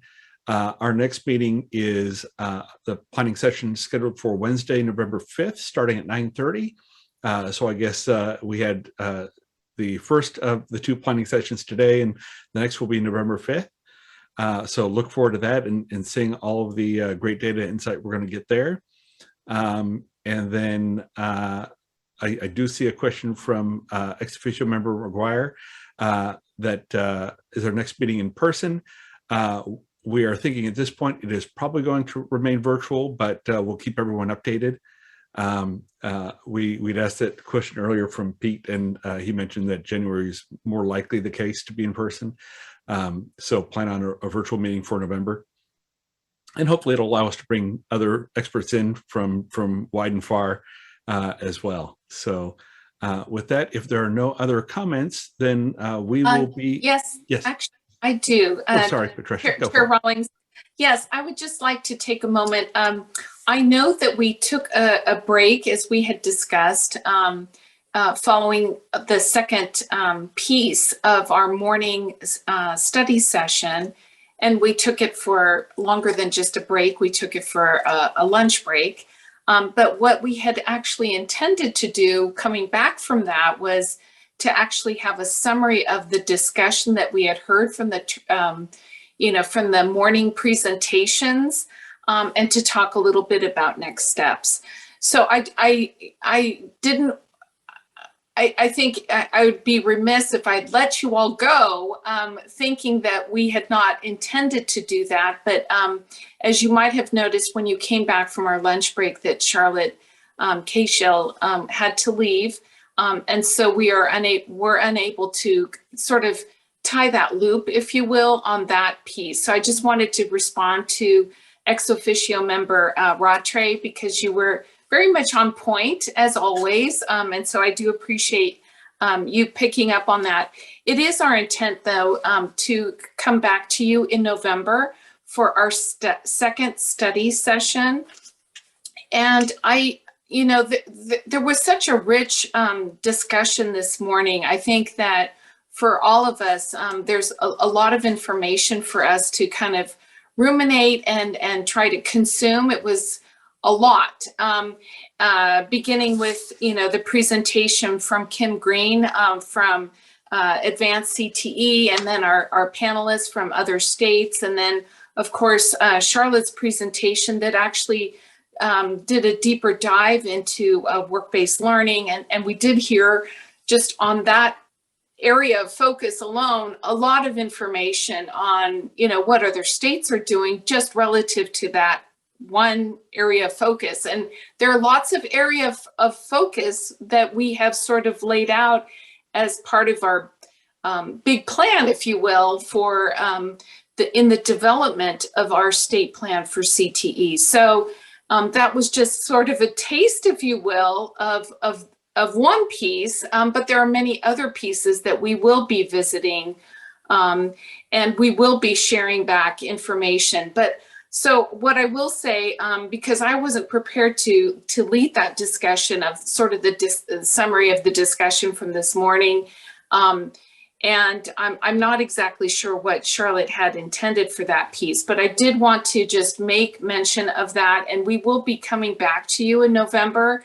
It is a short time away, and we will have to turn things around rather quickly because our next meeting, I think we have to post in towards the end of October. So, not that far away. In about 4 weeks, we'll have to post our next agenda for our November 5th Joint Advisory Committee meeting. So I did want to share that with you, that we had also talked a little, thought about doing a deeper dive on work-based learning and experiential learning for the next time. And I can't remember some of the other pieces that we had discussed, but I just wanted to kind of bring that back to all of you. I appreciate that. And I know as we get ready to discuss the agenda for next time, that we'll touch on whether we'll be able to have Charlotte back or not. I'm assuming we will. Yes. And so then we'll be able to do some of the recap and refresh with her then. So that'll be helpful. So we won't be missing a thing, is my hope. All right. Thank you for that. Any other comments from folks? Then seeing none, it is 2:16 and we will adjourn this meeting. Thank you, everyone.